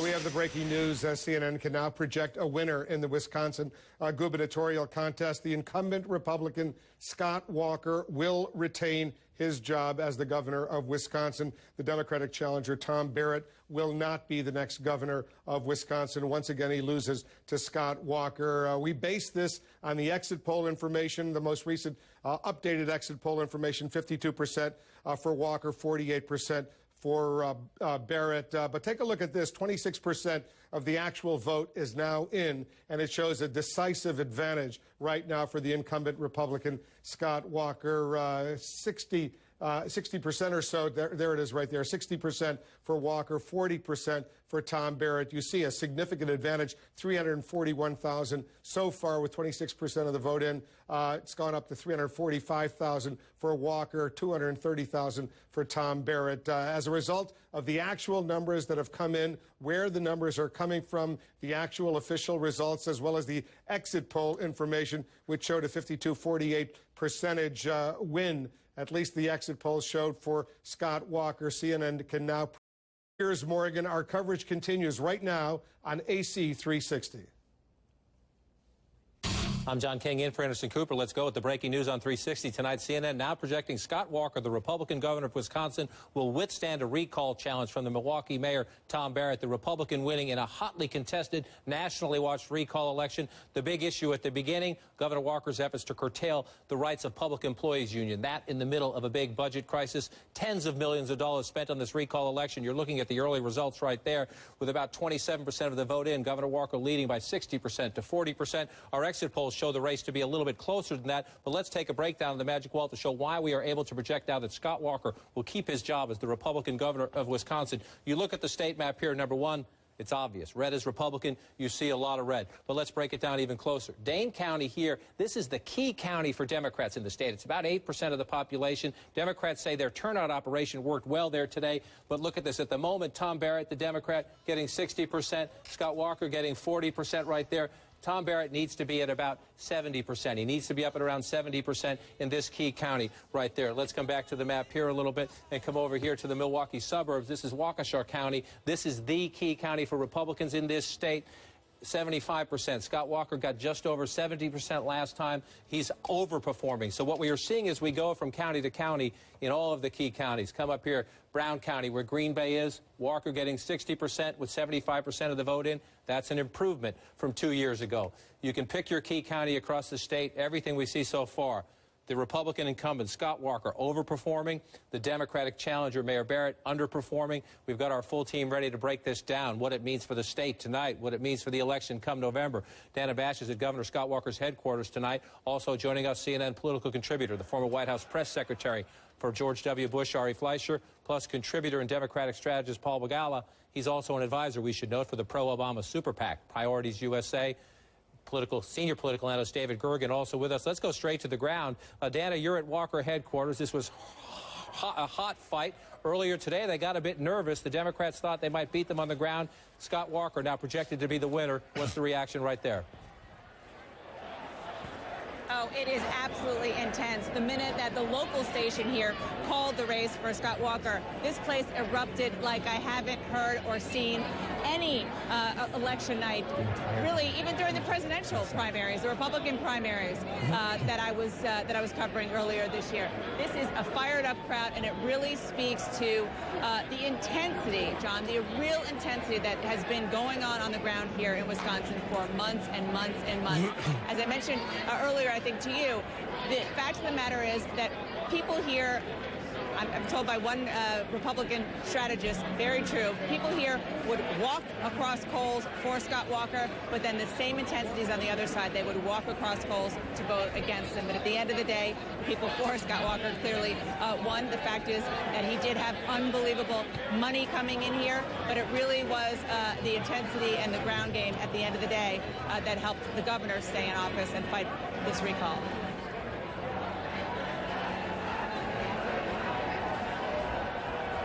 Dana, stay with us. We'll continue the conversation. I want to bring Ari Fleischer in. Now, Ari, I can already hear it. Democrats are going to say, well, we were outspent 7-1. Money came in from all these outside groups. It wasn't a fair fight. Outside interests bought this election.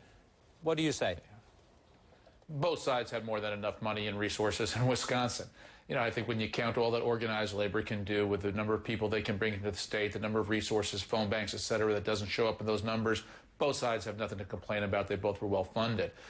You know, the Republicans I'm talking to, John, it's euphoria. The Republican National Committee people are pointing out to me how much coordination they did, the number of offices that were open, the aggressive absentee ballot program that they had, 4 million voter contacts, they say, which is more than the Republicans had in 2008. They look at this as a crucial test run for Wisconsin in November, and I think that's probably right. The real issue here, at least politically for the presidency, is the 2012 landscape more like 2010 or more like 2008? At least on the snapshot of this one recall in Wisconsin, it looks more like 2010. Paul Begala, I want to bring you into the conversation and remind our viewers on the right side of your screen there, you're seeing Scott Walker's headquarters. He's the incumbent Republican governor. He has withstood the challenge tonight. CNN now projecting he will continue in office. The recall election has failed. Paul, you just heard Ari make the case that this is a key barometer, a key benchmark, if you will, as to what will happen 154 days from now when Wisconsin votes for president. And yet, before I bring you into the conversation, I just want to, not to contest Ari, but to just show Wisconsin voters were asked today, and even as they kept their Republican governor in office, 53% of Wisconsin voters today said they would vote for President Obama in November. 42% said they would vote for Governor Romney. So, Paul, that's a margin right there that's roughly equal to the McCain-Obama margin, with Obama on top back in 2008. Ari is optimistic. Are you nervous when you see these results? Well, first off, let me just, uncharacteristically perhaps for me, show some good manners. Scott Walker, Governor Walker, and his crew are to be congratulated. They've done a remarkable thing. This is the most powerful anti-incumbent tide all around the world that I think we've seen in decades, maybe in my lifetime. I mean, you know, the dominant party turned out in France, turned out in Greece, turned out in Britain at the local level. You know, every incumbent running should be running scared. Governor Walker got a scare, but he hung on, and his team is to be congratulated. Now, having said that, does this have anything to do with the election in 5 months? No. 5 months ago, Newt Gingrich was surging to the lead in the national polls for the Republican Party. 5 months ago, Kim Jong-il was still the dictator in North Korea. 5 months ago, we didn't know who was going to win the Super Bowl. And this isn't, Wisconsin, it's a really interesting state. This is an important election for the people who live there, and it's important for the two parties. But it has no predictive capacity for November. Come on, the last Republican to carry Wisconsin at presidential election was Ronald Reagan. And if anybody thinks Mitt Romney is another Ronald Reagan, I want a case of what you're drinking. Well, and yet David Gergen joined the conversation. Ari, I'll let you back in a minute. But as Paul makes that case, David, he certainly can make that case. 5 months is an eternity. The last Republican was Ronald Reagan. And yet we do know in key demographic groups, especially white, blue-collar workers, downscale workers, that the Midwest in particular, older voters also, a key constituency in Wisconsin, they are trending to Republicans in national elections. So the question is it trending fast enough for Mitt Romney come November? I think that's an open question tonight, but I would challenge Paul's analysis just a tad, even though I know he's quite smart. Well, I agree with you, John. Listen, I think there are two implications of this tonight. One is what it does for November, and I think that any serious observer would have to say that a state that looked like it was leaning toward Obama now must be counted as undecided, that anything can happen in Wisconsin and perhaps even in Michigan. But there's a second part of this we haven't talked about at all. This election was centrally about the power of public employee unions. That Scott Walker tried to curtail those unions in the name of trying to balance a budget. And that's when this huge eruption occurred against him. He's one of the Republican governors who's been out on the point on this issue about whether there are excesses in public employee unions in terms of their pension plans or health care plans and so forth. This is a very, very hot issue from New York to California and from New Jersey to Indiana to Ohio to Wisconsin. And this election tonight was well regarded long before about both sides as the second most important election of the year. And here's Scott Walker, I must say, to a surprise, given a year ago it looked like he was going to lose this. Tonight to win is a substantial defeat for labor, for public employee unions, and a substantial defeat, a substantial victory for those who have been trying to curb them. David, you make a key point. So I want to show our exit poll data on this question, the defining question that started this whole recall debate. In the end, there were other debates about ethics, debates about jobs, debates about unemployment. But what started this was Governor Walker's efforts, successful efforts, as David noted, to restrict collective bargaining rights and to make public employees pay more for their health care, pay more for their pensions. Look at this electorate today. This is a fascinating.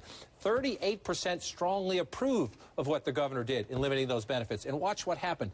96% of those voters voted for to keep their Republican governor. 37% strongly disapproved. You see the polarized electorate here, and watch this. 97% of those voters voted for the Democratic challenger. So this election was decided, as most are, in the middle, and I will say in this polarized climate, it's a small middle. Somewhat approved, 12%. You watch what happens here. Governor Walker won that by a big margin there. That is critical. You get to somewhat disapprove, 12% here, and here you have Mayor Barrett winning in that constituency. So you have this sharply polarized electorate. Dana Besh, let me go out to you on the ground first. As the Walker campaign, as we wait to hear the governor himself speak, I assume they will read this as a mandate, even though we expect the final result to be relatively close, as a mandate to continue just what they're doing. Oh, there's no question about it. I think, to be honest with you, no matter how this turned out, they would consider this a mandate to continue doing just what they're doing. That is just the way things are on the ground here. People who are so emphatic against Scott Walker, they're going to keep being that way. But the interesting point that you were talking about with David Gergen, John, is that yes, this whole issue started all of the problems for Scott Walker politically, perhaps maybe the benefits for him as well, back when about union issues and about collective bargaining rights about 16 months ago. But in recent days and weeks, that has not been the conversation between these candidates. It has not been the conversation on the ground. It's been more specific information about general issues. I want to ask everybody to stand by for just 1 second as we prepare to make another projection. CNN can now project, you see it there, Rebecca Kleefisch. She is the Republican lieutenant governor. She also was on the recall ballot. She had a separate election with a Democratic challenger as well. We now project, will keep her job as well. So you have the Republican governor and the Republican lieutenant governor now surviving the recall challenge. CNN projects as we watch the results continue in. Is Gloria Borger ready to join our conversation? Is she with us yet? Yes, I am. So, Gloria, you have here all this money spent. You have the Democrats, especially Labor, saying this was a test run. This was a key test of Labor's credibility. And the chairwoman of the Democratic Party, Congresswoman Debbie Wasserman Schultz, saying it was a test run for November. Safe to say they flunked that test? Yeah, it is safe to say. Look, this is a measure of intensity and enthusiasm among Democrats and also among independent voters, and it's a measure of the strength of the Labor Party movement. And I would have to say that when you look at this and you can say, okay, what are the concrete results that this is going to tell us about November? This is a psychological boost for the Republican Party. They're going to say it's a lot more, but at the very least, it's a psychological boost. I mean, you were talking earlier about President Obama's numbers. And in these exit polls that you were talking about, he is up 11 points over Mitt Romney in the state of Wisconsin.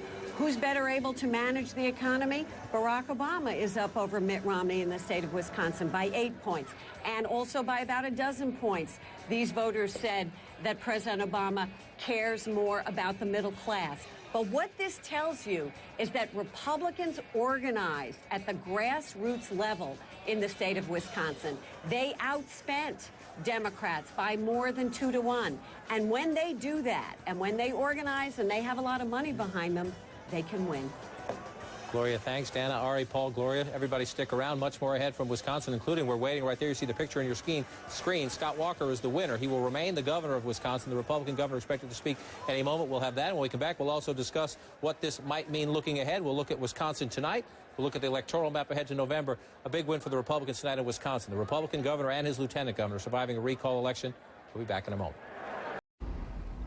Back to the breaking news. We're following Wisconsin tonight. CNN now projecting the Wisconsin governor, Scott Walker, will win the recall vote. That means he gets to keep his job. We're waiting for him to speak. You see his event right there at any moment. CNN also projects his lieutenant governor, Rebecca Kleefisch, will win her recall election. Walker's challenger was Democrat Tom Barrett. He's the mayor of Milwaukee. This race is being watched closely for what it might mean for the presidential election come November. Let's take a look. First, we're going to look at what happened tonight in Wisconsin. Then we'll take a look at the electoral map and play out some scenarios. You see right now, with 41% of the vote counted, Scott Walker winning by 19 points right now. The exit polls showed a narrow win. We'll see if that narrows as more Democratic votes come in. But if you look at the state, again, mostly red. That tells you one thing right there. The Republican is winning. And here's another reason. In the main Democratic areas, Dane County, right, that's about 8% of the state population, Governor Barrett is getting 63% here. You might think that's great. I just want to go back in time just to demonstrate for you. Go back to this election, the governor's election in 2010. Same race. He's up at 68%. So he is underperforming, at least at the moment, where he was 2 years ago. Let's come back to 2012,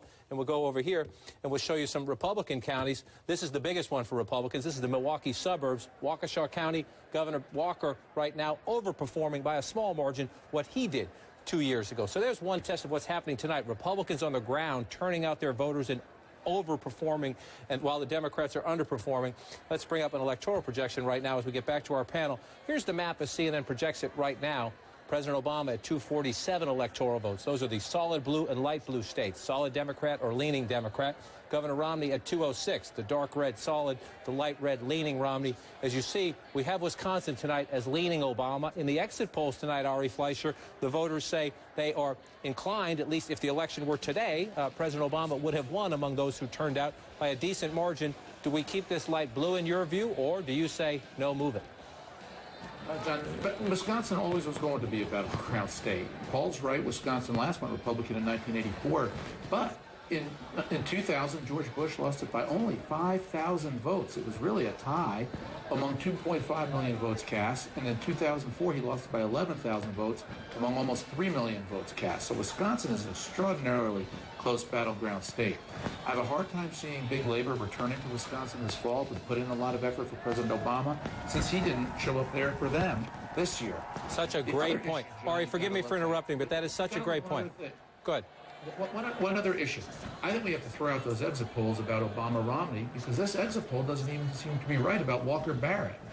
We have to see what the final result is, of course, in the actual tally, but it looks like the exit poll top-line numbers are way off. The exit poll top-line numbers do appear to be off. We'll wait to see the final results. Sometimes things change, but Ari raises the key point there. So, Paul, on our map for now, I'm going to make Wisconsin a toss-up. That makes it a closer race. Ari makes a fascinating point about whether labor will do unto President Obama, you might say, as he just did unto them. Did the president make a mistake? He's the leader of the party. Maybe he was worried this would damage him in November. Maybe he was worried he would have his fingerprints on an embarrassing loss. But as the leader of the Democratic Party, did he owe it to the voters of Wisconsin to go out there and try to turn out the vote? Certainly. Of course. And he owed it to Tom Barrett. Barrett was the mayor of Milwaukee. He came out in the primaries, endorsed then Senator Obama against Senator Clinton. He also owes it to himself and to everybody else he's going to have to deal with. This was a mistake, I have to say. The president should have been out there. I don't think it would have made the difference, okay? Let me be clear about that. But it's kind of like Thanksgiving at your in-laws, okay? If you go, it doesn't guarantee it's going to be fun, but if you don't go, there's hell to pay. And that's the situation the president's in. That's it. I know he loves his mother-in-law, and she lives in the White House with him, but you know what I mean. Yeah, keep them close. I'll just leave it at that as we go. So David Gergen, if you look at the map, if we make, and I don't think we're quite ready to do this yet. We want to look at more data. But if we do for hypothetical tonight, move Wisconsin to the toss-up column. We'll study it more. But if we do it hypothetically tonight, then you have a narrow gap here. My question is, if Wisconsin is in play, what we're seeing in the Rust Belt is Republicans proving they can get the key constituencies and they have a turnout operation on the ground. Does that mean we should rethink Michigan and Pennsylvania, or is it just Wisconsin? That's a very good question, John. I would think at the very minimum, you would have to rethink Michigan. And you know, the President Obama's strength has been in the East, on the East Coast, on the West Coast, and in the upper Midwest. And tonight's results do put into play the question of whether the upper Midwest is actually more vulnerable than it looks. To go back to both Paul and Ari's points, I would assume if you're sitting there in Obama's chair and you're running his campaign, you have to believe now that you're going to have to spend some money in Wisconsin to protect yourself. That I think Paul Begala was right. If the president had gone in and been loyal to labor, I think labor would be more loyal to him. Whether he can count on them under these circumstances, I'm not sure. And Dan, as we wait for Governor Walker at that event, Reince Priebus, who happens to be a Wisconsin Republican, who at the moment is chairman of the Republican National Committee, he has to be a very happy chairman tonight. The question is, does he believe what happened tonight translates into November? I'm sure it's personal to him that he would love to be the Republican chairman who put his state back in the Republican column for the first time since 1984. Asked him that very question just a few minutes ago when he was here, and of course the answer was yes. He does believe that this puts Republicans back in play in his home state of Wisconsin. If nothing else, as we talked about earlier, because of infrastructure. The fact of the matter is that Republicans, because of this recall, have built a pretty impressive infrastructure here. They've had 25 so-called victory state centers across the state. They generally have something along those lines by the time you get to the fall, but now it's in place in the early summer. That really, really helps the Republicans. Also, with just voter ID. I mean, we talked about all the money spent and the fact that there wasn't a lot of money focused on undecideds because there weren't very many. That money was spent on identifying voters, making sure that they know exactly how to get to potential Republican voters. That will help them. Again, whether that is going to translate into passion for Mitt Romney or against Barack Obama, the way the passion has been really, really fiery here for and against Scott Walker, that's another question. Passion behind you in that room as they await for Governor Walker. Gloria, Paul made an excellent point earlier. Now, the Democrats will say they were outspent 7-1, but Paul made a very important point about look around the world, not just around the United States. This is a tough time to be an incumbent when you have a tough economy. Governor Walker survives this. We can debate what might happen 154 days from now in the presidential election, but what happens in the next days and weeks when politicians, whether it's a governor or the United States Congress, start to deal with these tough budget issues? Do they get a lesson out of this? Well, you know, if you're someone like Governor John Kasich of Ohio, you might be breathing a little easier tonight because he dealt with a collective bargaining issue in his state. And I think all governors are going to have to take a look at this and say, how dangerous is this for me as I take a look at paring down my state budget? But don't forget, you're also in an election year. Unions, while labor was defeated in the state of Wisconsin, it doesn't mean they're going to be defeated everywhere. But I do think this is a lesson in ground organizing and money. Two things that are so important to win campaigns, and I think what you saw the Republicans in the state of Wisconsin do is raise a lot of money, take a huge amount of outside money. I mean, there was $62 million spent in this state. Most of it came from outside the state because people were looking at this as a test case.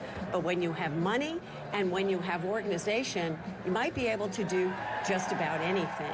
And I think Walker at one point was really down in the polls, and you saw him have a comeback here because he had the support of the Republican Party. And to Paul's point, President Obama decided for whatever reason not to come into this state any more than with a tweet, right? He tweeted his support for Barrett, but did little more than that. Tweet not the same as a personal appearance. I just wanted, before we break, look at the latest vote. 47% of the vote now in. Governor Walker with 58%, his challenger with 41%, almost to the halfway part. CNN is now projecting, though, that Governor Walker will keep his job, along with his Republican Lieutenant Governor, Dana Bash, Paul Begala, Ari Fleischer, Gloria Borger, and David Gergen, our full team out on this big night. Stick around. We're waiting for Governor Scott Walker to speak at any time. Very excited crowd waiting for him. You see them there at his election head event in Waukesha, Wisconsin. We'll bring it to you live when it happens. Stay with 360.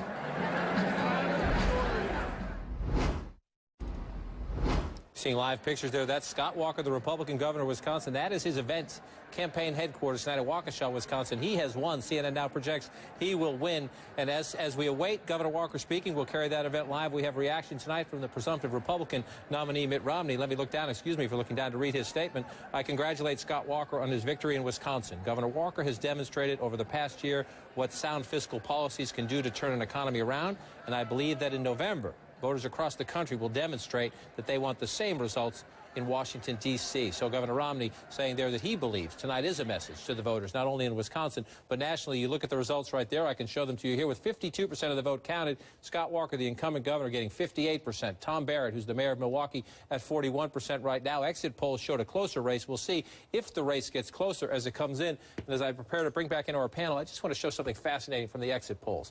We bring down these exit polls. Tens of millions of dollars spent. Now, some of it was on the turnout operation, but a lot of it was on campaign ads. Yet, only 4% of the voters said they decided today.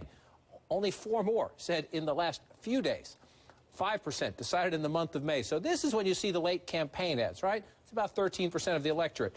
86% of the electorate decided even before the month of May, and that's how they broke. 54% for the incumbent, 46% for the Democratic challenger. Let's go back to our panel. Ari Fleischer, the former White House press secretary for President George W. Bush.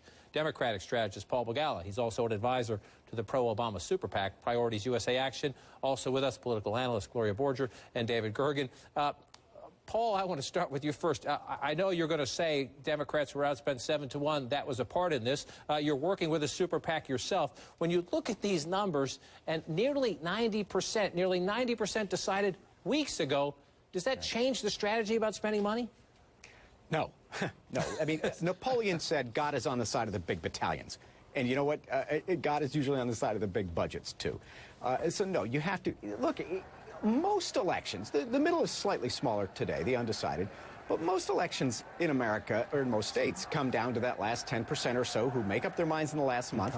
You know, 45% of us go to each of our partisan corners right away, and then we fight over the last 10 to 20%. And that's what happened in Wisconsin. It may mean, if that 10 keeps shrinking, that you have to spend your money on turning out your base, which I think both parties did in this case as well. But, you know, you cannot unilaterally disarm. Democrats were outspent 7-1. Democrats lost. I think there's a connection.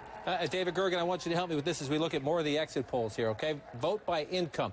This is a race that started about union collective bargaining. In the end, the Democrats said Governor Walker not only was wrong on unions, they said he was wrong on jobs. They tried to make it about even more campaigning. And yet, look at this.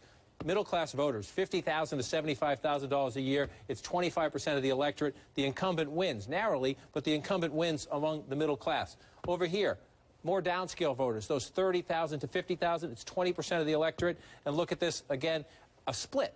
In a piece of the electorate that should go for the Democratic mayor, Tom Barrett, Scott Walker splits, just badly trailing there. If you go to the higher income, Governor Walker winning convincingly a traditional Republican constituency. But when you look at the middle class, David, and these voters here, that the incumbent did so well when the campaign was about unions and jobs, what does that tell you? It's very, very important. Yes, money counts. Yes, ground game counts. Both Paul and Gloria are right about that. But so do fundamental ideas. They matter in politics. That's how a conservative like Ronald Reagan got elected. And conservatives have been battling here, arguing that the public employee unions have engaged in excesses that need to be cut back. I was out in Wisconsin, spent a couple of days out there a couple of weeks ago, John, and I can tell you a lot of people, small business people in particular, were talking about that these unions are costing too much money. And it was not about the ads. It was not about the grand game. It was people just deciding they couldn't afford it. And that's what's really been at stake here, and I think in this election.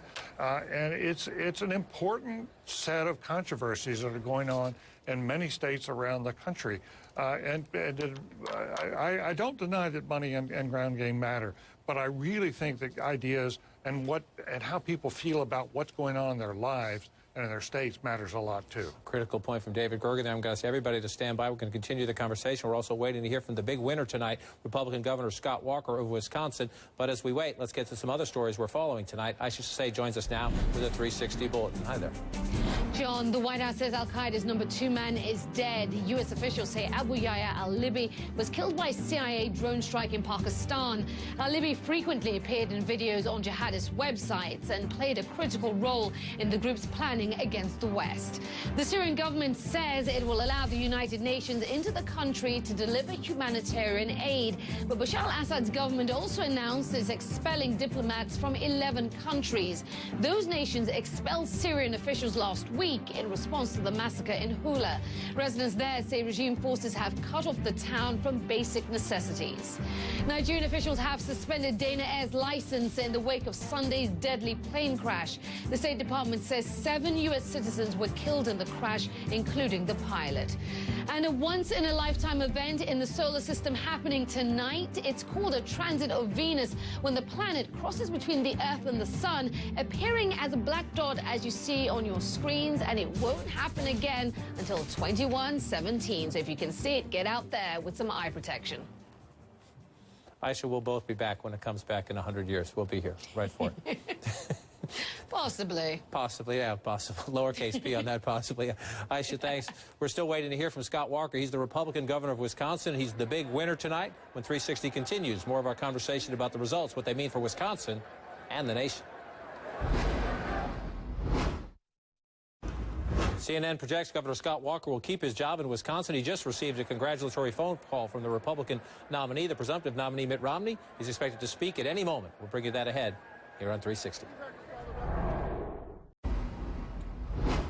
We're waiting to hear from Scott Walker. He's the big winner tonight, the Republican governor of Wisconsin, surviving a recall challenge. His Republican lieutenant governor surviving as well. You see the Republican celebration right there. We're waiting for Governor Walker due to speak any moment. Let's take a look at the results as they come in. 59% of the vote now counted. Governor Walker, again, the Republican incumbent with 57%. Tom Barrett, he's the Democratic mayor of Milwaukee. He's at 42%. If you look at the map as it's filling in, it is filling in red big time. And Republicans doing what they need to do. In the key Republican counties, Governor Walker above 70%. Critical there. The key Democratic counties right here in the middle of the state. Madison is the capital. Dane County, 65% for Mayor Barrett. You would think that's a good result. He needs to be about 70% there in a close statewide election. So at the moment, with 62% in that county counted, he's underperforming, which is why we project the Republican Scott Walker will win. Ted Rollins is in Madison, Wisconsin, getting reaction to Governor Walker's win tonight. Ted, what are you hearing? John, a little different story here than what you're seeing in Milwaukee. People here are very upset, as you could imagine here. A lot of people have poured their lives into this recall effort over the past 16 months. Some people are a little angry, but we've seen some people crying as well. We interviewed one gentleman who said that he's been working for the entire 16 months, and he broke down and cried. But right now you can see it's a bit of a festive atmosphere, but there's also a bit of anger here, and people say they're angry because they feel like this election was bought by out-of-state money that came in here to Wisconsin. So I don't know if you can hear me, but you can hear a lot of people still milling around the Capitol here, but they all know that their efforts came up short and that Scott Walker is still the governor of Wisconsin. Ted, I'm smiling here, and I don't mean to smile at you being uncomfortable. That is democracy in action. We would like, even as they protest, to get a chance to hear from you. We understand you spoke just moments ago to a voter. Do we have that? Can we play that for our viewers? We don't have it. All right, we'll get to that later. Ted Rollins, as you can see, in a feisty crowd right there. Let's bring back our panel. Ari Fleischer, the former White House press secretary for George W. Bush. Democratic strategist Paul Begala, who is an advisor to that pro-Obama super PAC, Priorities USA Action. Political analyst Gloria Borger, David Gergen, also with us. I want to make a point as we look at the map, because this is a key question. All this money goes in. I want to go back in time. I just want to ask, and then I'll go to Gloria first on this one. I'm going back. This is the 2010 election. You come over to the governor's election. And, Gloria, Dane County is the big one here. Remember, 68%. Okay, I'm going to write that on the map here. 68% in that county for the Democrats. Then I want to come down here and I'm going to pick another county, Eau Claire County. The Democrats carrying this. It's a small county, 50 to 49. That's a swing county in the state, right? Remember, the Democrats carried this one 2 years ago. Now we'll come back again, and I just want to pick two more. I'm going to pick this Brown County near Green Bay. 56% is what Governor Walker is getting tonight. Let's write that in here, and then we'll come down here. One last one. Thank you for your patience, folks. Come down here. Waukesha County, just outside Wisconsin. Let's remember, 72%. Governor Walker got 2 years ago. So the question is, when you have a rematch, and that's what we have tonight. Walker was the candidate 2 years ago. Barrett was the challenger. You come back out. You fast forward to 2012. You come back to the state. Let's look at what's happening. This was a Democratic county. This is a swing county. It was a Democratic county with 29% of the vote in. The Republican is winning tonight. That's one reason. Scott Walker has won re-election. He is more competitive here. 68% for the Democrats here when they lost narrowly before. They're underperforming in this key county with 62% of the vote in. That's why you lose again, because you're underperforming. Come up here to Brown County in Green Bay. 56% for the Republicans 2 years ago. 59% this year. This is how you win election, folks. You turn out more people and you build on your performance. And again, the biggest county for Republicans, Waukesha County, 72% 2 years ago, 73% now. Gloria Borger, if you're the Republicans and you're saying this was a test run for your technology, this was a test run for your new turnout plan, those numbers have you smiling. Those numbers have you smiling because it worked. I mean, look, at a macro level, this tells you that at the state level, people are more receptive to an aggressive conservatism that calls for budget cutting, that calls for taking on collective bargaining when it comes to public employee unions. That's the big picture. The small picture here is that when it comes to organizing, Republicans learned how to do it in the state of Wisconsin. They coordinated the Republican Governors Association, for example, which had a great stake in the outcome of this, given the amount of conservative governors who are trying to do the same thing that Scott Walker did. They poured in $9 million into this campaign alone. They coordinated with other Republican groups, and they organized. And that is what President Obama's campaign is known for, which is organizing at the grassroots level, and that's what Republicans did here, and that's one of the lessons to take away from it. I agree with David Gergen that there's a big picture here, but there's also an important small picture here, which is turning out voters is what really matters. All right, Gloria Borgia, as you see, the Republican governor, Rebecca Kleefisch, spoke just moments ago. We're waiting to hear from the big winner tonight, Republican Governor Scott Walker. As we do, Ted Rowland was drowned out by those disappointed demonstrators just moments ago. But just before we brought Ted on, he interviewed a voter who underscored his disappointment tonight. Let's listen. Mike volunteered for Barrett, voted today. You say you're very disappointed. A lot of folks here outside the Capitol sharing your opinion tonight. We're not just disappointed. This is the end of democracy. We just got outspent $34 million to $4 million. This was the biggest election in America, and I hope you keep me on tonight because this hurts us all. Every single one of you out there in the nation, if you're watching, democracy died tonight. You're very emotional. I'm very emotional because we all had a lot invested in this. This was it. If we didn't win tonight, the end of the USA as we know it just happened. It's it. We just got outspent $34 million to $4 million. And we don't have any other resource left but the people you see here behind me. And if the people you see here behind me can't get it done tonight, it's done. Democracy's dead. Emotional testimony, their reaction from that blue-collar voter with Ted Rowland. I want to go back to our panel. Paul Begala, I want to get your reaction as a Democrat and someone who was involved in this spending. The Democrats were outspent big time tonight. As I do so, I want to show you something else in the exit polls. And remember, we think our exit polls may have undercounted the Republican vote a bit because they showed the race to be closer than it appears to be right now. And yet, even with that qualifier, Paul, if you look at, is someone in your household a union member? 60%, 67%, so two-thirds said no union members. And let's try to get this to come out here. You see the Republican candidate, the Republican winner, Scott Walker, that's no surprise, the non-union households there. But here's what surprised me. If you look at, is someone in your household a union member? Remember, this all started because of the collective bargaining dispute. Look at these numbers. Might have to punch it twice. She's a little finicky tonight. There it is there. Governor Walker, Paul, getting more than a third, 36% of the union household vote. What does that tell you if a number of blue-collar union voters, more than a third of them, in a big dispute that was about collective bargaining, are voting for the Republican governor? Right, that's a remarkable thing. You're exactly right to pull it out, John, and highlight it. You know, a union member who votes for Scott Walker is like a chicken voting for Colonel Sanders. Okay? He did not mislead anybody about his agenda. He wanted to take away, he in fact succeeded in taking away the right to collective bargaining. Not just cutting the pensions and their pay, which the unions agreed to, but he took away their right to collective bargain, and he has now succeeded. I think in part because of this mindset we have now in our national dialogue. See, it's okay to scapegoat public employees or to bash teachers and cops and firefighters and public servants. But if you turn and criticize, say, Mitt Romney and millionaires who buy companies, loot the pensions, and lay everybody off, that's class warfare. You see, it ought to work both ways, though. If people we're not in this ditch because of teachers, cops, and firefighters. It's not unions that bankrupted America. But if people say that, that's called class warfare. But we can bash the public employees all we want, and that's okay. And that's just kind of, I think, what we're seeing in the results here. I think we're going to see a divide like this heading 154 days to Election Day. We'll be right back with more from our panel. We're also waiting for the big winner tonight. You see the pictures. Republican Governor Scott Walker expected to speak at any moment. 360. Back in a second.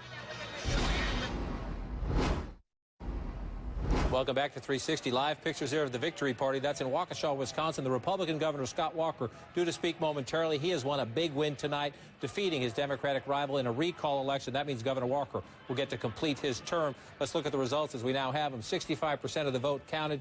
Governor Walker with 58% of the vote. The Democratic mayor of Milwaukee, Tom Barrett, with 41% of the vote. Again, that's with 65% of the vote in. This was a rematch of a race 2 years ago. Governor Walker won narrowly then. At the moment, he is winning by a bigger margin now. And so the question is, as we bring back our panel, what does what happened in Wisconsin tonight mean for the election as we head on to November?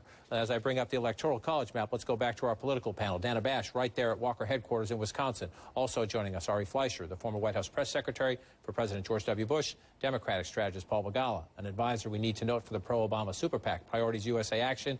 Also with us, our political analyst, Gloria Borgia and David Gergen. So, Dana, I want to go to you on the scene first in the sense that if you look at an electoral map, that we start with President Obama at 247, Governor Romney at 206. The question has been, is this the final map? These yellow states are our toss-ups, or are there chinks in anybody's armor? I think we would say tonight that at least for the moment, it is possible we have found a chink in the Democratic armor there. As you talk to Republicans, do they think, yes, this puts Wisconsin in play? I know Republicans want to say that tonight. Do they think outside of Wisconsin it means anything in like-minded states along the Rust Belt? You know, the honest honest answer that they will give is they're not sure, but they hope so. And I think a lot of it is for the reason that David Gergen was just talking about when we talk about the issues. They are very much hoping that this is a harbinger of November when it comes to what people really care about and are upset about. Very much like we saw in 2010, about the big spending and about the battle of ideas, slashing government spending versus Democrats who are, many of them concerned that the cuts are too deep, which is effectively the debate that we saw here. If Republicans can make the argument that you need to keep the Republican ideals in check, then that is definitely going to prevail in other states. But states like Michigan, which, as you were talking about, has been really reliably Democrat in the past several presidential elections, unclear. I think the state to look at when you talk about that question is the state of Ohio, and whether or not this, in terms of the Rust Belt kind of voter, means something for Ohio. And so, David Gergen, you were talking earlier about, yes, there's a lot of money, yes, there's everything else involved, but in the end, politics is about policy.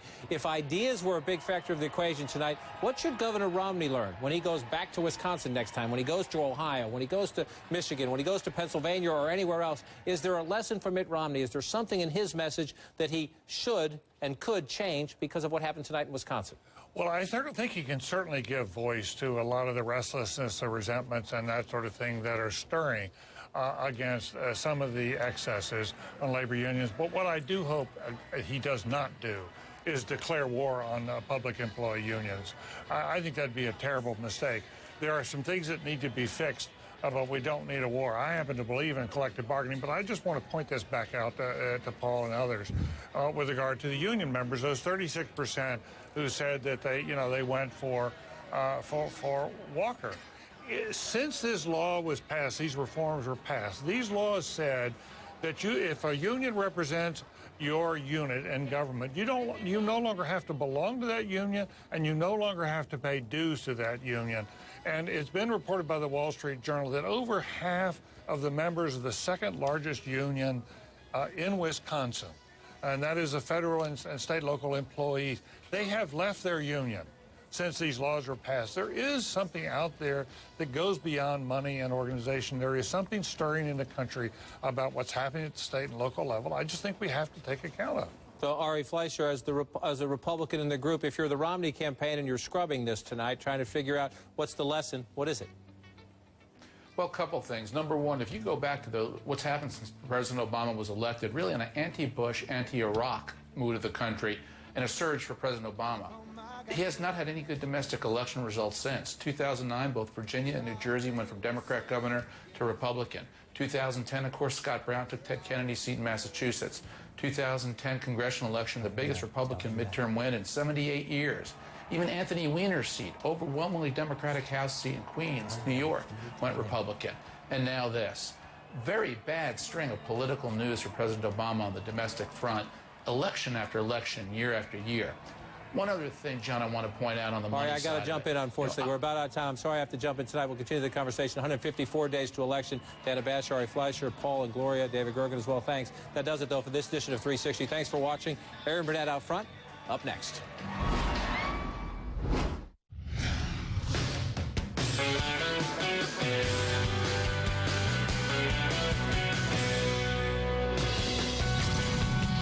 I'm Aaron Burnett, and out front tonight, we do have breaking news. CNN projects the Republican governor of Wisconsin, Scott Walker, survived a recall election today, defeating the mayor of Milwaukee, Tom Barrett, the Democrat, in a massively expensive battle that has been widely characterized as a litmus test for the presidential election. Mitt Romney, right after the verdict came in, released a statement tonight praising the governor and saying tonight's results will echo beyond the borders of Wisconsin. We're waiting to hear from the governor. Governor Walker will be speaking any moment. When it happens, we're going to bring it to you live. As you can see, a lot of people getting ready there in the Badger State for him to make his appearance. John King is with me now. John Avlon, Raihan Salam, Jamal Simmons, and Gloria Borger. All right, let me just start off by asking you something very important here, John Avlon, this whole litmus test for the national election. Washington Post, Mark Thiessen wrote something today talking about just how this vote was going to go, and it did go, as we say now, 73% reporting, 56% for Walker, 43% Barrett. That means there are a significant number of independents in Wisconsin who support both Scott Walker and Barack Obama. Yeah. So what does that mean for November? Look, I mean, this is going to have far-reaching policy implications. There's no question. Political implications for November probably will be overstated over the next 72 hours or so. But here's one thing that's clear.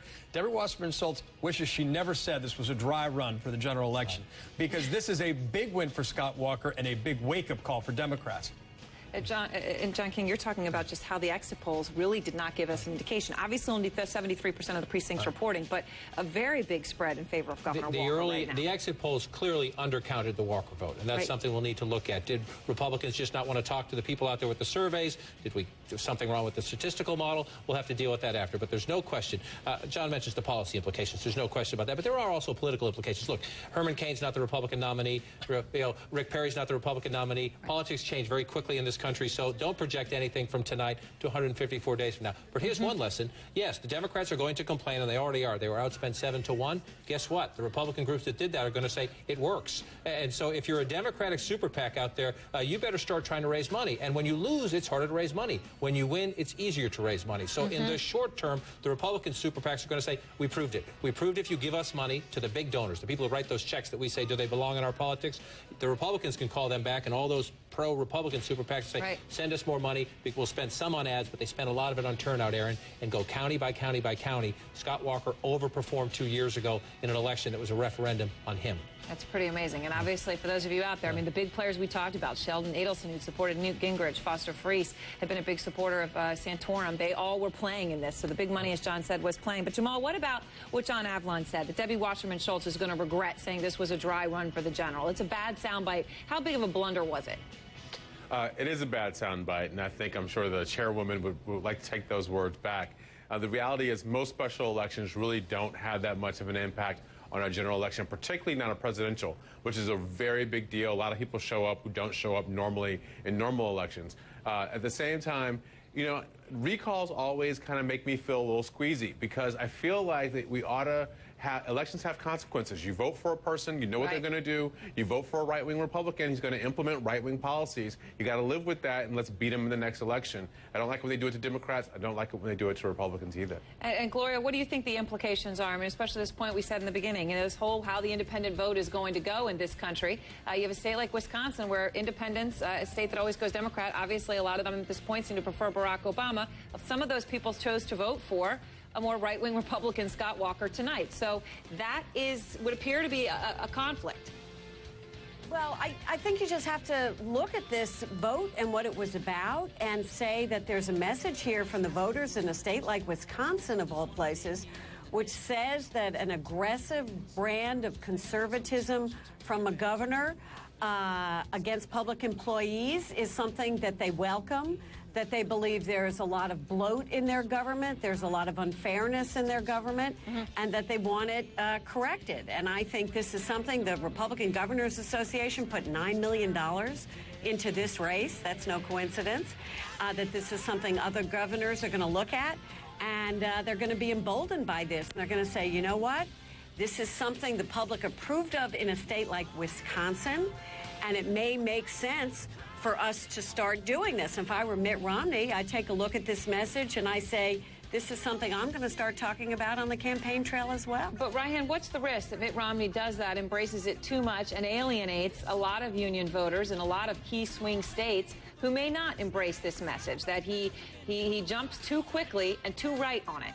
Well, look, I mean, these were very particular issues. At the federal level, you don't have the same kind of collective bargaining that you had in a state like Wisconsin. So I think that you could take some broad ideas about reforming the public sector, shrinking the size of government, and I think that those might resonate. But I think that it's not the particular set of issues you saw in Wisconsin. And one thing I want to say about the spending, there is something we refer to as earned media. That is the free coverage that you get from becoming part of a big event. And for months and months, you had Democrats and Labor allies in Wisconsin generating a tremendous amount of earned media around the protests surrounding the state capitol, making their case in a very forceful and aggressive way that their way was the right way. And then later on, to try to even the score, you had a lot of folks who were trying to advance a different message that, wait a second, property taxes have fallen in this state, that, wait a second, we avoided some of the big layoffs in those areas where mayors and other town officials were able to renegotiate labor contracts facts. This was a case in which both sides were in a full and frank way able to have a real conversation about the way that state and local government works. And it seems that a lot of voters decided that, wait a second, saying that having laws that are more like Virginia or Utah doesn't suddenly mean that Scott Walker is Hosni Mubarak or Osama bin Laden or any of the other people that he was explicitly compared to night after night on TV news. I think that's it's a very important point, and I think what we are learning here is, yes, some of these Republican governors have taken dramatic steps. They call them reforms. If you're going to oppose them, you can't just say they're radical right wing. They want to do something. Every family in America has had to do something about their personal finances the 3 or 4 years from now. They had to do something, and a lot of it was painful. So when their governors are doing things that are painful, they're not as opposed to it as they might have been 5 years ago. So if you're going to oppose that, you better oppose it with an alternative, not defending the status quo. If you defend the status quo, you lose. And John Avalon, it also seems that maybe, and I don't know, this could be taking it too far, but to what John is saying, is there a split between the entrenched union management, senior union management and unions across this country, and the rank and file, who may see things differently than the guys running the unions? Absolutely, and a profound split you're starting to see between public sector unions and private sector unions. You asked about swing voters. You asked about independents. One of the things this result indicates is that these voters are not necessarily in love with public sector labor unions and the costs they are bringing out of their taxpayer dollars. So if a governor, all of a sudden, a Republican governor stands up to public sector unions and to balance a budget, to reduce costs, some of those swing voters who might vote Barack Obama on a local level will say, that's a stand we need to take in the name of fiscal responsibility and fiscal discipline. That message can resonate as a reform rather than an assault on unions or middle class. Yeah, Jamal, go ahead.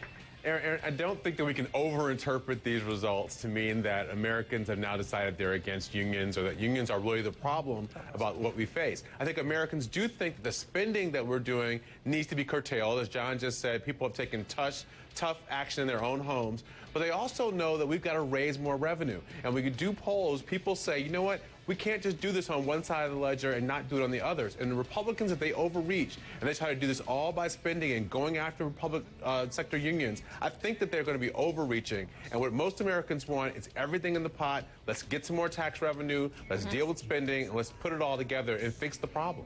All right. Thanks. We're only going to hit pause on this. We're going to be back in just a couple of moments because we are waiting for Governor Scott Walker to be giving his speech. As you can see, people there are waiting for him to come out. It's going to be interesting how far he tries to go in the speech on these union issues. That's coming up in just a couple of moments as we await the governor. We'll be right back.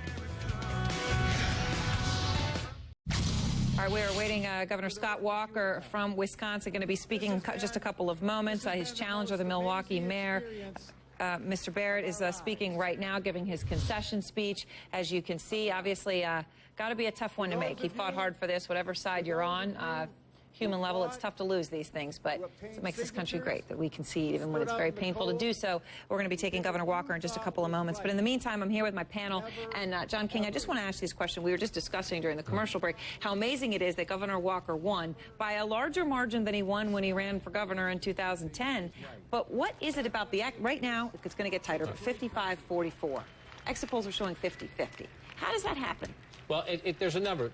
Number one, sometimes there's a mistake in the data collection. We have very good people who do this. I assume they've done their job well. But the key part of an exit poll is, and you always have to be cautious about exit polls, and that's why you always say you want results first to match them up, because people vote an exit poll, and as they exit, you interview them, but they volunteer. They select you, if you will. So not everybody comes by and answers, a pollster who's calling 500 households in the state or 1,500 households around the country, the pollster selects them based on a statistical model. If you're standing outside the polling place with your clipboard, 5 people come out, 2 of them might walk over and say yes. 3 of them might say, I don't want to do that. Maybe they're grumpy. Maybe they don't trust the media, whatever. Maybe they're in a bad mood. Maybe they're late for work.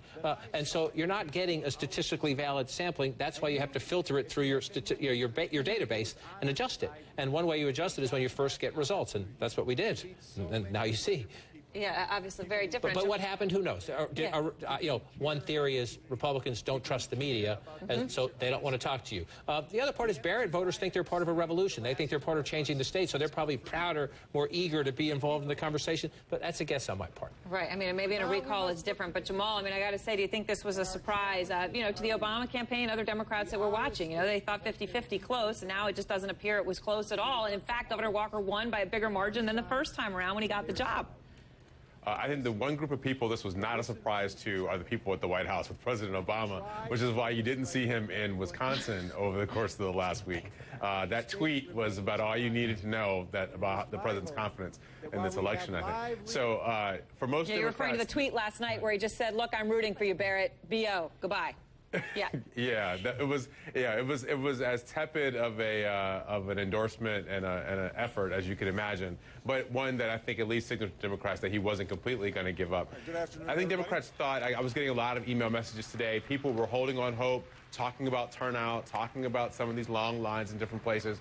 But, you know, at the end of the day, labor unions can do a very good job. They can get us 47, 46%, you know, almost there. But you really got to also reach out, grab some independents, bring some people across the finish line. And any Democrat that doesn't do it is not going to win. We've seen that time and time again over the course of the last 20 years. John Avlon, as Jamal was talking, you just heard John King was just mouthing Barack Obama's going to pay for it, for not going there. You think? I think he could pay for it. He didn't have their back. If the labor union is a big part of the Democratic base in a lot of these very close states, and he didn't have their back, he wouldn't take a risk for them.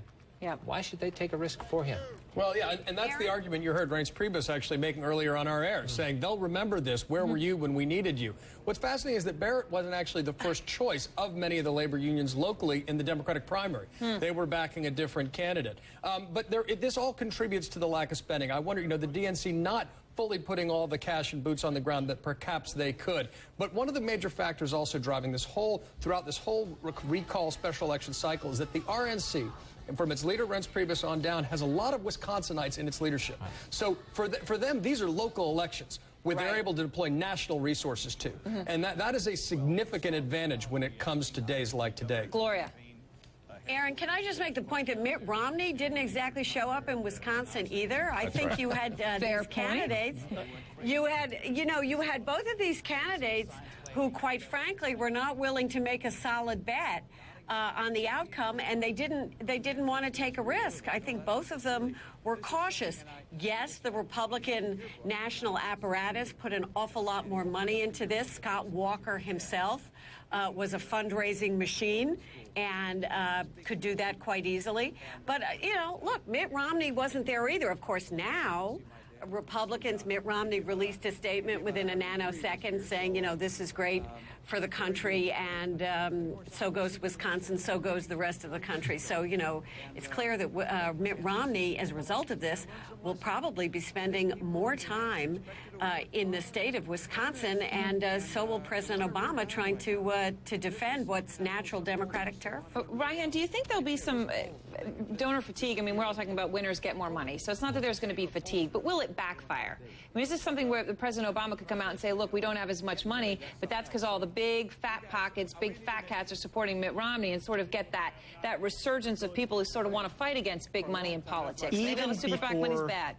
Even before we had any results, Aaron, you had David Axelrod talking about the fundraising advantage on the part of Republicans and other pro-Walker allies in Wisconsin, not mentioning the enormous fundraising capacity and the cash on hand that the Obama campaign has. But you say that, you complain about the fundraising in order to encourage the almost 90% of donors from the 2008 cycle who haven't donated to the Obama campaign in this cycle. They have a real problem with enthusiasm among those voters, and it's very shrewd of them to try to get at least some of those folks to get active, to get in this race this time around. One thing I just want to throw out as well, Aaron, before we talked about special elections and how they might foretell results in a general election. Right. Harris Wofford won a big election in 1991 in Pennsylvania, a very crucial state, against Dick Thornburg, who was a member of President Bush's cabinet. And that election was something that, you know, there was no guarantee that it was going to lead to Bill Clinton's victory in 1992. But that was an election that showed that, wait a second, there's something softening about the president's support this time around. President Bush was the guy who won the Gulf War. He was someone who was very, someone who was seen as very popular. And that was a sign, an early sign that, wait a second, something has changed here. Now, that doesn't necessarily mean that the special election means anything grand or big, but Wisconsin is in the upper Midwest. This is a state that Democrats have fared very well in. They fared extremely well in 2008. And that's the reason why, yeah, you've got to do everything you can. Talk about fundraising. Try to get your base excited. Try to get them to think that, gosh, these dangerous old Republicans are going to come after us unless we get active and motivated. So this could, in that sense, be advantageous for Team Obama. Let's see if it's a Malcolm Gladwell tipping point moment or not. I only know in hindsight. It's always 2020. All right, we're going to take a break. As you can see right there on the screen, getting ready for Scott Walker to come out and give his victory speech. Obviously doing the right thing and politely waiting for Mr. Barrett to finish, Mayor Barrett to finish his concession speech. We'll be right back.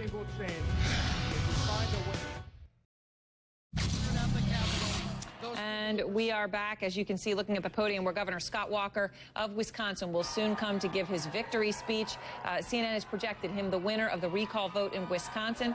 A couple statistics to know, not just the winner, but the winner by a margin of even a bigger margin than he actually won the governorship when he first won back in 2010. That is a pretty strong mandate. Final results aren't in, but right now we have a winning of about 55% to 44 for the mayor of Milwaukee, Mayor Barrett. And what's interesting about this is it was seen as sort of a proxy for the power of unions and against unions austerity. John King, you've actually looked at from the exit polls, which, by the way, were not indicative of how this came out, but who voted by income, and it's surprising. And the exit polls were weighted anti-Walker, if you will, pro-Barrett. And yet, if you look at these numbers, we under 30,000, yes, Mayor Barrett, the Democrat, gets 63%, almost 2/3 of that vote. But 30 to 50,000, $50 to $75,000 a year, your union voters, your blue-collar voters, your middle-class voters, a split among the 30 to 50.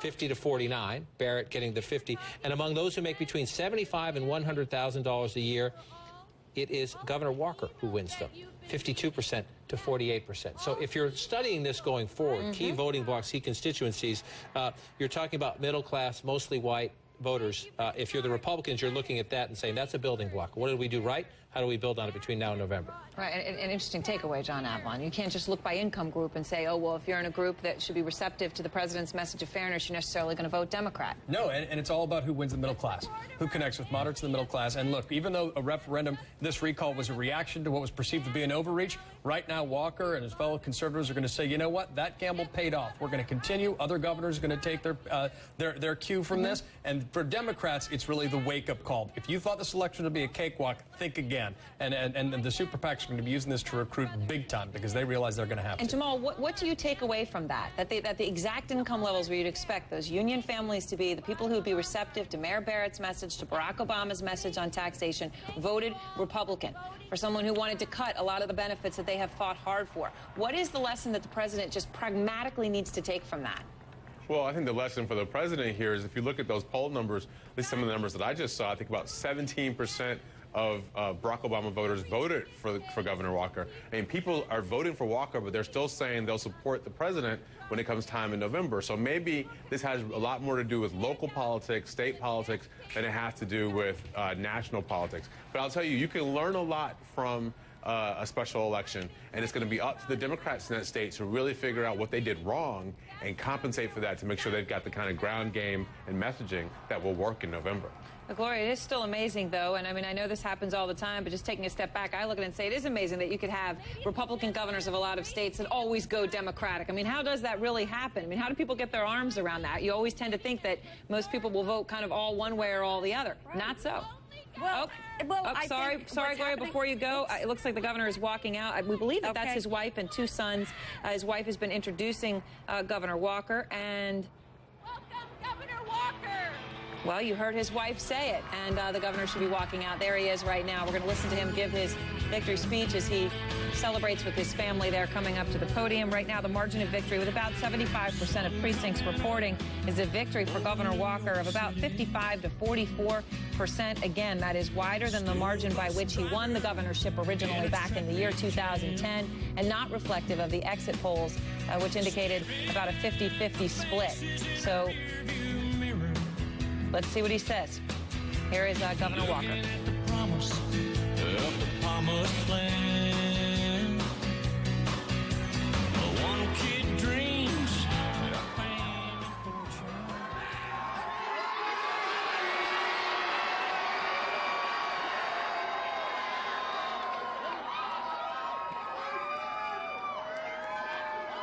Wow. What a crowd.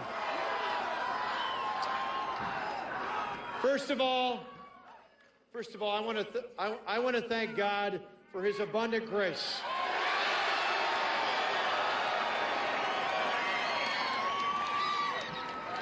Next, I particularly want to thank not all of you here, but people all across the state. I want to thank you for your prayers, because for the last year and a half, the thing that has sustained Tonette and I and Matt and Alex so much is not just at campaign events, but literally at factories and farms and small businesses.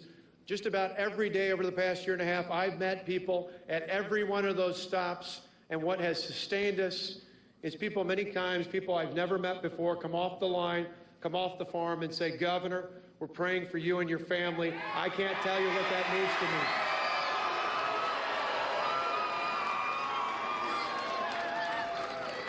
And speaking of my family, how about keeping Tonette as the First Lady of Wisconsin?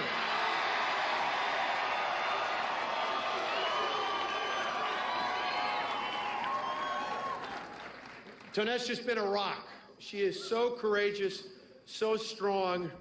I'm so glad more than 20 years ago, on May 1st, 1992, she agreed to have that first date with me, and it's been heaven ever since.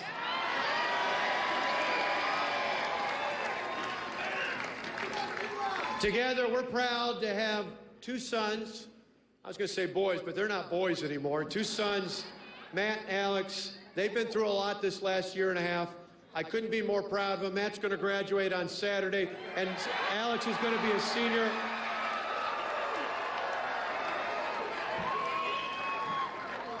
They've just been spectacular. And Tonette mentioned the rest of our family. My mom and dad.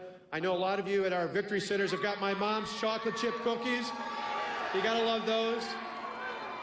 My mom and dad, my brother David, my sister-in-law Maria, my two beautiful nieces Isabella and Eva, my father-in-law Tony, to all my family here, and to so many of our longtime friends, so many who've lifted us up over the last year and a half, even when times were tough. We say thank you for all of them.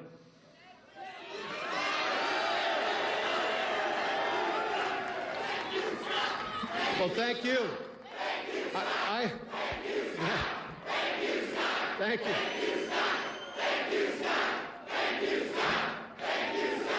It's great to see so many kids out here, too, because that's what it's all about. Faith, family, and freedom. I want to thank our tremendous Lieutenant Governor, Rebecca Kleefisch.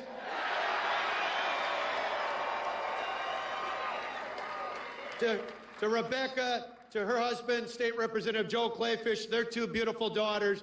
Thank you to them for standing up with us as well, for the proud taxpayers of Wisconsin.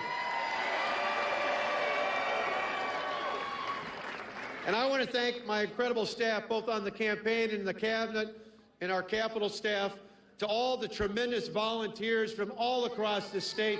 Tonette talked about it, more than 4 million voter contacts. The staff, the volunteers, the supporters, we cannot thank you enough. Thank you to all of you here. There's a tent outside with an overflow because we couldn't violate the fire code here, but there are people all over this area and all across the state. On behalf of our family, we say thank you to all of you.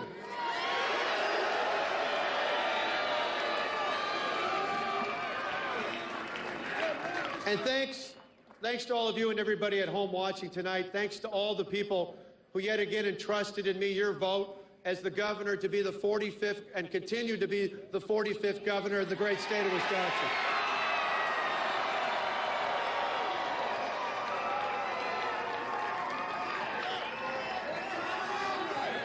I want to tell you something, though. Just let me share with you a quick little story. Last fall, Tonette and I had a chance. I was going to a Governors Association meeting, and we had a chance to travel to Philadelphia.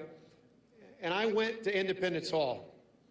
As a kid, we grew up in a small town where I loved to study history, but my parents, we didn't have a lot of money, and so we didn't get to often go to places like Philadelphia or Washington. So for me, it was the first trip to Independence Hall. And I got to tell you, I was so touched. I stood in there, and I looked at those desks, and I looked in those chairs. And even though as a kid growing up, I thought of our founders as superheroes, as bigger than life, standing in that hall, it dawned on me that these were ordinary people ordinary people who did something quite extraordinary. They didn't just risk their political careers. They didn't just risk their businesses. They literally risked their lives for the freedom we hold so dear today, and the men and women in uniform in this country defend every single day.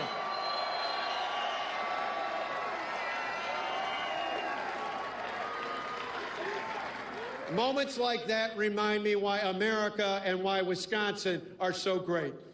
You see, what has made our country unbelievable, what has made the United States of America exceptional, what has made the United States arguably one of the greatest countries in the history of the world, is that in times of crisis, be they economic or fiscal, be they military or spiritual, in times of crisis, what has made America amazing has been the fact that throughout our history, throughout the more than 200 years of our history, there have been men and women of courage who stood up and decided it was more important to look out for the future of their children and their grandchildren than their own political futures.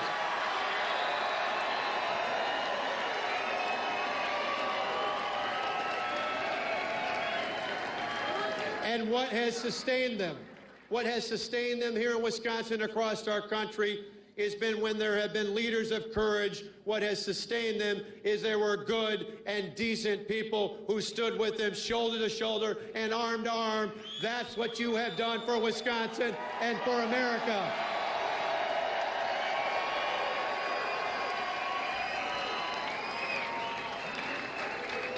Tonight we tell Wisconsin, we tell our country, and we tell people all across the globe that voters really do want leaders who stand up and make the tough decisions.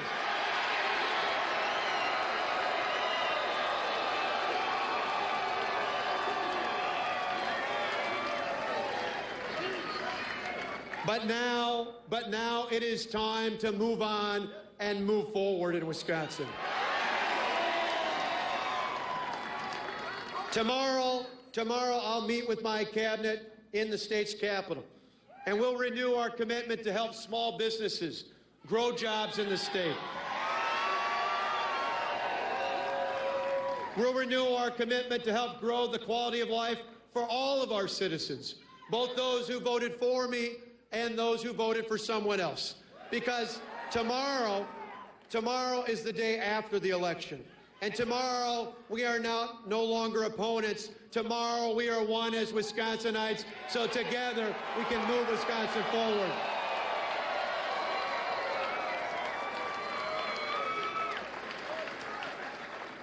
A few minutes ago, I talked to Mayor Tom Barrett. No. The election is over. I talked to the mayor, and we had a good talk, and I said, I'm committed to working with you to help the city of Milwaukee and to help the state of Wisconsin. Tomorrow, the election is over. It's time to move Wisconsin forward.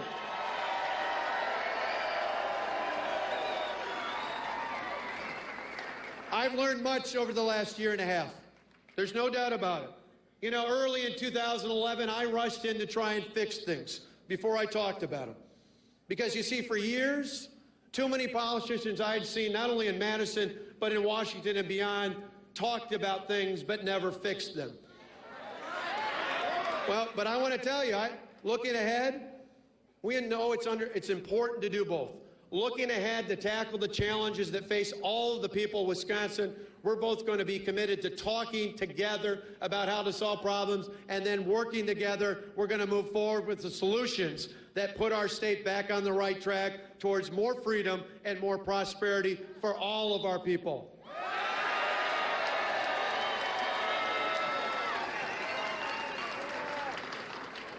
Bringing our state together will take some time. There's just no doubt about it. But I want to start out right away. In fact, next week, I'm going to invite all the members of the state legislature, Republican and Democrat alike. And what better way to bring people together than to invite them over for some brats and some burgers, right? And maybe a little bit of good Wisconsin beer as well. Because I believe there is more that unites us than divides us. I believe that now the election is done, we can move on and we can move forward. I believe that for the sake of our children and our grandchildren. Now is the time for us to come together, to tackle the challenges that face our small businesses, to tackle the challenges that face our families and our businesses and our seniors and all the people who care about the future of this state. Now is the time to move forward. And I got to tell you, I'm committed to it. I'm committed not just to all of you here, I'm committed to everybody back at home, whether you voted for me or not. I'm committed because for me, the most important reason I ran for governor 2 years ago, the most important reason I was willing to make the tough decisions, and the most important reason why I'm committed to work with anyone and everyone in this state who wants to help move this state forward are the two young men standing on the stage back behind me.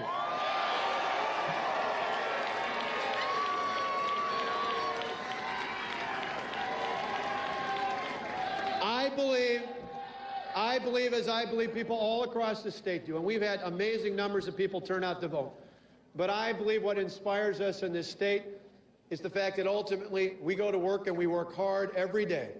Those of us who are moms and dads, just like Toinette and I, and the grandmas and grandpas who did it before us, we go to work and we work hard every single day, not just for a paycheck, not just to put food on the table, not just to put clothes in the backs of our kids. We go to work every single day, and we work hard for the same reason you work hard, and people all across the state work hard. We work hard because we want our children to inherit a better life, a better home, a better community, and thanks to your vote today, a better state than the one we inherited. Together, we're going to move Wisconsin forward. Thank you, God bless you, and God bless the great state of Wisconsin.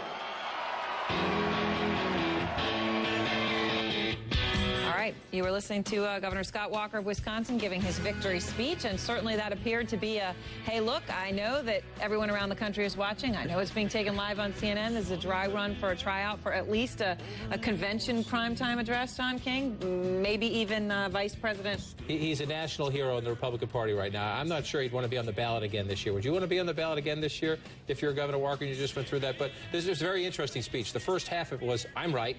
I'm right, I won, and this is the national model, look at me. And then the second half was, oh yeah, I got to get up tomorrow and be governor of a polarized state. So I called the mayor tonight, I'm going to bring in the state legislature, we're going to have Bronson beer, the election's over, let's work together.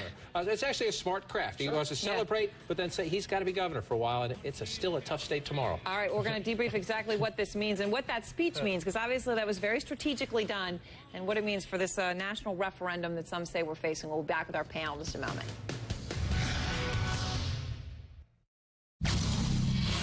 And breaking news tonight, CNN can report that Governor Scott Walker has won the recall fierce battle in Wisconsin, up to $80 million spent on both sides. Exit polls had showed an even split, but that is not the way it appears to be, with 88% of the precincts reporting. Right now, the margin is 9 points in Governor Walker's favor, 54 to 49% at this moment. You just heard him give his speech. It was a little bit of a tryout for the national stage, sort of a speech at his headquarters in Wisconsin. Dana Bash was there. There was a lot of celebrating, the big national Republican sort of song playing. And Dana, what is the mood there? And he was talking about there being so many people they had to have overflow tents. Was it that crowded? Extremely crowded. You know, Aaron, I was covering a lot of the Republican primaries, presidential primaries at the beginning of this year. I saw nothing that compares to this in terms of the size, the scope, the stagecraft, and of course, the energy. People here have been absolutely riled up, no question about it, and you really felt it. It was palpable here in this room. In fact, you can probably see behind me the governor is wading into the crowd. He's still shaking hands here. And you heard him try to calm people down, saying it's over. And I know you were talking about that, trying to say, you know, we want to not do this anymore and reach out across the aisle. It was hard for him to calm people here down. Before he came out, Mayor Barrett was speaking. We took some of it live, I know. People in the crowd here were booing and booing and booing. This is a very, very polarized state. And certainly that particular part of it can be indicative of what happens in November. Gloria, what's your take on the governor's speech? I mean, was it really a tryout, in your view, for a national stage, vice presidential stage? What did you hear? Well, you know, he's on the national stage whether he wants to be or not. And I would gather since he won, he probably would want to be. I don't see him wanting to go through another election, as John said earlier. But I do think that he could be a very effective surrogate for Mitt Romney on the campaign trail. I mean, this wasn't just about collective bargaining. This election started out with the anger of the labor unions about this governor trying to take away public employees' collective bargaining rights. But it devolved into something else. There then became anger on the other side of the ledger, and the discussion sort of shifted not only from the public employee unions, but it became about jobs, about taxes, about spending, about the role of government in our lives, about what government should and should not be doing for us. And that's the kind of conversation that Mitt Romney is going to be having in this election against President Obama. So I would have to say that Scott Walker would be kind of in the top tier of surrogates for him to preach that. Ryan Slom, how do you judge the tryout? Well, like Gloria, I don't think that he's necessarily angling to be the vice presidential nominee or anything like that. But yeah, certainly going forward, if he continues to enjoy some political success, might he consider running for president at some future point, perhaps? But you also got the sense, and again, this could just be my impression, but you also got the sense that here's a guy who ran for governor not just in 2010, he ran in 2006. This is someone who's been thinking about the way government works in Wisconsin for a long time. He was the county executive in Milwaukee County, and in that role, he had to deal with some of the struggles surrounding collective bargaining. He's been thinking very deeply, just as Chris Christie is someone who had been around New Jersey politics for a very long time, from when he was a young man. Right. And then once you get into that role, once you're actually in a position to do something, to move the levers of power, to actually affect change, well, that's a very powerful position to be in. And I think that's actually why he said, look, maybe I didn't talk about this enough. Maybe I moved too far, too fast. But it's because he was itching to get something done at the level of Wisconsin. But, national politics are a very different issue. Right, which I mean, look at Chris Christie. He's known as a bruiser who tells people what he thinks of him, but he actually was forced to work with people on the other side and get his reforms done. Walker didn't show the ability to work with anybody. That's why we had a recall. That's right. I mean, winning a recall is a real vindication. The fact of a recall is a repudiation. I mean, right. 1 million people signed a signature, strong disapproval numbers, but right now he's a Republican hero for taking these policy steps. The real question is, can he pursue a further agenda without being so polarizing? You heard in the speech, a real focus. Tomorrow is a new day. I'm having all the members of the legislature over. Don't boo my opponent, Tom Barrett. Move Wisconsin forward. Incidentally, borrowing Barack Obama's re-election slogan, forward as well. Yeah. So there is a real emphasis on, we accomplished this. It is a vindication of our policy, but tomorrow he knows he needs to start unifying his state. Thanks so much to all of you. And up next, another amazing story from the Midwest. Preacher in Minnesota who said he's for gay marriage and, to use John's word, was repudiated by his congregation. It's an incredible story. Man standing up for what he believes in. We'll be back.